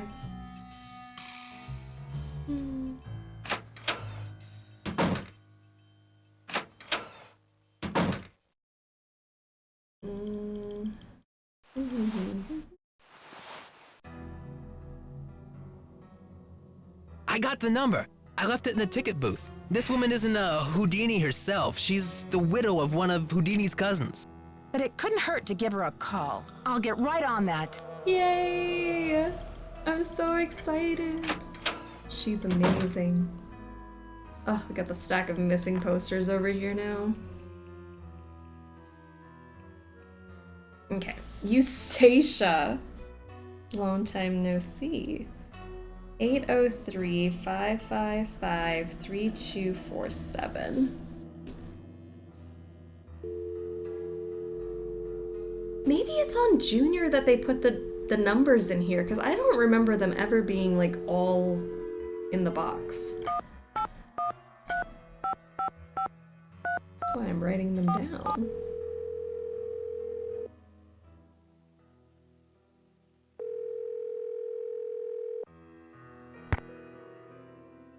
Yes, hello. Hello, is this Eustacia Andropov? Who else would it be? Everyone else is dead. Oh, Mrs. Andropov, I'm sorry to bother you. I'm trying to find out some information about Harry Houdini. Is it true that you're his cousin? Who wants to know? Oh, I beg your pardon. My name is Nancy Drew. I'm a detective working on a case in St. Louis. Harry was only my cousin by marriage, but my husband is dead, and so is Harry. So I guess that makes me nobody's cousin. Satisfied? I'm researching Mr. Houdini's ownership of the Royal Palladium Theater. Would you know anything about this? He owned it. Half of it anyway, for a few months. Then he died. Does that help? Do you know what happened to his half? Did he sign it back over to J.J. Thompson? Return it to James Jehoshaphat? Mr. Stupendous? Not on his life. Losing that man was Harry's greatest escape. Did someone in Houdini's family inherit the theater? Harry made a plan to give his half of the theater to someone he admired. A young magician, I assume. Perhaps a protege. I remember my husband telling me this. Can you tell me anything more? More? I'm 96 over here. I don't exactly have time to burn. I know it was a long time ago, Mrs. Andropov, but this is terribly important. My friend is in danger, and finding out what happened to Houdini's half of the theater may be my only hope of saving her. Call the Library of Congress. Ask about the Houdini collection. There must be something in all of those letters. You tell that Sherman Trout, Eustacia said. You're not dead yet, Shermy, so get up and make yourself useful. The Library of Congress. You don't happen to have that number, do you? Well, I should have this letter from Shermy around here somewhere. Cat food coupons. Vincent Jacques repair. Dear Eustacia. Here we go. Library of Congress, Washington, D.C. 202-555-5000. Thanks, Mrs. Andropov. You've been a great help. Save it for my funeral. Were all Nancy's friends and her boyfriend Earth signs? I mean, that's kind of cool. 5,000. There we go.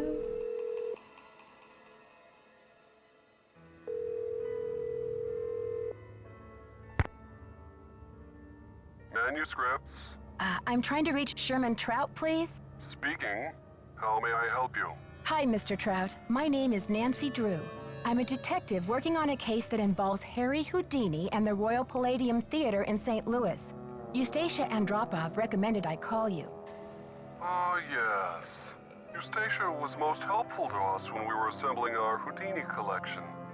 I presume you'd like to have a look at it? Yes, please, Mr. Trout. I'm very interested. Fine. Well, you'll just need to register with the library when you get here and fill out a request for the materials you wish to view. When your request has been processed, the materials will be delivered to one of our reading rooms where you can view them. Mr. Trout, please let me explain. Unfortunately, there's no way for me to come to Washington, D.C. to do research. I'm hoping you could help me find a document. Well, Miss Drew, I'm sorry if you have logistical constraints, but please understand my own limitations. The Library of Congress currently holds over 40 million items, contained in 10,000 separate collections. It's the largest and most comprehensive library in the world. I simply don't have time to run research errands for the individual citizens. Mr. Trout, if I don't solve this case in a matter of hours, The building I'm standing in will be demolished, and an innocent 19-year-old girl, a friend of mine, may lose her life. You may be my only hope. Why is your friend in danger? She was kidnapped by someone desperate to save this building from demolition. And what can you possibly be hoping to find in the Houdini collection that would help matters? Mr. Houdini was part owner of the theater, and I'm trying to find out who inherited his half or what became of it when he died. I'm hoping Houdini might have discussed it somewhere in his personal documents. If I can prove that the current owner is not legally the full owner, then maybe I can get the demolition stopped and save Maya. I see. Well, this sounds urgent. I suppose I can take a look. That would be such a help, Mr. Trout. If you find anything, could you overnight it to me at the Royal Palladium? Well, I certainly can't send you the document itself. It's a historical artifact now. But I could send you a slide. Yay! What's the street address there, if I find anything? It's 1330 Washington Avenue, St. Louis, Missouri, 63101. Please send the package in care of Nicholas Falcone or myself, Nancy Drew. I can't tell you how grateful I am, Mr. Trout. You might just be a lifesaver. Miss Drew, I assure you, Sherman Trout is a man of his word. Thanks so much. Aww, we love Bye. Shermie. Yay! Canonically, in the year of our Lord 2025, Eustacia is dead. I refuse to believe that. She's still kicking. She's immortal, okay? Also, what a wild reply, as if that's not this guy's job to serve the public. Did you call? What's the story? I feel like Bess could be a Pisces, but could be a stretch. Why didn't we meet him in Scarlet Hand? Sure did. Go on, I spill wish. Eustacia's immortal, how dare you? She didn't know much, but she gave me the number of this guy at the Library of Congress who has access to the archives of Houdini's letters. And what did they say? She was on the phone, are you dead? She was just here! Tina says as they drag her back to her cell. Eustacia's still alive! She's immortal, I tell you. Sherman Trout is on our side. Keep your eyes peeled for a special delivery. Way to go, Nancy! You're on fire! Can you believe Brady's agent has called this press conference to trump up his heroics? She can barely even remember Maya's name. Don't worry, Nancy. This cowboy will be on the scene with a megaphone in each holster. I guarantee you the press will get more than they bargained for. Catch you later. Fight the power. Megaphone in each holster. Look at him. Nicholas, don't make me blush. This cowboy, that's my cowboy right there. You know what they say, save a horse. Any signs of Maya? Gotta go now. Atta girl. Okay, I think I'm waiting for that press conference to start so I can start stealing from people.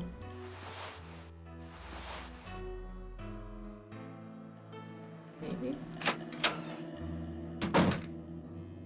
Please let us have Save a Horse, Ride a Cowboy back for Sleuthy Summer finale. Of course. I don't think we can ever play Shadow Ranch without that song. How about Fancy Jackson?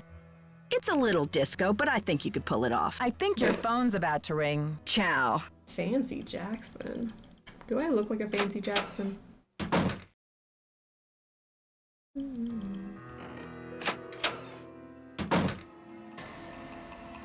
Brady! How are you holding up? Thanks for finding Maya's press pass. Where was it? I found it in the basement. I mean the balcony. It was the balcony. Great job on the posters, too. You market yourself like a real pro. Please, Nancy. It's not me. I guess I should have my eyes checked. I could have sworn that poster was all about you. It's Simone. She's relentless. I'm just a hostage on her runaway bus. That's funny. I don't see any gun to your head, just a wad of money dangling in front of your nose. Call him out. It's more complicated than you think. Listen, I've got to get ready for this press conference. I'll talk to you later. Not now, Nancy. Not now. Oh, that was rude.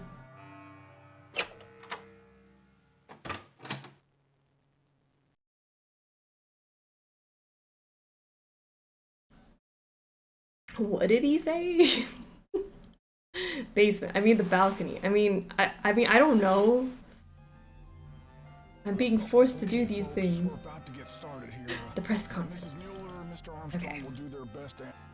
Hola. Why aren't you out there with your 2 megaphones in your holsters? What are you doing? Catch you later. Fight the power. I mean, not that I don't love seeing you, but I thought you were supposed to be out there. This conference specifically to let The press is conferencing. Alright. Ah, he's gone. Great. Let's look around. He has an evil twin. Ew, it's just a used tea bag. Oh, he goes to Vanderlei Pharmaceuticals for his drugs. Alright, Herbert Radude and Son, men's rooming house. For a clean bed and a hot meal and a place to hang your hat, you can always room with the Radudes. Dear Mr. Hughes, we received your letter inquiring about the whereabouts of Jacob Hughes. Unfortunately, Jake died 6 months ago. He had been ill with emphysema for some time, and you'll be glad to know that he enjoyed his cigarettes to the end and died peacefully in his sleep. We regret that we were unable to contact you at the time of his death, but we had no idea that Jake had a brother. He never mentioned any family, and our research didn't turn up any leads. Your brother was cremated according to his last wishes, and no rent was due to his room.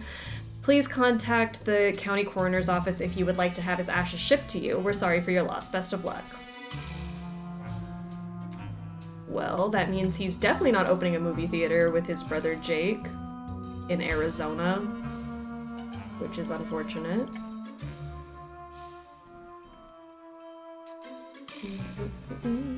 It's locked. It's locked. Oh, let's play around with this temperamental old beast. Stick our slide in, flip it on. Focus. Oh, cutie. Okay, so this works.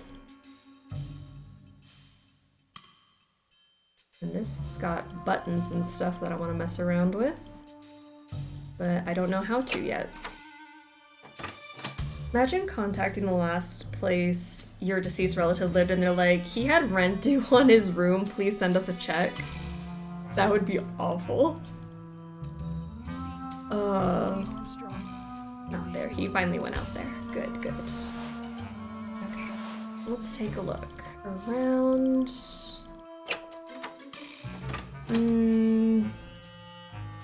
Simone's stuff.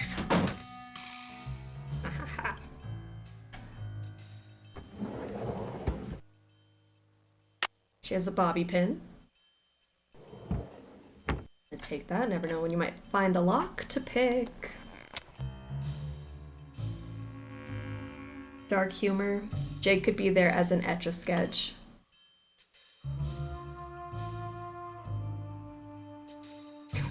Maybe he and Jake are still going to Arizona, but Jake is inside the Etch-a-Sketch. What do we have here, Simone? Jake's Talent Farm. Actors, actresses, singers, dancers, you name it, we've got it. Mama Centric's Wellness Garden, specializing in aromatherapy and other holistic remedies. Shania Q. Ramus, producer, Aspect Ratio Studios. Happy Spines. Happy Spines make happy people. Dr. Lydia Hefferman, chiropractor and licensed massage therapist. Ezekiel's Martini and Sushi Bar. Martinis and sushi? Eat, drink, and be part of the scene. Ginger's 24-hour flower Rama will arrange all of your innocent flirtations. Funeral wreath, style A. Ribbon, RIP. Nothing tacky. I can tell you it was tacky, and you paid way too much for it. $300 for that wreath that you had to put outside for the press conference? A Georgie bear? Okay. Let's enter passcode or enter code. Can we get the stars in the middle here?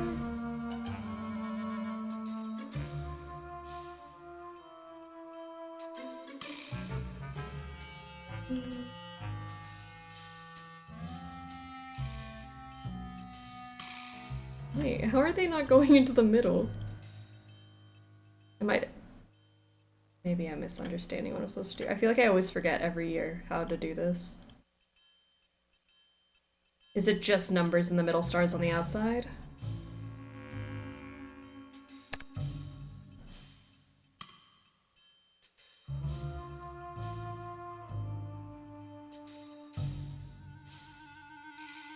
Or 1-6. Is this? Hold on. Is this it? 813? Is that not what I got? 813.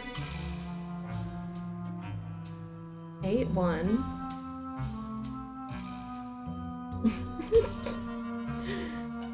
Junior detective, my ass. 813. See, I got an 813, but I don't have stars. Is that not how I'm supposed to do it? This is one of the puzzles I just button smash. I mean, me too. You're supposed to enter your code? That's news to me. See, I really thought I was doing something there. I just press buttons.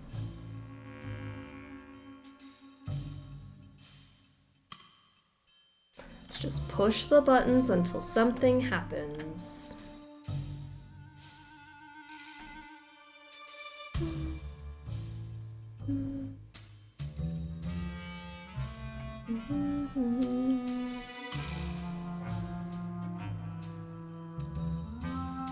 There we go, 813 with the stars. Alright, calendar, Stevie, Paramount Pictures, lunch date with Brady, pick up dry cleaning, Brady final shoot, and the cast party. Snoop when at breakingnews.net to Boy Armstrong at MuellerVision.com. Possible interview? Dear Mr. Armstrong, for starters, I'm a huge fan. I've been seeing your movie since I was like 14. To this day, I still think your best performance was in Lie Like a Rug, but who knows, maybe Vanishing Destiny will top it. I'm in college at Washington University now, and I'm planning to go to your premiere at the Royal Palladium. I'm contacting you because I'm hoping to interview you for an article I'm writing for my school paper. I'm sure you're busy, but could I stop by your dressing room the afternoon of the premiere? I only have a few questions. The interview would only take 20 minutes or so. What do you think? Please write back. Sincerely yours, Maya Wen. Next message. Hi Maya, sure, I'd be happy to meet with you so long as we provide any and all photos of me for the article. Also, we need to get a full page ad for Destiny in your school paper. We spoke to advertising and they claim it's past the deadline. Can you pull a few strings? You know, you scratch my back, I'll scratch yours. What do you say? Looking forward to meeting you. Ciao, Brady. Dear Mr. Armstrong, thanks for being so generous about your time. As far as your ad goes, I checked with the advertising guys and they say a deadline's a deadline. Sorry, but don't worry, I'm sure the premiere will sell out. I know tons of people who are going. I'll stop by your dressing room in the afternoon for the interview. See you then. Sincerely, Maya Wen. Dear Brady, my friend Lisa said you did all your own dance moves in Dr. Salsa. Is that true? If it is, that's really cool. You were so good in that movie. I watched it 4 times in one day. Will you ever do another movie with Tracy Martine? She is so cool. Right back. XOX Sarah Capsback. Brady, I've written you 22 emails and haven't heard anything back. Teen Style Magazine says you care about your fans and you're not stuck up. So what's your problem? Write back. If you don't, I'm gonna join Leif Jenkson's fan club instead of yours. Your #1 fan, Tessie. Hi Brady, I'm writing because I just read an article in PQ magazine that says sometimes men who have ponytails are really just trying to cover up a bald spot. You don't have a bald spot, do you? Please tell, I promise I can keep it a secret. Your biggest fan, Xena. Hey Brady, what's up? I'm wondering what your next movie is going to be, but I'm also wondering, can you play the guitar? I think you should start a band. I'm in a band. We're called Senator Spanky. Cool, huh? You should be in one too. I bet you'd rock. Well, I gotta start my homework. Right back. And dear Slim, I wrote you, but you still ain't calling. Hi Brady, as far as dudes go, I'm probably your #1 fan. I'm also a young actor, 12 going on 13. I'm wondering if you have any tips for me. How did you get discovered? Please help me. Sincerely, J.R. Stetson. P.S. Do you think this is a good stage name? P.P.S. Your ponytail is cool. What kind of hair gel do you use? Oh, that's all the messages. We had a scent. Georgie Bear, thanks for your message. I miss you too, Sugar. Can't talk though. A lot is happening here. I'm a genius. I'll tell you all about it when I get back. Love, your Samonster. Georgie Bear and Samonster.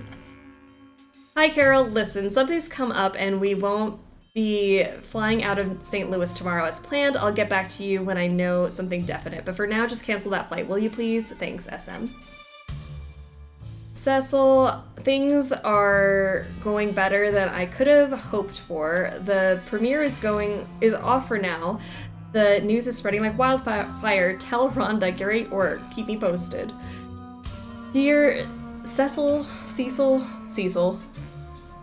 have you been brushing Miss Sparkles? I checked in with her this morning on the webcam, and she's looking awfully bedraggled.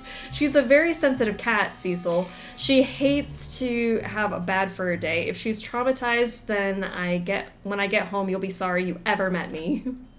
Merv, thanks for getting me those contact sheets so fast. The black and white glossies for Destiny definitely need another airbrush. Can you do anything to make his jawline look more defined? Let me know. Okay, that's all the emails. I guess that's it. Cool. Oh, they freaky. Georgie Bear and some monster. Crazy. Let's look at her camera. Baroque tours. If you ain't Baroque, then take our tours. If you ain't Baroque, I can't. Chuck's Fried Clucks. Oh, he's so happy. Okay, they're in the basement. There's the pass. Take pictures of it with Brady. Okay, now they're out in the theater. Now they're on the balcony. Weird. Monsters go in cages, right? On stage in a cage. An adult encounter. Okay, so now that we're done there. Love the advertisements. If you're not Baroque, pay for a tour. Now let's go digging through here.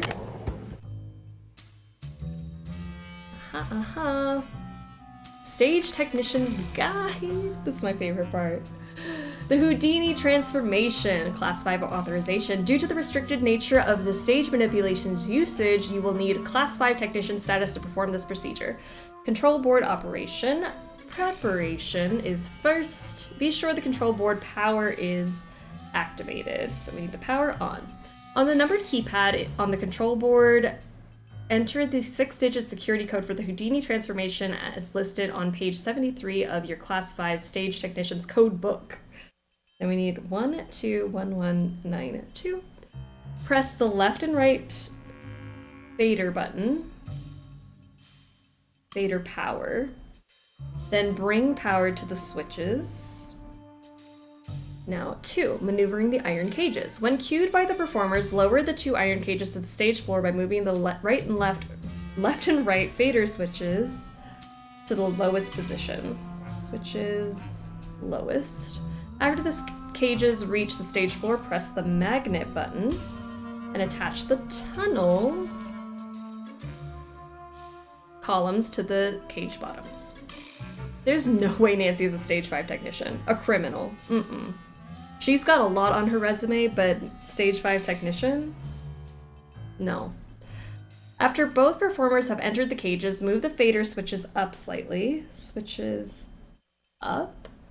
To raise the cages 3 feet above the stage floor. The tunnel columns will be attached to the cage bottoms, although you will not see them, they are hidden by mirrors. On your cue from the performers, press the trap door button to keep the trap door, to open the trapdoors. Then 3, the lock button and other security measures. Important, you must depress the lock switch after all stage manipulations have been completed in the proper order, as this will lock all elements in place. For security purposes, all stage elements and board controls will move to their original positions if the lock button is not activated. The lock button cannot be activated until all stage manipulation has been completed in the proper order. The tunnels, the secret rooms and tunnels, the quick switch box. The performers in the cages will exchange places via the quick switch box under the stage. The trick chair, foot elevator, and tunnels. A third performer will exchange places with the fourth performer seated on the trick chair in the front row of the auditorium. To access the trick chair from the quick switch box, the third performer will have to use the tunnel system beneath the box. The tunnel system runs from the quick switch box to the magician's room and the trick chair.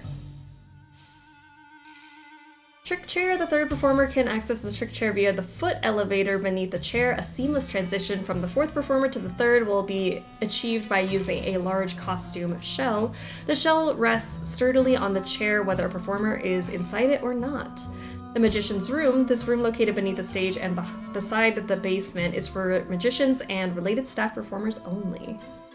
So there's the chair, goes under to the magician's room. Here's a cage, blah, blah, blah, blah, blah. Nancy, stage 5 technician, impossible. Alright, let's go do some cage work. Cages.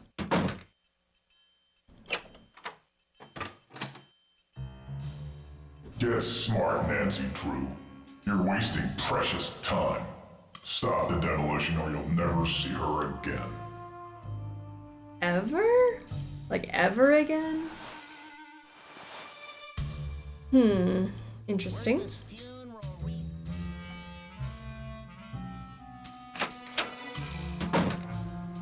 Let's see here.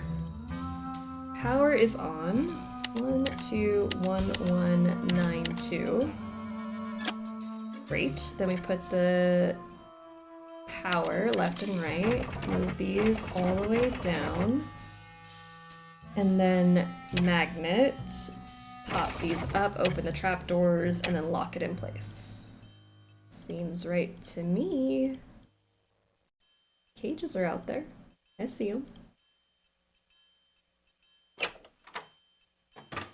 And are we a stage 5 technician? Because that was easy. The kidnapper is violent. The kidnapper is violent.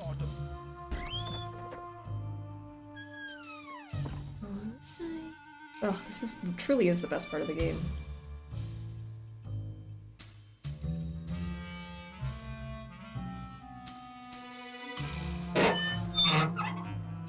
In we go. Down the hatch.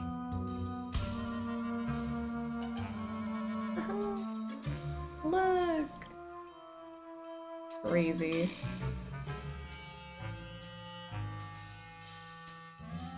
Maya! Oh, that's scary. Oh, who closed that? And now she's gone. Unfortunate. Let me out! Oh no, and this is how Nancy died. That was quick. She ran away. This is our home now. These pieces won't budge. Oh, and I don't have anything to grease it up.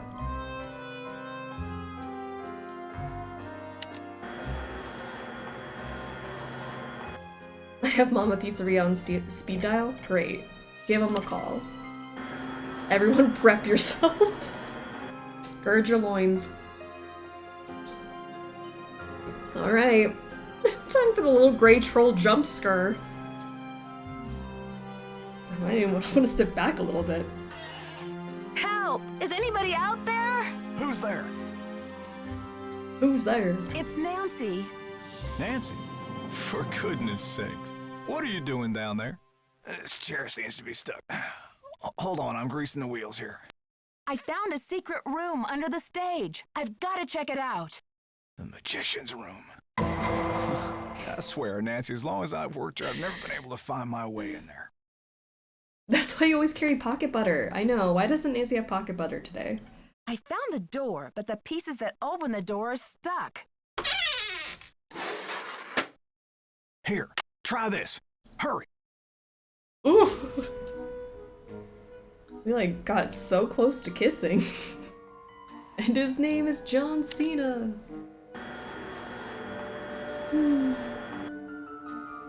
He leans in so close. I've never seen his eyes that bright before. Okay, let's spray this down. This should loosen things up. All right. Now all we gotta do is solve this, which should be easy. Correct?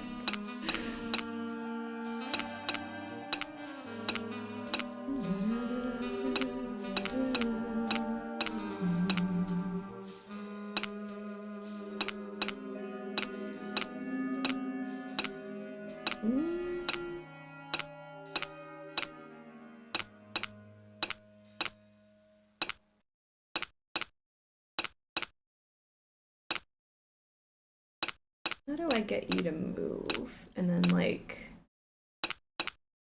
what? Oh, this bunny.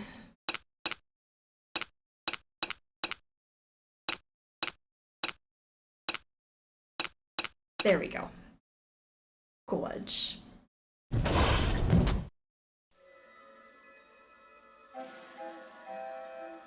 We have a canoodle, marry, kill. Here are canoodle, marry, kill options. The close-up of Joseph, Monty's death, or Nancy's screams of electrocution. Which trauma are you marrying? Well, kill the Joseph one, because absolutely not.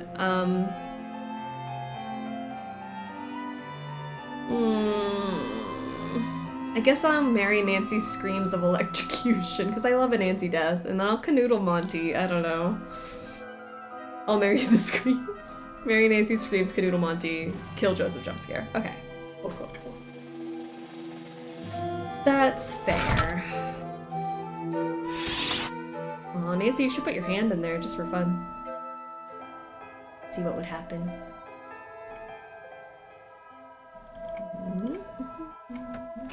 Stick around in here. Marry Monty, he'll be a quiet roommate. That's so true. Rubber is shockproof. Rubber is shockproof. In case you didn't know. Okay, what else do we have in here? Books. Magician's Secrets Volume 4, but I haven't read the first 3 volumes. Alright, well, we're gonna be confused, but it's okay. Is a real showstopper and satisfying illusion with which to end a performance. Okay. The Phantom Message. Set a sharpened pencil and a small sheet of paper on your magician's stand and select a volunteer from the audience. After turning your back, ask the volunteer to write a message on the sheet of paper with the pencil. When she says that she is ready, you pick up the sheet of paper while making a point not to look at it. Crumple the paper into a ball, and to the amazement of the audience, make it explode into a ball of flame. When you produce a deck of cards from your pocket and set it on your magician's stand, the volunteer picks a random card from the deck. Explain to the volunteer that her written message has risen from the ashes and will make itself known. Take the sharpened pencil and begin to rub the face of the volunteer's card gently with the side of the pencil tip.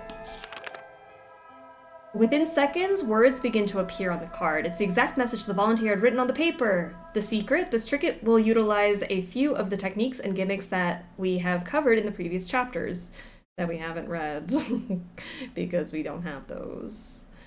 First, as you place place the pencil and paper on the stand, secretly having a playing card face up hidden beneath the sheet of paper as the volunteer writes her message on the paper, the police, I can't read today. The pencil will leave an imprint of the message on the playing card. Note, be sure your pencil is sharp. After the volunteer is finished, lift up the paper and the card at the same time with your right hand while keeping the card hidden. Take the piece of paper with your left hand and secretly leave the card in your right hand using the palming technique from Chapter 3. As you crumple the paper in your left hand, you will secretly be busy with your right hand. Place your right hand into your right jacket pocket, release the card, and slide your flash paper trigger onto your index finger, then secretly palm a wad of flash paper as you remove your wand hand from your jacket pocket. See flash paper and other effects in Chapter 7. Mr. Bat Gaming, how are you doing? Welcome to the stream. Oh my gosh, if I could talk, I'd be unstoppable. A lot of magicians never revealed their secrets. And here they are, revealing in 4 volumes. Can't read today, huh? I think you added an extra word there. Probably. I probably added words, made up my own secrets. Hello. She can't call the cops on the bus. While holding the crumpled message in your left hand and hiding the flash paper in your right hand, give the illusion that you're taking the crumpled message into your right hand. This will be achieved by using the French drop technique from Chapter 2, as you pretend to hold the message in your right hand. Add an extra word, as in can't read today. Could just be can't read. Oh. Can't read. Period. Illiterate.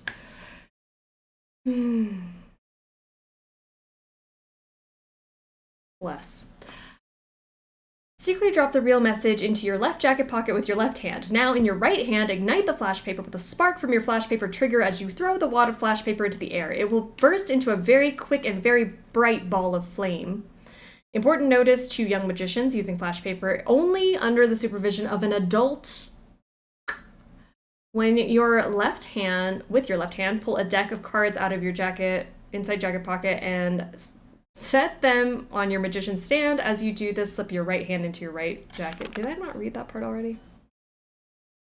Jacket pocket. Secretly remove the flash paper trigger from your index finger and take the card with the imprint on it into your right hand. Palm the card from view as you take your right hand out of your pocket. Secretly put the imprinted card into the deck of cards on your magician's stand and make sure that this card will be chosen by your volunteer. This can be achieved by using a card force as outlined in the next chapter. After the volunteer chooses the imprinted card at random, gently rub the side of the pencil tip across the face of the card. The imprint of the message will surface amid the applause of your audience. Chapter 9. How much is there? Why are they revealing all of the secrets? Alright, let's read Chapter 9, the card force. As you are undoubtedly learning, nothing is really left to chance in magic.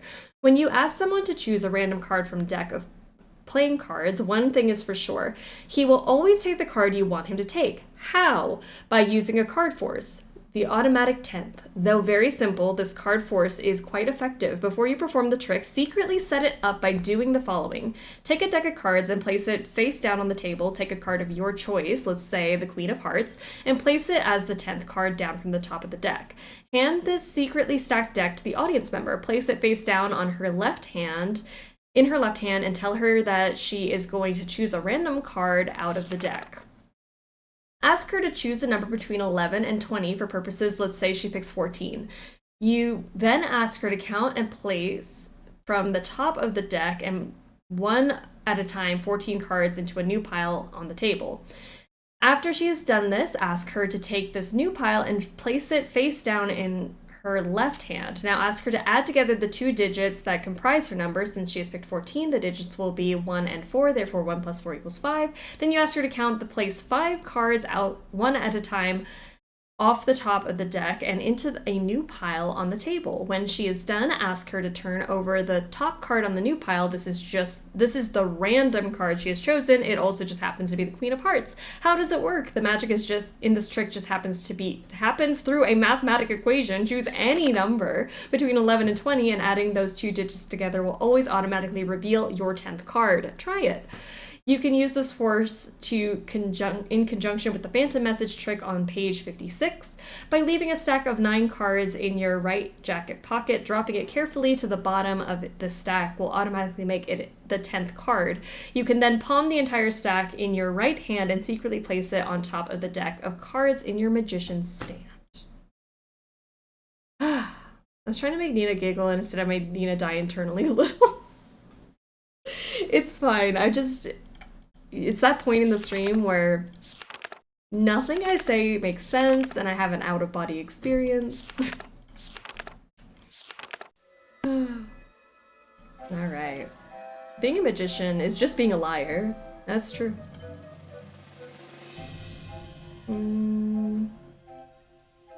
Mamma mia, pizzeria. She was just here. Her shoe. Her shoe. Her pizza. Maya. Where are you?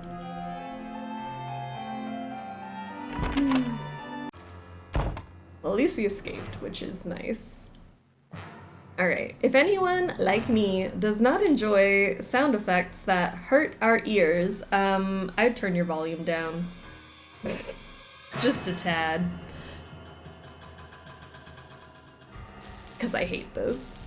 But also, we can electrocute Nancy first. Great. Now for the real horror.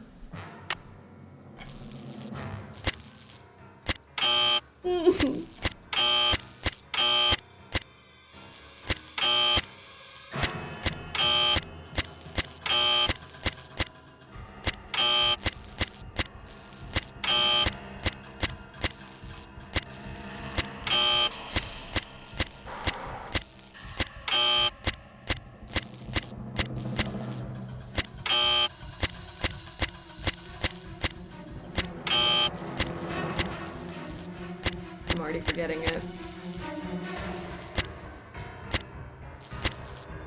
Are we out?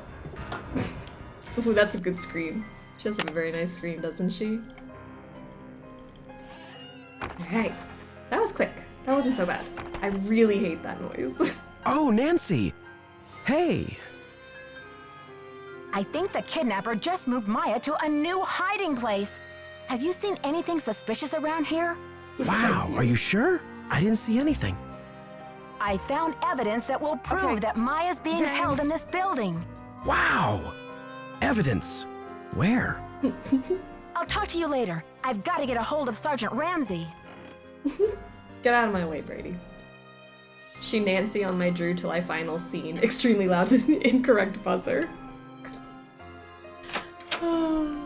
Slay. Alright, Brady. Let's go call the police. Restless redhead, how are ya? That guy was sus as hell. I agree. Why was he just there? Call the cops.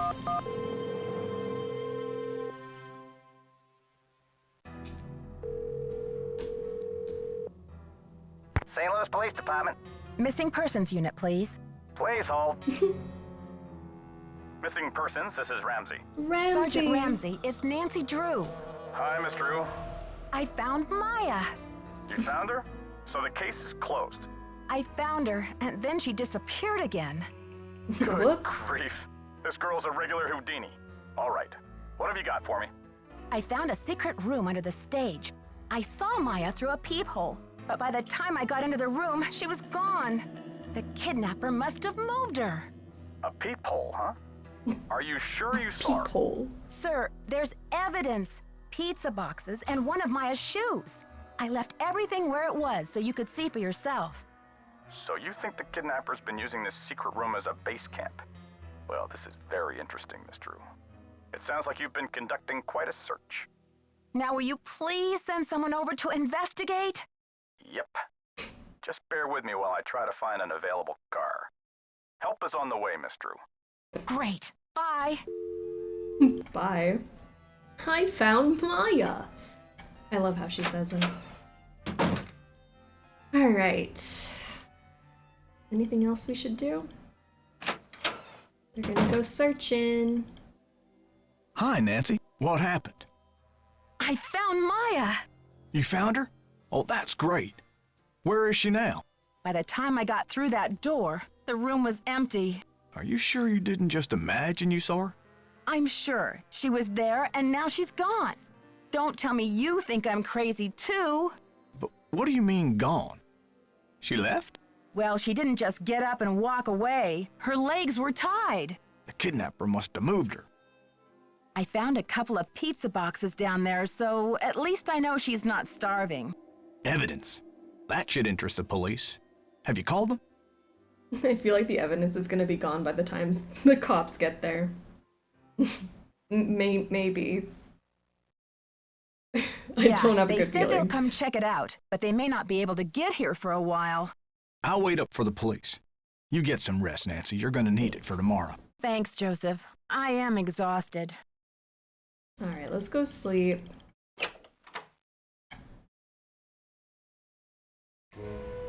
Day 3. Oh, they're gonna knock the building down. Kidnapper demands $50,000. The St. Louis Police Department received a call yesterday demanding $50,000 for the return of Maya Wen, a 19-year-old Washington University student who disappeared 2 days ago from the movie star Brady Armstrong's dressing room at the historic Royal Palladium Theater. This stunning development marks the first significant lead in a mysterious case. Until now, the police have been reluctant to label Wen's disappearance as a kidnapping, as there has been no evidence that the girl was taken by force. When a reporter for the university's Student Life newspaper was at the theater to interview Armstrong for an article, the call came in at 4:36 yesterday afternoon.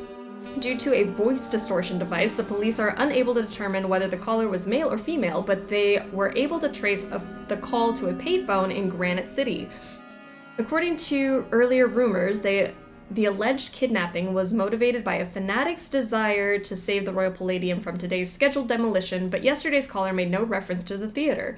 The police now believe that the kidnapper's desperation is financial in nature and will not stop the demolition from proceeding according to schedule. As for the ransom...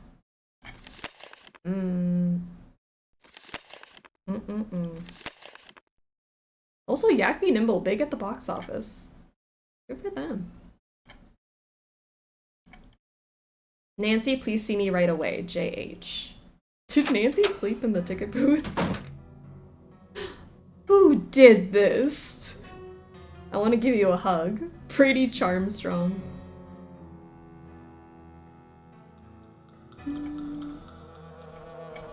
What is this about ankles out? Does chat need another collective shower? Do we have ankles out? Who do we have ankles out for?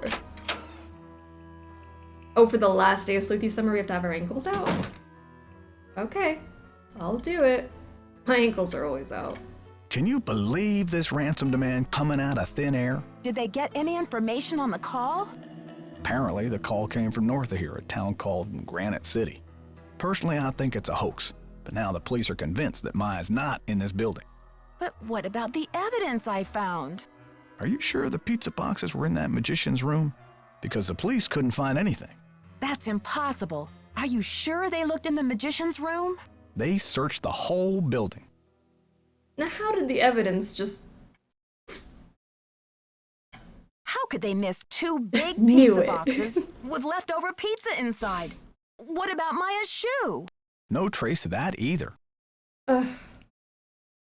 Now how did that happen? This is so discouraging.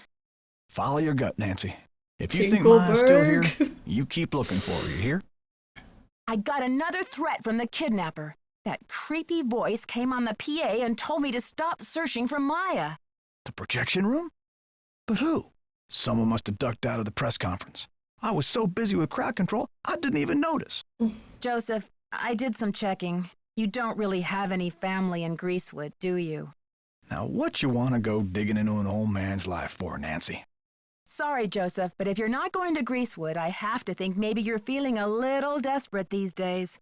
Desperate enough to kidnap someone? You tell me. Now, I am going to Greasewood, and I'm not desperate. I made up the part about my brother so you wouldn't feel sorry for me.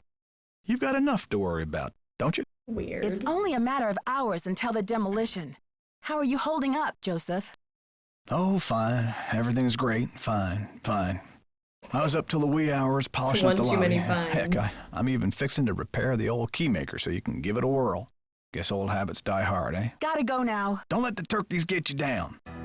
I won't let those turkeys touch me. Let's go. How on earth could someone dispose of something as big as a pizza box and, checks notes, singular shoe? How did they do it? Hola. Catch you later. Hola. Fight the power. Always fighting the power. Let's go talk to my other suspects. Better question, did the culprit literally scrub the area because her DNA was still in there? Do you think the police checked for DNA? How's progress? I know you sent the funeral wreath. Now where's Maya? I don't know what you're talking about, Sugar. Listen, Sugar? the pressure must really be getting to you. I know a top-notch aromatherapist in town, okay? I'll give you her number. I'm not stressed out. I'm livid. I went through your stuff and I know what you did. You broke into my personal property? I could have you arrested for that. It's just business, Simone. You do what agents do, I do what detectives do. I'm sure you can appreciate that. All right, I sent the Nancy. stupid wreath, but I'm no kidnapper. I needed something for the cameras, didn't I? And it was a very tasteful arrangement. Should have been for $300. It's debatable. Perhaps I went a little overboard. Ems, how are you doing? Welcome to the stream and all you beautiful raiders. Oh, and Spader, welcome to the stream. How are you? How was your stream, everyone? What'd you play? What'd you do? A little overboard. You're dreaming if you think that's enough to get you off my suspect list. Danny, how are you doing? Good evening to you. What were you guys up to? Well, turn around.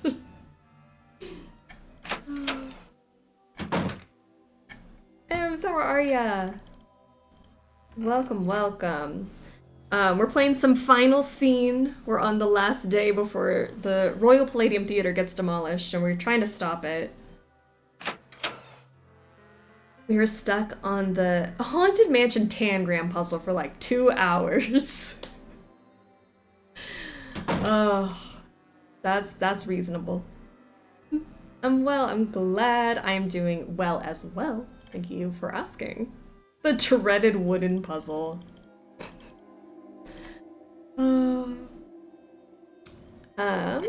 But yeah, we played Lights, Camera, Curses. If anyone doesn't know, we're in the middle of our Nancy Drew marathon this year. We're almost at the end, which is sad. But we played Lights, Camera, Curses this morning, and we're playing the final scene now. And then once we're done with this, we're gonna take a vote to see what the fan favorite is, because we have a bracket going. A lot of good games eliminated so far.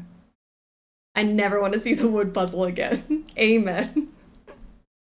What are you doing hanging out with that Falcone jerk? Oh! Anyone want to murder Brady Armstrong with me later? Because, keep my husband's name out of your mouth. Disgusting. Middle? Girl, we got 2 weeks left. Stop it! Do you want me to cry? But yeah. Although, we do get to start what, I don't know, something new. We'll start a new series. That Falcone jerk. Booty! That emote, I can't. He's on the list of things to run. Sorry, list of run over things. Like, we're gonna run him over? Because I'm down. Who are you? Who are you, my overprotective big brother? That guy's bad news, and he's certainly not gonna help your credibility with the police. I think I know how to handle my Falcone. Thanks, Brady, but I've got everything under control. Just trying to help. Talk to you later, Brady. You betcha. Slay. Alright, well. I want to go talk to that Falcone jerk.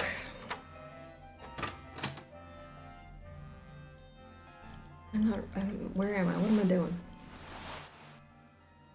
My evidence is gone. Maya is gone. Hola. Catch you later. On the flip side. My husband won't talk to me. Like, oh, I do have 25 cents. But I don't know what key to make. So I need the key to the projector. And he's gone. Okay, I need to go find a pencil. That's what I'm looking for. I think I'm back on track. A pencil. If I were a pencil, where would I be?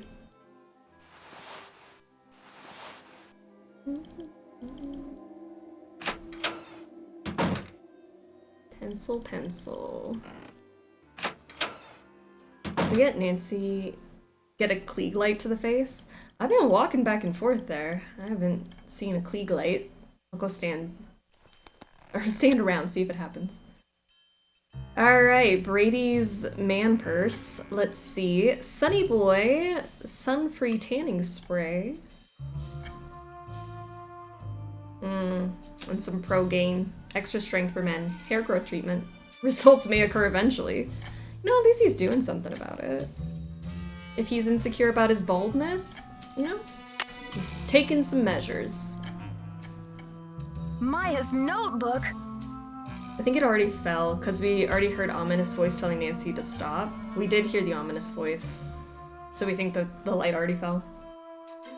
This is Maya's. Oh my gosh. Why the Royal Palladium for the premiere of Vanishing D? Was it BA's decision or his agent's? Does he make any of his own decisions? Any history with the RP? Research, attended benefit last year to save historic theater in LA, the Galaxy. Interest in saving the Royal Palladium? Maybe.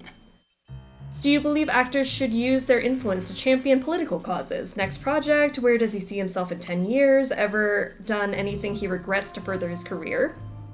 Wait till the end, hit him with the evidence, demand an answer. Maya is gonna get the scoop. Good on her. Hey, you. The jig is up, Brady. Start talking. Huh? I'm afraid you've lost me. Hit him with the evidence, slaps him with the notebook. I'm all for physical violence against Brady Armstrong. You've been lying to me, playing Mr. Helpful and Concerned all this time. I found her notebook in your bag. I haven't done anything wrong. I wonder if the police will agree with that. Okay, Nancy, here's the deal. My real name is Brady Thompson. Simone pushed for Armstrong, more wholesomely smoldering, she said. Rhymes. Wholesomely smoldering. Wholesome my foot. Wholesome my foot. I'm Wave of the Future, Inc., the owner of this theater, great nephew of JJ himself. Wow. But you're an actor. Why in the world would you want to bulldoze a theater? The place is shabby. It needs major repairs. It's a money pit and a has-been. Not the image I want to project. Shabby? I could be wrong, but I don't think this guy is smart enough to orchestrate this. Yeah, I think you might be right. Is everything about image with you? Never underestimate the power of image, Nancy. You are what you project. And what is it that you wish to project? When people think of Brady Armstrong, they think sparkling white teeth and healthy glow. Success glows. It doesn't crumble and sag. The hero never rides a has-been horse. See, I'm not inclined to believe it. What do you guys think of when you think Brady Armstrong? Is it sparkling white teeth and healthy glow? Because then, you know, prove me wrong. But I'm not convinced that's what people think when they hear Brady Armstrong. Boo this man. Boo. But what are you going to do with the site? When I saw these ritzy theme restaurants popping up all over the country, it hit me like pow. My first original idea. Brady Armstrong's Planet Tinseltown. Can't you see it on the marquee? Grand opening. The lights will say it all. His first original thought ever. Great. Oh, chicken suit and alleged ponytail. Yeah. I do think of an all-beef Frank at 7 a.m. We have all the friends today. Peanut Butter Beagle, how are you doing, and all you beautiful raiders? Welcome to the stream. How was your stream? What did you do? He's actually just Dennis Reynolds from It's Always Sunny. I see it. It really does look like him. I think he is the very embodiment of sin and should be erased. Okay, so not white tea. That's not what we immediately think. Seatbelts, everyone! Saffrose, how are you doing? Welcome to the stream. And the Struggle Bus, welcome aboard. Ria, welcome. Epic Pikachu, welcome. Rarith, welcome. Mila, yay! Welcome everybody. So many rates today, I know. I'm so glad our friends are joining us. How's Nancy going today? It's going well. How was your stream? What did you do? What's the hot gossip of the day? We played Lights, Camera, Curses earlier. We're right here kind of at the end of the final scene, and then we're gonna take a vote to see which one moves forward in our Nancy Drew bracket, which is great. I feel like we all know what we're voting for. It was good. Started the final Professor Layton game, getting near the ending. Oh my gosh. That's awesome. That's also another series I need to get into, but I hope it was a great time. Glad you guys are here. We're confronting Brady Charmstrong. What does this have to do with Maya? I've sworn to be the captain of my own destiny. The captain. Maya was going to expose me, muck up my name in this controversy. It would have been a dark cloud over the launch of Tinseltown. That is true, and we can't jeopardize Tinseltown. And for that, she deserves to be kidnapped? I didn't kidnap her. I found her notepad in the basement with the press pass. I just thought I'd hang on to it for a few days until the dust settles. How could you withhold anything that might help me find her? How could you? Sorry, Nancy. Look, you're He not doesn't thinking sound clearly. sorry. It's obvious she's not in the building. We've searched everywhere. She has to be in the building. I know she's here. You're the only one who thinks she's here. There's no evidence. Joseph believes me. He's a confused old codger. Nicholas thinks she's in the building. He's an outlaw, and he's using you. Yeah, but I'm letting him use me, so that's okay. There was evidence. I found a pizza box and one of her shoes. Evidence that no one was able to verify. Who's to say you didn't imagine that stuff? Now, if you'll excuse me, I've got to rally a wrecking crew. Brady, no! Well, that's unfortunate. I guess we're gonna get demolished now.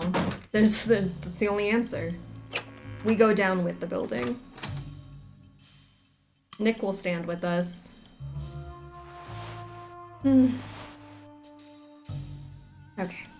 so what we're gonna do, basically what we're gonna do is dance, and I'm gonna go to this thing for the projector.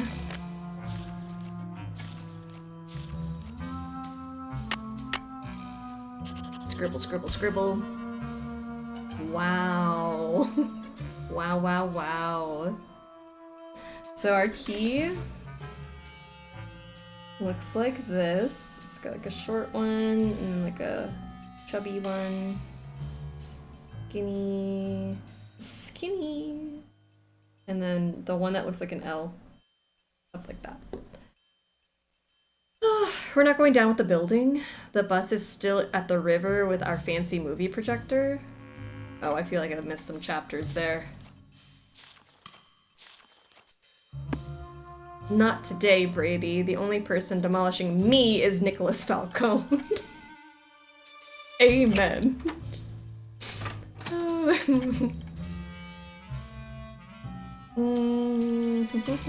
speaking of. Nancy, we could be golden! A package just came from that museum. We may have the goods to stop this demolition dead in its tracks. Check the ticket booth. Nancy, don't blow this.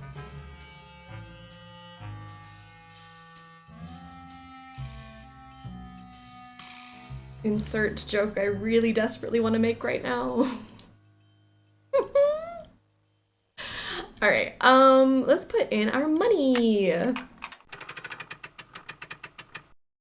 Your face when he's sorry. Sorry. Mind in the gutter. Okay. Alright, we have like this thing with that thing, and then the two chunky ones. And then there's like 3 in a row, and then the L-shaped one. Mickey. Mickey boy, don't tell me what not to blow.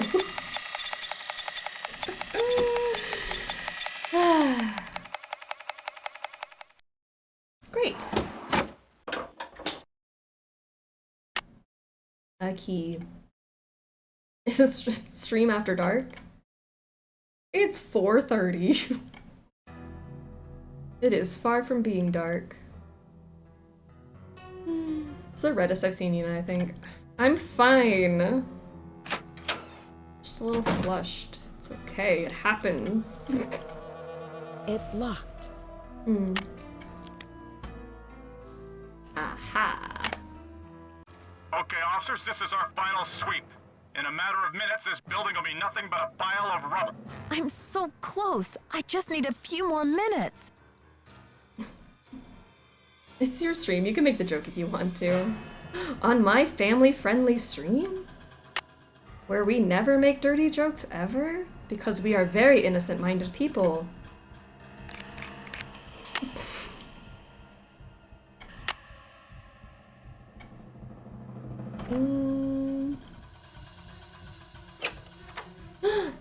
Well, if it isn't the SLPD's favorite nosy detective. Right this way, Miss Drew. You can still get a front row seat for the demolition. Don't worry, we'll still get a front row seat. I'll make sure of it. Okay, officers, this is our final sweep. In a matter of minutes, this building will be nothing but a pile of rubble. I'm so close. I just need a few more minutes. It's locked. Oh, Nancy, I need a few more minutes. See anything, Dino? All clear in here, Sarge.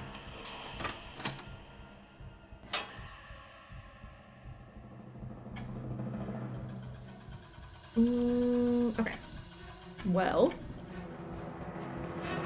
need to be like in my Christian Minecraft server? Exactly.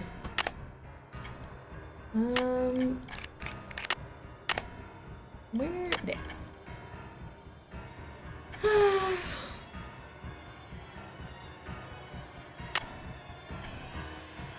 Man, this music is intense. Aw, man.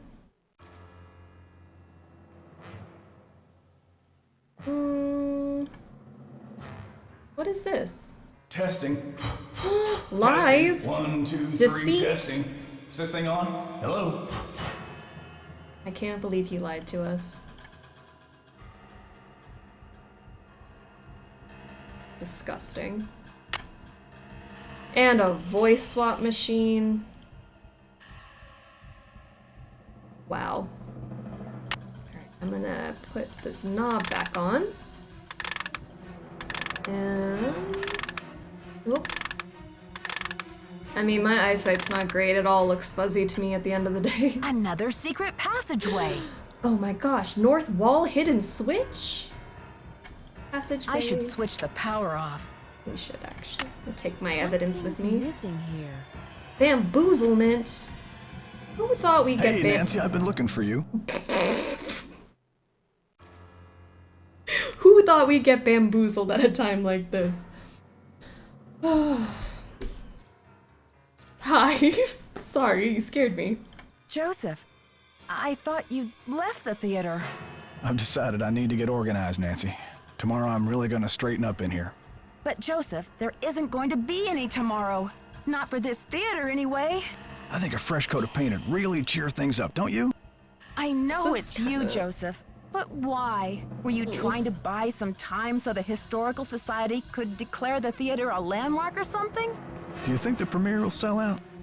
I still stand by. This is the scariest culprit reveal. Like, is this not terrifying? Snap out of it. Just tell me where Maya is. Don't tell him she's here, Nancy. Or we'll take her away and knock down the theater. They're gonna knock it down anyway. Please, we don't have much time. Don't tell him, Nancy. Oh I'm locked in. my gosh. Shelly, welcome back. Well, poor Joseph. I know. Terrifying. Once again, it's exactly who I suspected.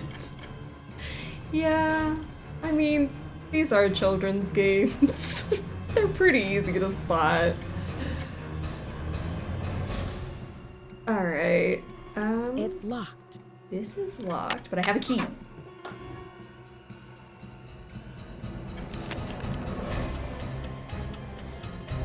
Dear Hiram, the Festival of Illusions begins next week and every show is sold out. If the public finds out that Houdini has ditched the theater and that I'm now in business with some anonymous woman artist, I'm liable to have a public mutiny on my— Okay, this music is too intense for me to be reading right now. More importantly, I cannot stand to lose a lot of money. I have no idea how Houdini ever heard the name Louisa Falcone in the first place, but I'd like to wring the neck of the fellow who mentioned her. I've got Houdini's paperwork here and I plan to sit on it until the festival is over. Houdini's on the road anyway. By the time he gets back, it'll all be settled. Thanks for your cooperation. Sincerely, JJ. Louisa Falcone. Whereas J.J. Thompson, owner of the Palladium Theater and resident of St. Louis, Missouri, he signed over 1/2 of the ownership in said property to Harry Houdini as reward for Mr. Houdini's successful escape from the watery grave. And whereas Mr. Houdini has made the acquaintance of Louisa Falcone of St. Louis, Missouri, the artist responsible for all of the ornamental plasterwork inside the theater, and whereas Mr. Thompson never delivered payment to Madame Falcone for her services rendered, and whereas the actions of Mr. Thompson is failing to deliver payment or credit Madame Falcone in a way for her work constitute fraudulent and immoral actions, and whereas Mr. Houdini is of the utmost and honest character, therefore be it resolved by the 3 parties whose signatures appear below that any property rights, inclusive and appropriate of the Palladium Theater, vested in Mr. Houdini's interests be transferred to Madame Louisa Falcone in recognition for her unpaid services to Mr. J.J. Thompson. And she never signed it. Okay. Well, let me grab all these keys. Never know when you might need a key.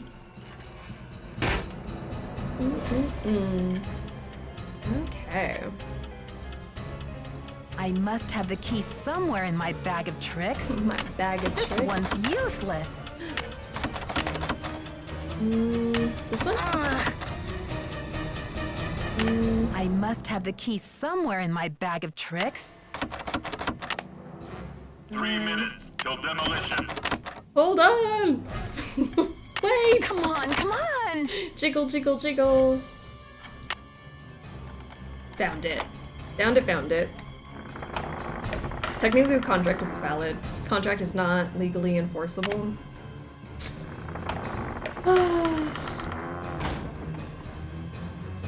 Alright. Sorry, I feel like I'm talking fast because I'm stressed. Why did they have to make the music so scary?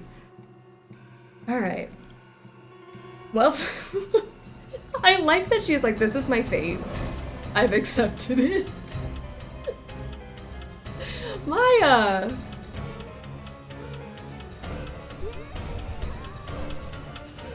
Hang on, Maya. I'll get you out of there. Even Hercules couldn't pull this off. Get out! I'm gonna get you out, don't worry. This is useless. Oh no. I mean, there's a saw. Can I saw you out? This is useless. This is useless.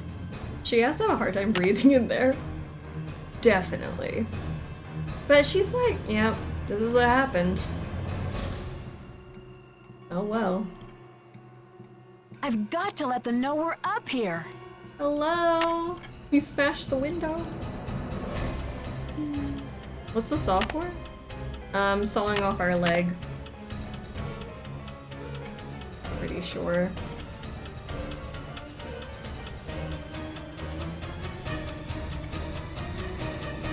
Well, Maya, I'm sorry. I guess we're going down with this building. This is useless. Don't say that about Maya. She's not useless. This is useless. I'm surprised she's breathing still. This is useless. She should be dead by now. Alright guys, we're gonna get a front row seat to this demolition. Alright Maya, I'm sorry. I would hold hands with you if I could, but Here we go.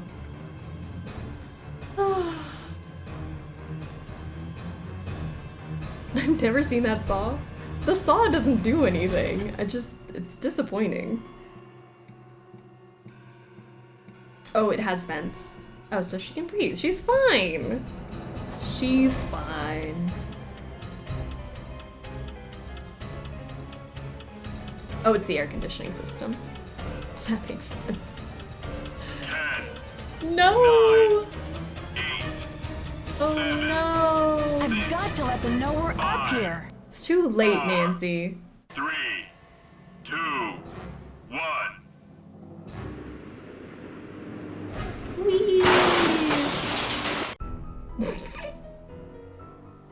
Alright. Alright, Maya, let's actually get you out of here. Even Hercules couldn't pull this off. Okay. What's that? Not so fast, Detective. So fast. Joseph, please let me pass. Wasted. I can't let you do this, Nancy. I'm warning you, I still got a trick or two up my sleeve. We're going down in a blaze of glory. Joseph, you can go down in a blaze of glory if you want, but Maya and I are not coming with It's you. none of my business. You cracked your last case. He's like, one of these is gonna be my last words, and it's gonna be such a cool catchphrase. Joseph, this is far from over. Now step aside. It's all over now. We've still got time for a grand finale here, Joseph. I never meant for it to turn out this way. Okay, well then let us go. This is useless. This is useless. Slap him with a glove. This is useless. Alright, I've got my magic trick. Ah! That light! You've used your last haw. You've used your last haw. Look! The marquee! Stop the demolition! Dear Bess, I still can hardly believe that Joseph, sweet old Joseph, was Maya's kidnapper. He says he planned to kidnap Brady with the idea that Simone could use her Hollywood connections to save the theater. But when Maya entered the dressing room, he panicked and grabbed her instead. Plan B was to stall the demolition long enough for the Historical Society to declare the building an official landmark. I guess he's been at the Royal Palladium for so long, he just couldn't imagine his life without it. But desperation aside, poor Joseph wasn't cut out for a life of crime, and pretty soon things were spinning out of his control. Still like him or Simone's what? publicity stunts didn't help. At least he was courteous and kind to Maya through the whole thing. Her testimony should help him in court. The good news is that the Royal Palladium is still standing. Once he heard that Nicholas would inherit his grandmother Louisa's 50% of the theater, Brady decided he'd better find another site for Planet Tinseltown. In order to make amends for things, and because he needed some good publicity, Brady donated his half of the theater to the St. Louis Historical Society. Together with Haddett, they should have this place restored to its original glory in no time. Not such a happy ending for Simone, I'm afraid. She received an official reprimand from the National Press Corps for her stunt with the wreath. Still, knowing Simone, she'll be back at the top of her game in no time. So, here ends the longest 3 days of my life. The premiere of Vanishing Destiny is back on.